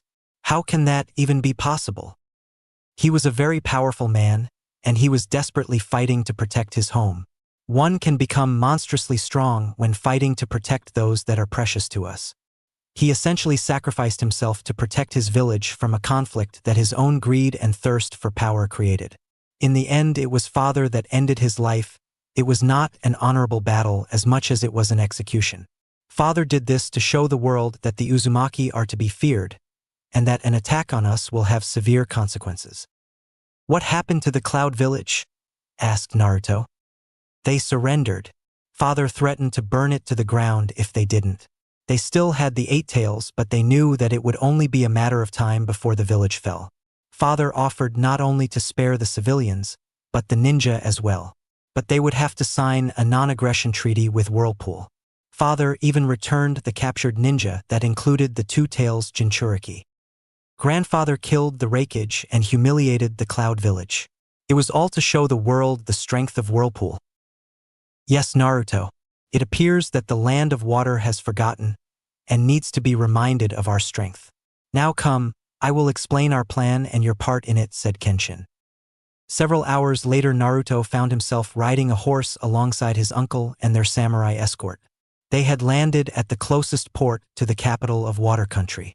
It didn't take them long to get there. Naruto had not been to many cities. The only place he could compare to this place was Adindral, and frankly, it didn't come close. Adindral was a warm, inviting place, full of life, and the people were happy and lively. This place was the complete opposite. Firstly, it's cold. Naruto had never seen snow before, and it didn't take him long to determine that he preferred the white sand beaches and warm crystal-clear waters of Whirlpool over the ice-covered lakes that covered water country. It was not just the weather either. The city seemed to be filled with a feeling of sorrow and misery. Lively was the last word you would use to describe the people that existed in this dreary place. There were no homeless in Adindral. The Uzumaki clan made sure that all of its citizens had, at the very least, food and shelter. It didn't mean they would let the people live off the government while doing nothing for themselves. But if a citizen needed some help to get back on their feet, the Uzumaki were glad to help their people. This place had homeless and beggars by the hundreds from what Naruto had been seeing since they entered the city. Many of them were women and children. That broke Naruto's heart. Naruto remembered all too well what it had been like for him when he was kicked out of the orphanage. He couldn't help but feel sadness for the people that had to live their lives like that. It was as he was scanning the streets that he noticed something that drew his attention. He slowed his horse to get a better look. Across the street from him, in one of the many alleys of the city, was a group of 3 men. They were dressed in worn clothes like many others. What drew Naruto's attention was that they seemed to have cornered one of the many homeless children. A girl about his own age if Naruto had to guess. What happened next made Naruto's eyes widen in shock. One of the men grabbed the girl from behind while another punched the little girl in the stomach, rendering her unconscious. One of the men then slung the unconscious girl over his shoulder and Naruto watched in shock as they carried her away. Naruto looked around to see if anyone else had seen what he just saw. The people around him either didn't see anything or worse, they saw it and just ignored it. Naruto was about to call for his uncle but stopped himself. He knew what his uncle would say. His uncle would say that this was not their country and as such it was not their problem. Well, screw that. Naruto fell back until he was sure that nobody was paying him any attention. A quick water clone and replacement jutsu later and he was running through the streets in the direction he saw the men take the girl. Haku felt like crying but no tears would come. It was hard to believe that only a week ago she had a happy life. She was from a small farming village not too far from the capital. Her family never had much and the work was hard but she was happy. Her happiness ended when she walked into her home to find her mother lying in a puddle of her own blood, dead. That was not the end of Haku's nightmare. It worsened when her own father not only admitted to the murder but then tried to kill Haku as well. Just as he was about to, Haku was able to call upon the hidden power her mother had warned her never to use. That power saved her life. It killed her father, impaling him on massive shards of ice. Haku ran away from her village. She traveled for a long time in the snow until she finally made it to the capital. Haku had been here for many days. Her clothes were torn, her skin was dirty, and she had been surviving on the scraps she was able to find in trash bins. She didn't think her life could get any worse. Apparently she was wrong. She had been confronted by 3 men that said they wanted to help her. Haku may be young, but she wasn't stupid. She knew these men were not out to help her. But before she could run away, she was knocked out. When she woke, she found herself in what looked like a warehouse. She was in a large cage. And she wasn't alone. There were 4 other girls around her age and older. Haku could see several other women in similar cages. Even for one as young as Haku, it didn't take her long to realize what kind of men had taken her. Slavers. Naruto had followed the men and saw them enter an old and worn-down warehouse. Using the stealth skills that Shigeru had almost literally beaten into him, Naruto was able to sneak up on the 2 guards and easily take them out. Once inside, Naruto stayed out of sight until he made it to the door that led to the warehouse's main storage area. Naruto could hear some men talking, so he listened carefully. "How many do we have ready to go out?" asked a man with an arrogant tone of voice.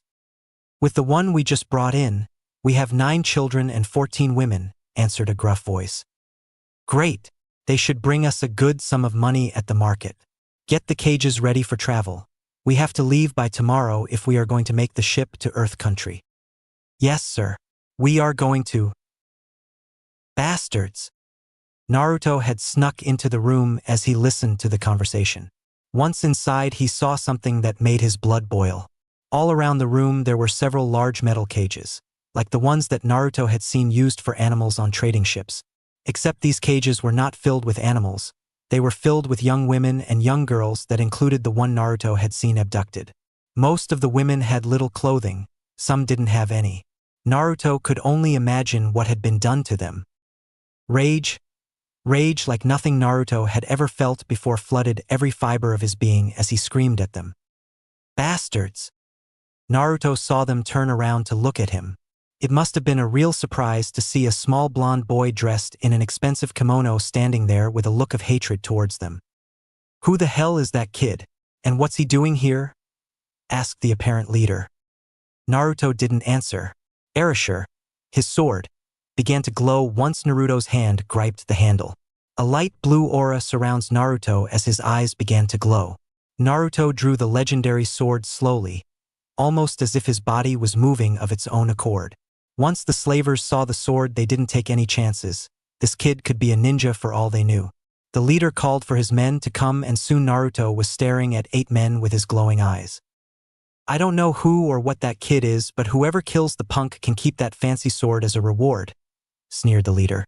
Several of the thugs smirked, but before they could charge at Naruto, they were taken by surprise as several glowing chains sprang out of Naruto's back at an incredible speed and impaled most of them through the chest.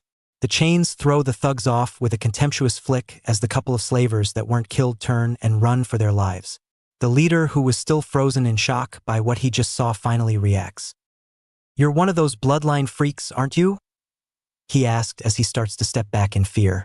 The only answer he gets is that the chakra chains wrap around his arms and legs, immobilizing him. Knowing escape is impossible, the slaver drops to his knees and begs for mercy. "Please don't kill me. Have some mercy, I beg you." When Naruto speaks, he doesn't sound like himself. Naruto speaks with a far-off voice, it as if someone or something is speaking through him. "You have a wicked soul. You have preyed on the innocent and ruined many lives to satisfy your lust and greed. You are evil. To show mercy to the evil is to condemn the innocent to a life of suffering and death." Naruto then stood in front of the slaver and took a standard Batajutsu stance. "No, plea dash." The slaver's pleas were ended. In a motion faster than anybody could follow with their untrained eyes, Naruto was standing behind the man. Less than a second later, the slaver slumped forward, his severed head rolling across the floor. Several of the women were screaming and crying because of what was going on. But not Haku. Haku looked on in awe as a boy that looked no older than she was, showed power she had never dreamed of. The blonde boy walked towards the cage that held her while still holding the blood-covered sword. The eerie blue glow around him began to dissipate as he cut the metal chain that was keeping her cage closed. Before Haku can thank him, the glow disappears completely and the boy falls to the ground. Haku rushes to him to make sure he's okay as the sound of footsteps fills the room. Haku watches as several men wearing armor and carrying drawn swords enter the room. A scary-looking man with long red hair spots Haku and the blonde boy with her. Before Haku can blink, the man is kneeling in front of her checking on the boy. "Thank Kami." Haku hears the scary man whisper. One of the armed men makes his way towards them. "Is Naruto-sama injured?" the soldier asks in a worried tone. The red-headed scary man stands and answers him. "No, Naruto is unconscious but uninjured. It appears that he stumbled into a slave ring operation." "Yes, but we have no authority over this city." "I know, but that doesn't mean we are leaving these women in cages. Have your men get them out. If they have homes or families, then we will arrange for them to be escorted to wherever they live. If they have nowhere to go, then they can come to Whirlpool with us. We will take them to our ship so they can be treated for injuries." "Is that wise? It can dash. I know what problems that can bring Captain Sagara, but if I don't help them, I will be hearing it from Naruto the rest of the trip. I would prefer to deal with whatever grievances the daimyo can come up with than listen to Naruto complain for days about how heartless I am." The captain smiled. "He is a wonder of wonders, isn't he?" A rare moment. Kenshin smiled too. "Yes, he is." The next couple of hours flew by for Haku. The men, who she now knew were samurai from Whirlpool country, asked her if she had a home to get back to. She had told them no. The men had found food and warm clothes for all of them. They had led them to a hotel and acquired rooms for them. Haku heard from some of the women that anyone who wanted would be allowed to go to Whirlpool country when the samurai returned home. It didn't surprise Haku that nearly all of the women and girls had agreed to go. Haku made her way to the room that held the blonde boy that had saved her. Haku had been told that the boy was actually the prince of Whirlpool Country and heir of the Uzumaki clan, Naruto Uzumaki. She had no idea why a prince would risk his life to save her and the other women, but she wanted to thank him. As Haku was near the door that was guarded by two samurai, she could hear two voices arguing inside the room. "Well, I did what I thought was right. You know you would have told me wasn't our concern, and you know it. You can't just start attacking people of another country, Naruto. And I told you that I don't remember attacking anyone. All of the women saw you, and they said some of the slavers that escaped also saw you." "I don't remember, honestly," said Naruto more subdued. "I believe you, Naruto, but from now on please don't do anything rash. And stay close to me no matter what. Okay?" "Yes, uncle," answered Naruto. Both Naruto and Kenshin turned to the door when it opened. Naruto recognized the girl that entered. It was the girl he had seen taken. She was now wearing a pink kimono and Naruto was impressed. She was very pretty, though he still felt that Hinataheim was prettier. "Hello, I'm Naruto," said Naruto. "Hello, Naruto-sama. My name is Haku. I came to thank you for saving me from those men." "You're welcome, Haku-chan. But you don't have to call me Sama. I don't really care about that stuff." Haku was confused. "But you're a prince." Kenshin reminded the children he was still in the room. "My nephew tends to forget his station all too often, something I have to keep reminding him about. Father told you to get used to it, Naruto, because it's not going to go away." Naruto just crossed his arms and huffed in annoyance, which made Haku giggle. That brought a smile to Naruto's face. Kenshin left the children to talk with each other while he made plans to have the women escorted to the ship. Kenshin thought it was about time Naruto spent time with someone his own age. The next morning, the women were escorted to the ship, all of them except Haku, who refused to leave Naruto's side. Kenshin relented before Naruto started going on about how it was his responsibility to make sure Haku-chan was okay. Frankly, it wasn't worth the hassle. Kenshin could just say that Haku was a servant or vassal if anyone asked any questions about her.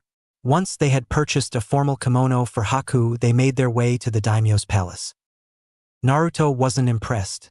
Compared to the people's palace, this place was a dump. The delegation from Whirlpool was greeted by several high-ranking officials. Naruto's party was told that the daimyo was ready to meet them whenever they were ready. Since they were already a day behind because of the slaver incident, Kenshin wanted to meet the daimyo immediately. Naruto, Haku, Kenshin, and Captain Sagara were led to the throne room. Kenshin noticed a considerable number of samurai and mist ninja guards. He was not worried much because none of them would be much of a threat to him, and with Captain Sagara here, Kenshin wouldn't have to worry much about Naruto's safety since he trusted Sasuke to protect Naruto and Haku with his life. Kenshin had wanted to leave Haku with the other samurai because he was only allowed to bring 2 guards or servants to the meeting, but Naruto gave him a look that he had seen on his elder sister many times. Kenshin never won an argument with his sister once she got that stubborn look on her face. When the group entered the throne room, Naruto got his first look at the Water Country's daimyo. He was sitting on his throne with 2 samurai on each side of him. The daimyo was a man in his 40s with long black hair. He was wearing a white and blue royal kimono, and Naruto could see the man was very nervous. The daimyo's eyes were fixed on Naruto's uncle. He was afraid. Naruto had noticed how people would look at his uncle Kenshin. It was eerily similar to how the people in the Leaf Village would look at him, like he was a monster. "Greetings, Prince Kenshin. It is an honor to have one of the Roku Kyoshu in my home. How was your trip?" "I was expecting your arrival yesterday," said the daimyo. He did so with a slightly nervous tone of voice. "I apologize for our late arrival, but there was an incident that delayed us. My father is in good health and as strong as ever," said Kenshin, making sure stay polite. "May I introduce my nephew, Naruto Uzumaki, Crown Prince of Whirlpool and future daimyo of Whirlpool," he said, motioning to Naruto, who gave a small bow. "Ah yes, I heard that